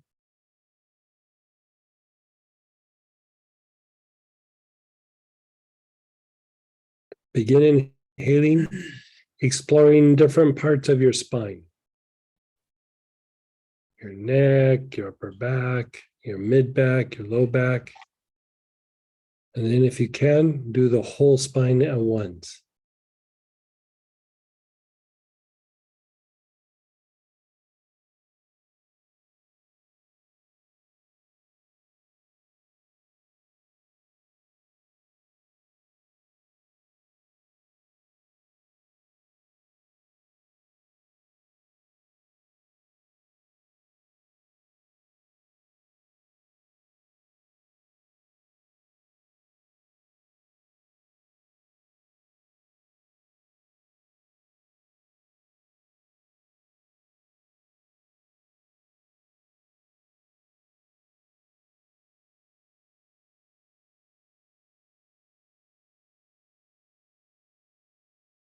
And then do your brain and spine at the same time, the best you can.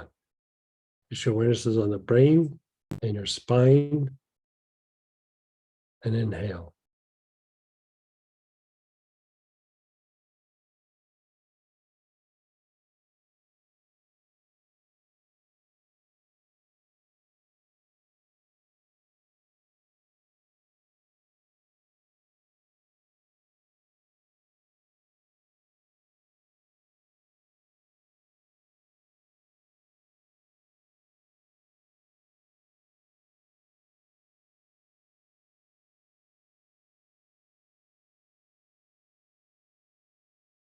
Okay, just let it go for a moment. Keep your eyes closed, just let it go.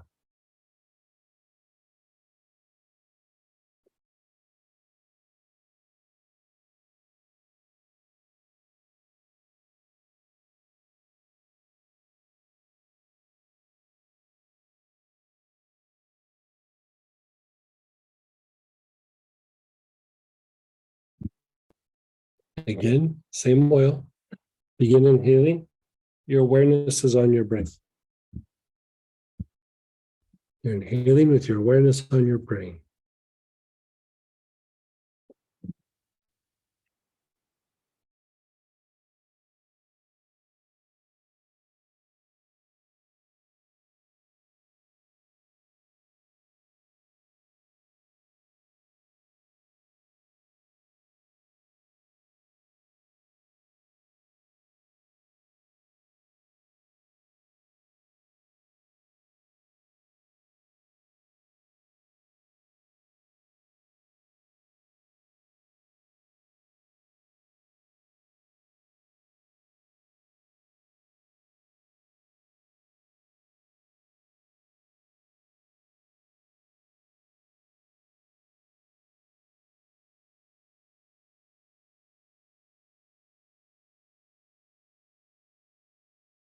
Your spine, your awareness is on your spine.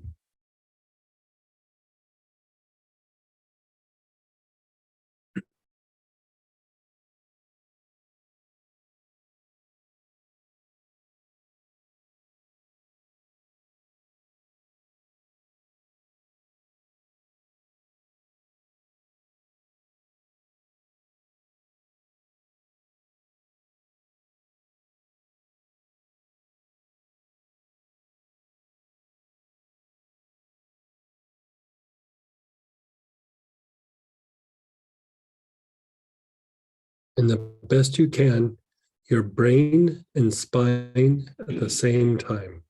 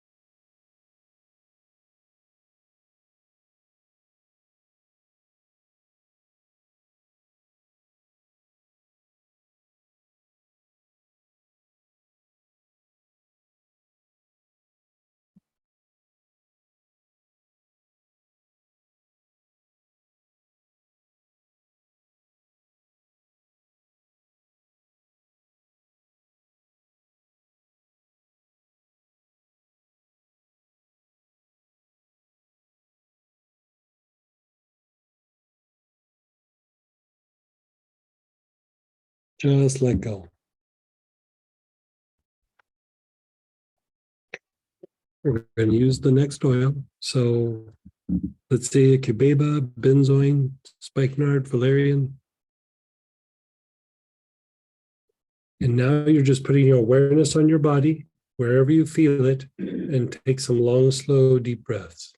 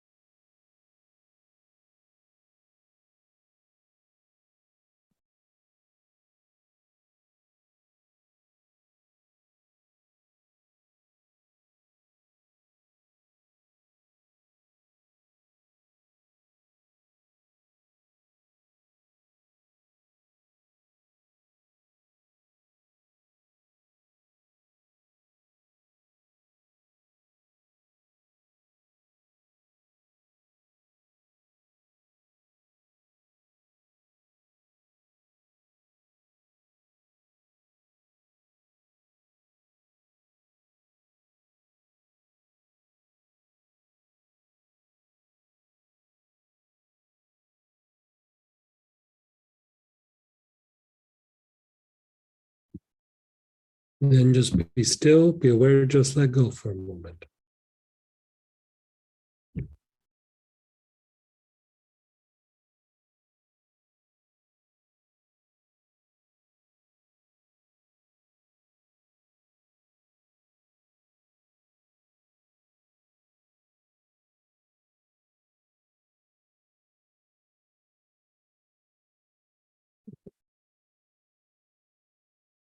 Okay, pay attention to your body again, wherever it jumps out. Begin inhaling the Letsia cubeba.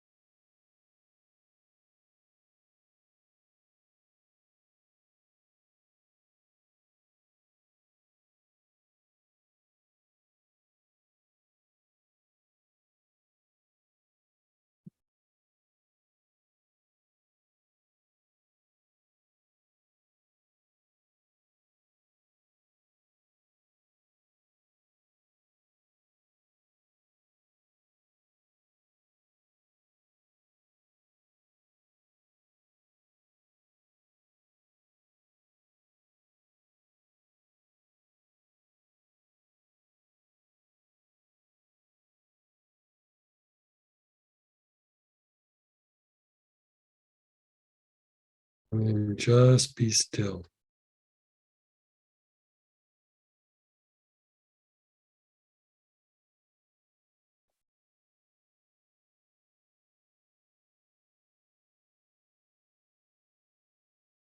Okay, go back to the cypress wood or the bluegrass or the Palo Santo, whatever you're using.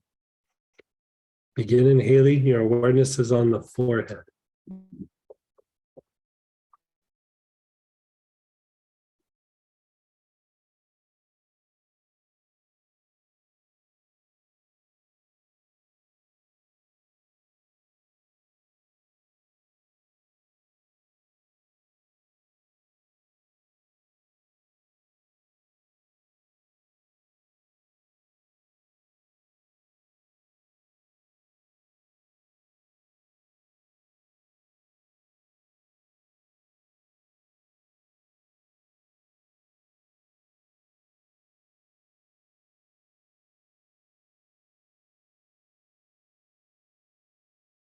Your awareness is on the back head.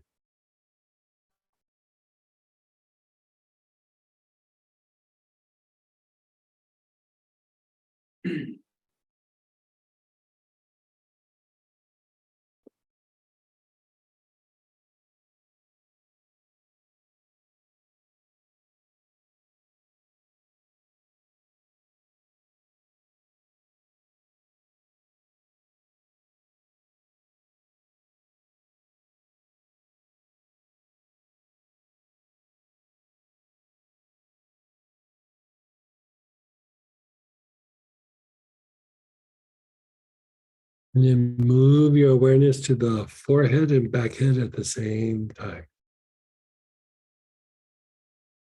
Forehead and back head at the same time.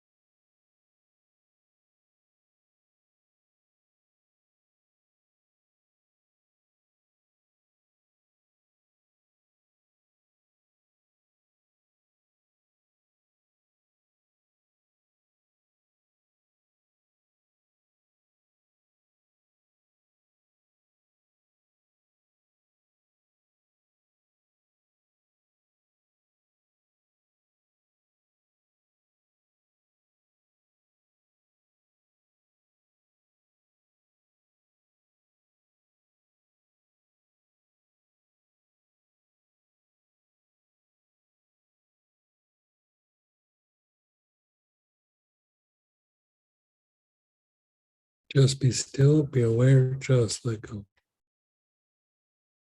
Just let go.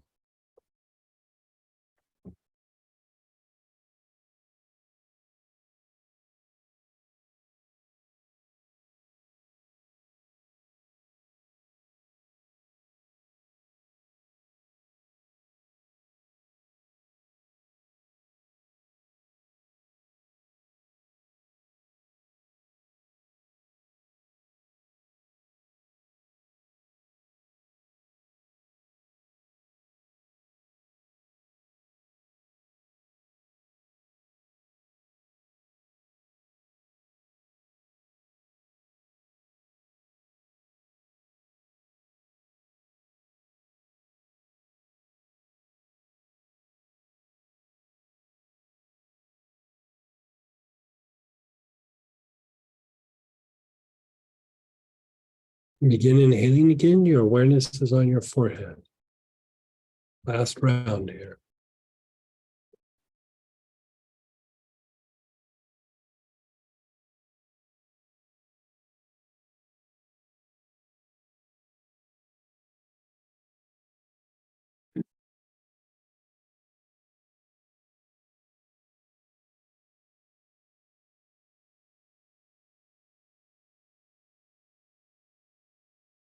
your back head. Your awareness is on your back head.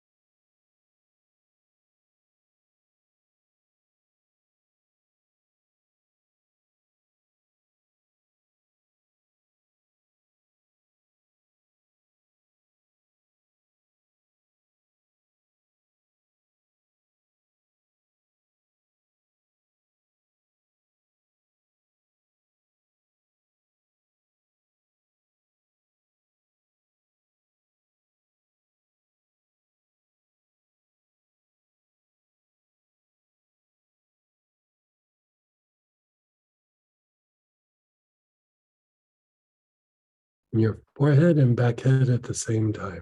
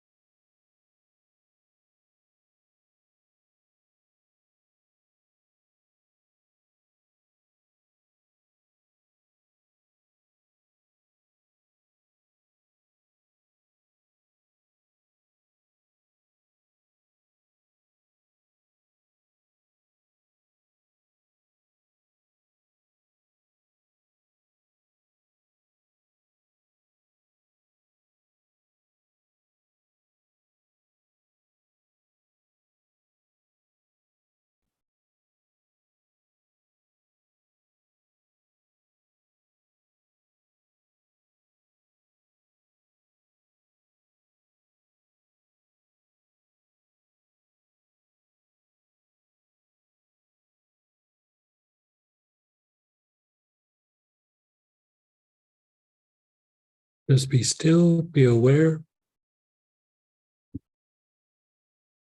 Just notice the thoughts going through your head.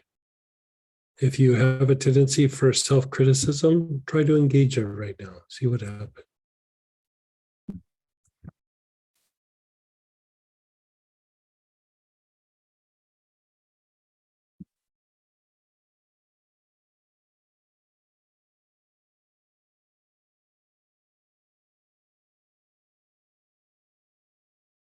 Okay, so that is the class. Like I tried not to make it too complicated, because this subject could definitely get complicated.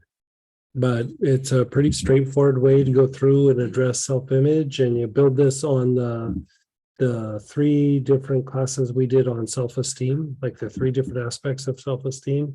And also remember that abandonment was part of this whole process. You know, it was the very first thing we did in this series.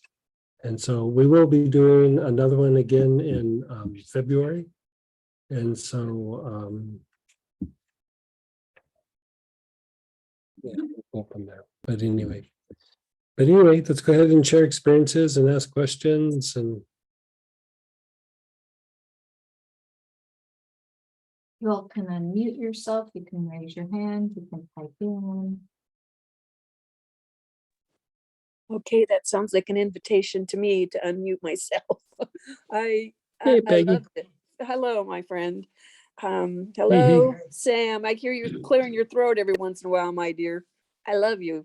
I was going to say, in the very beginning of the class, over and over again, I thought about how much I appreciated this class, and it's beautiful. And just now, the last question you asked us, I really couldn't find any self-criticism at the moment. Yeah, good. So Yeah. I just You really know, appreciate it's not always present, but every once in a while, even if you don't do it very often, it still can pop up. But a lot of times it has to do with projections from other people stuck in the body or in the spine. And so we just went through and kind of did a flushing of that. So if you have that tendency, flush that stuff out, because you don't need to continue with what other people were doing. And so yeah. So if I know that, It makes the mind a lot calmer, by the way. well, I'm not real computer savvy, and to go through steps and things with the computer, or to set up a new app or something, I actually have somebody do it for me because I find it too stressful. And that's when I would go to my self-sabotage talk. And so Right. instead of self-sabotaging, I pay somebody else to do it. Yeah, nothing Yeah. wrong with that. I honestly, I don't even own a computer. I have. I don't either. I'm blessed to have a star. iPads, and when it's computer work, I hand it off to other people. Yeah. Samantha has several computers. I do She's not. amazing with her computer Yeah. skills. Oh my gosh. Yeah. So I just wanted to thank you guys again. It is a beautiful class. And I look forward to the next one. Ooh, Okay. thank you very much. Yeah, Metatron's next weekend. Yeah. The elemental thing. Question, are there Yes. any medication related contraindications for the use of yarrow/milk oil in water? The big one would be to not take, especially yarrow, for longer than 3 weeks at a time, just because it will start to affect absorption of iron. Other than that, I think you're pretty solid. Yeah. Can you talk about benzoin? Like what part? What do they want? Hey Greg, it's Danelle. So Hey. with Ben, I'm sorry, What were you wanting to know about benzoin? about benzoin. So the only time I've kind of used it is in some of the angel classes. So I was just wondering, yeah, I guess other ways that it can be used, or some of its medicinal properties. So it could be used actually in a very similar way, like how we use tarragon sometimes to calm the emotions and to deal with like low grade shock, like when there's been an incident. You can actually use benzoin for something very similar. But the thing with benzoin is it helps put like a little bit of distance between you and a negative event. So it just helps to like calm everything down, so you're not quite as entangled in the situation as you might be when something agitating is happened. And so in the Bible, it's in actually a lot of anointing oils. They don't call it benzoin in the Bible. A lot of times they refer to it as styrax. And it's kind of for that same idea, like to minimize the shock, to detach you from the negative situations that could be entangling and kind of pull you in and away from the light or from the practice. It has some slight like pain relieving properties to it's usually traditionally in medical aromatherapy, it's a lot of times used more as a fixative for other scents, like because it's a real heavy oil, it holds the scent of other things for a longer period of time when you mix it into the blends. But I would put it in the vein of an anointing oil. I wouldn't say that it stands on its own in that way, but it definitely augments other things. But when it comes to like a little bit of shock or needing to have a little bit of distance between something that's potentially upsetting, benzoin works really super good for that. It is used to help accelerate like the healing process in the body. There's ointments that they make in pharmaceutical circles that use this, and it's an old school remedy, like as kind of considered like a cure-all, but a lot of times it was mixed with like I want to say it was either Tolu balsam or Peru balsam. And a few other ones, like some of the more balsamy kind of oils. And then the old remedy of Friar's balsam was a version of that. And this is like a little weird piece of trivia. Like sometimes in the pharmaceutical circles, when you're trying to get something to stick to the body, like a bandage to the body, but for whatever reason, it doesn't work. Like, I don't know that we have this issue like we used to in the old days. They would put like a alcohol-based benzoin on it because it's kind of sticky, it's real resiny. And then you could put a bandage on something and it would stick. And so like even in the old days, these benzoin tinctures were even used to like hold like bandages in place and things like that. So yeah, it's an interesting oil. Like it doesn't have a lot of range, but what it does well. Yeah. I like the smell of it. Yeah, it's heavy and got a little bit of a vanilla kind of, it's not quite vanilla, but it's like it's related a little bit, but yeah.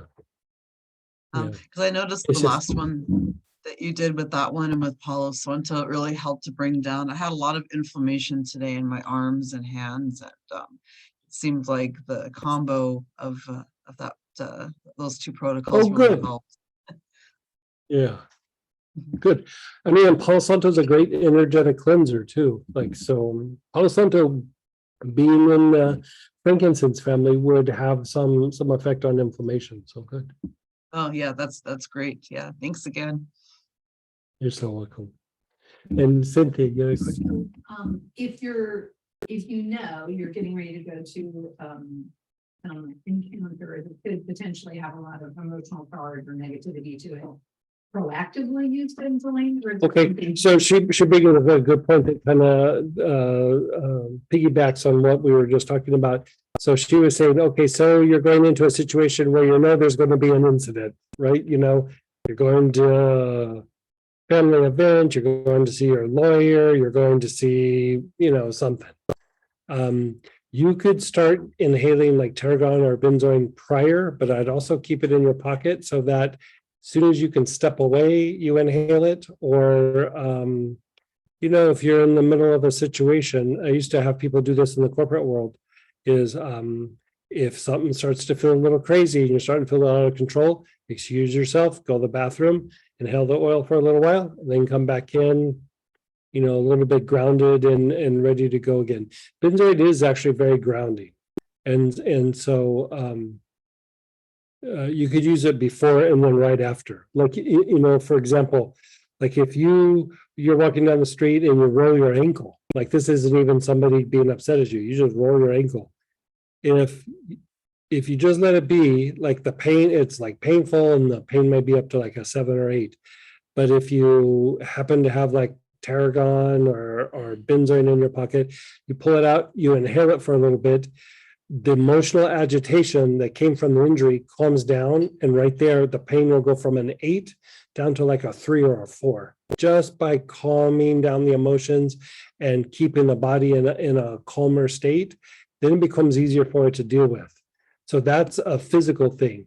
Going back to what Cynthia is asking is, you're going into a situation where somebody's going to be very agitated with you. If you can keep everything calm,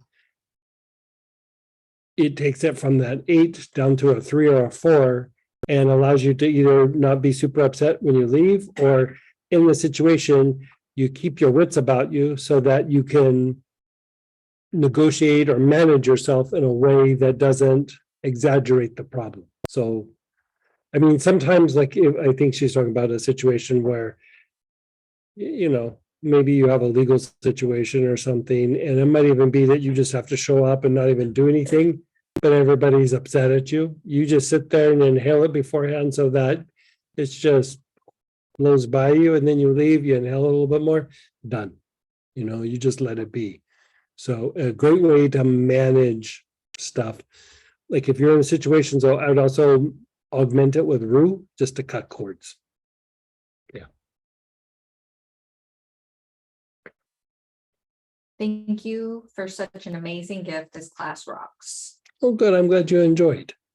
From starting on a negative mindset and completely shifted to blissful state, where I could feel the blessings flowing from the heart center easily again. Thank Yay. you for unblocking us and spiritually purifying us in this class. Truly appreciate Yeah, I'm glad you guys enjoyed. it. Felt like I was run over by a semi truck almost all day. Thank you so much. One of my specialties, the esoteric semi. Greg, thank you so much for being available to us in many ways. I feel so grateful to Plant Prana and Astara. It feels comfortable to be part of this community. Well, thank you. You are always available to answer all kinds of questions, even though the ones that may be silly. You are always available to help us. That is priceless. Thank you so much. Oh, you're so sweet. Thank you. By the way, can you talk about karma yoga, or if not now, in a future class? Yeah, maybe in a future class. Thanks so That's a big topic. Thanks. But karma yoga is interesting though. Very, very interesting. Yeah.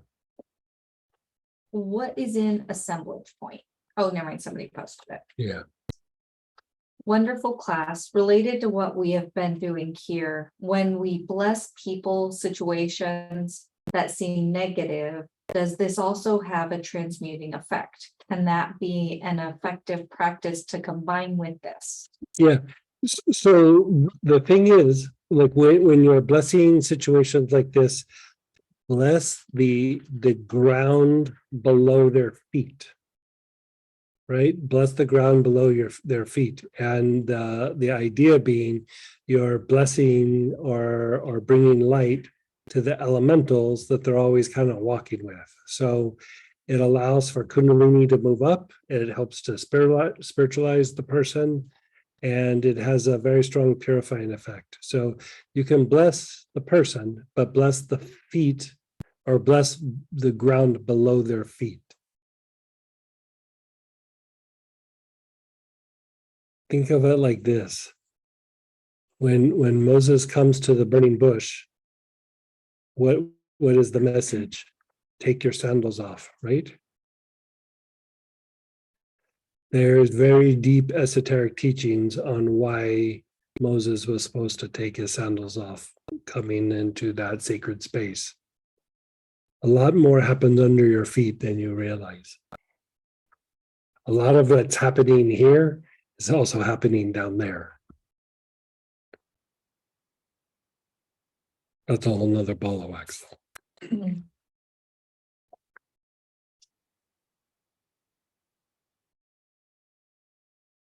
What is the difference between doing these protocols from this weekend and next weekend's Archangel Metatron class? This was all focused on mental energy and self-image. And next week, we're working with bringing essence into form, bringing essence from the other side, and transmutation of elementals. So it is a way to rapidly spiritualize. It's a way to rapidly deal with emotional and mental patterns, psychological patterns, things that have gone on through generations within the family. So, you know, sometimes some of the verbiage might seem the same, but a lot of times you're dealing with multiple aspects or deeper levels or layers, just like, you know, you say,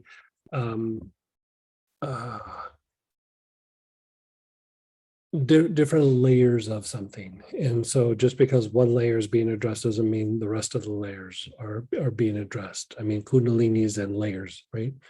And so sometimes with the terminology also, the terms sometimes mean different things for different people. Like if you say like, hey, I went to, I don't know, where's some beach? Like I went to Miami, right? And so that might mean something very different to me than to you. Like, right? You might have gone there and just hit all the fancy restaurants, or you might have gone to the beach, or you might have gone there and seen relatives. You might have gone there and gone to the museums or, you know, whatever like cultural things are there. You might have gone and hit clubs and was dancing the whole weekend. So you just say, I went to Miami, that has like 8 or 10 different meanings, and the word is the same, right? Because we come from different places. There's different meanings attached to that word. And so sometimes some of these words seem very similar, but the process is very, very different. So in alchemical processes, they don't even use words because it is a little bit of a slippery slope. It's a little bit of a trap. And your mind goes, oh, I've already dealt with fill in the blank. I don't need to address this, when these things are very, very, very complex. So in alchemical processes, they do it all through an image. Like they present you with an image and go, you're working this. And it takes you 10, 15, 20 years to unwind what that picture means, right? And so it is tapping into something that's beyond your senses or beyond the sensory mind. The mind wants to know what is happening and where am I going? The difficulty with that is that part of your mind does not perceive the soul and it doesn't perceive God.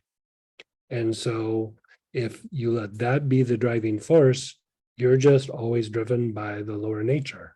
And so sometimes people go, well, that's the way that I work.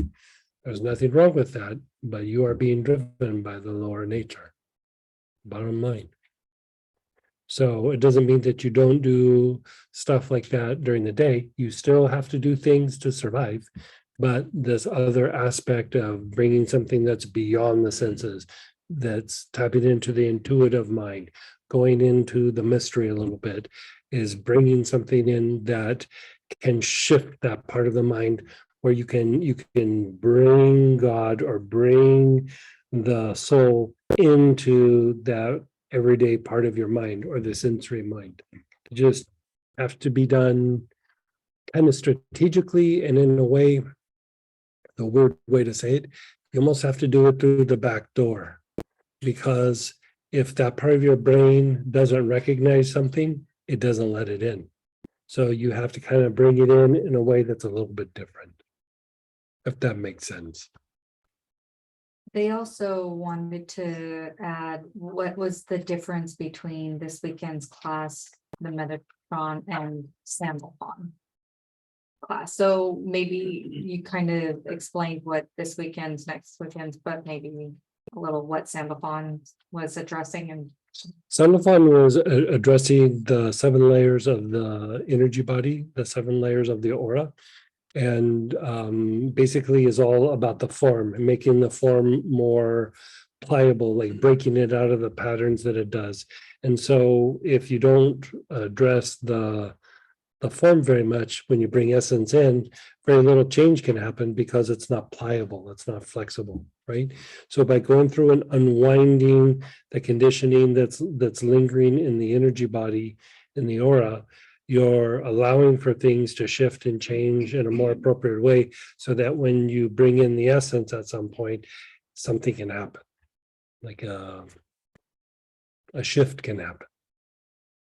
I think that's what they're I asking. think Yeah. that was good. Yeah.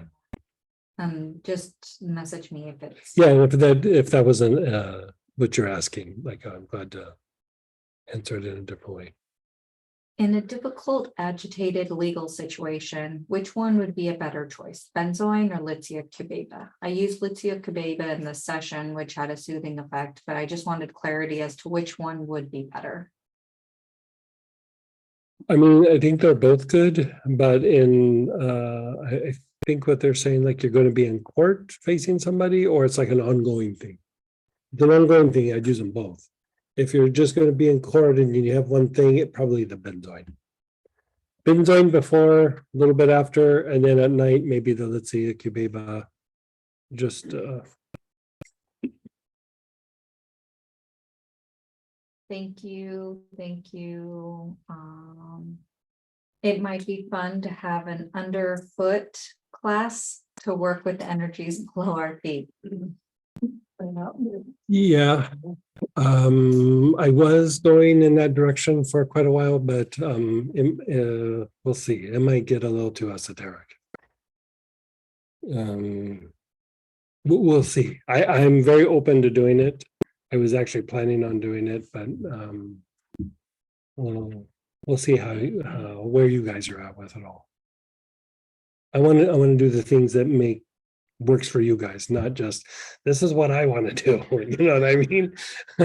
That's great that you would indulge me, but like I want to focus on things that makes your guys' lives better, your spiritual practice better. So sometimes I have to pump the brakes on the really out there esoteric things that, are things I want to play with. So This one might need a little clarity, but I'll read it to you. Maybe you'll get it. Which protocol for being blocked? So to be able to do the protocols to help with brain fatigue and overwhelm. like, I'm not Okay. understanding. I think they said if stuck. What's stuck mean though? Like what's blocked or stuck mean? Resistance, help with resistance. Oh, like you're just having resistance to doing it, right? Yeah. Okay. What would be the best protocol from this weekend to help with that? And if Is it long going? Like that's a complicated question. Like I'd almost need more information long about the time. person. Yeah. I would need more. Send us an email, let me know what's going on and we'll do something specific for you. If you don't. Yeah. Yeah. Because it would just be several issues could be present that would need to be figured out which one it is to have a path to treatment. Back to the blessing. Mhm. Is that why in some of the blessings you read, you say, bless the earth of the earth, because we are trying to bring light to the elementals? Right. It's exactly it. Good job. Like even the ones that have done Twin Hearts, you notice Master Choa says, bless the earth. He doesn't say bless the people. Our minds go to the people, but the practice is to bless the earth.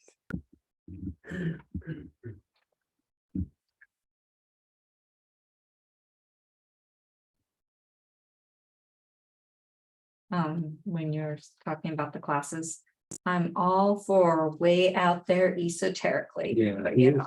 you and me both. All right, guys, I think that's the class.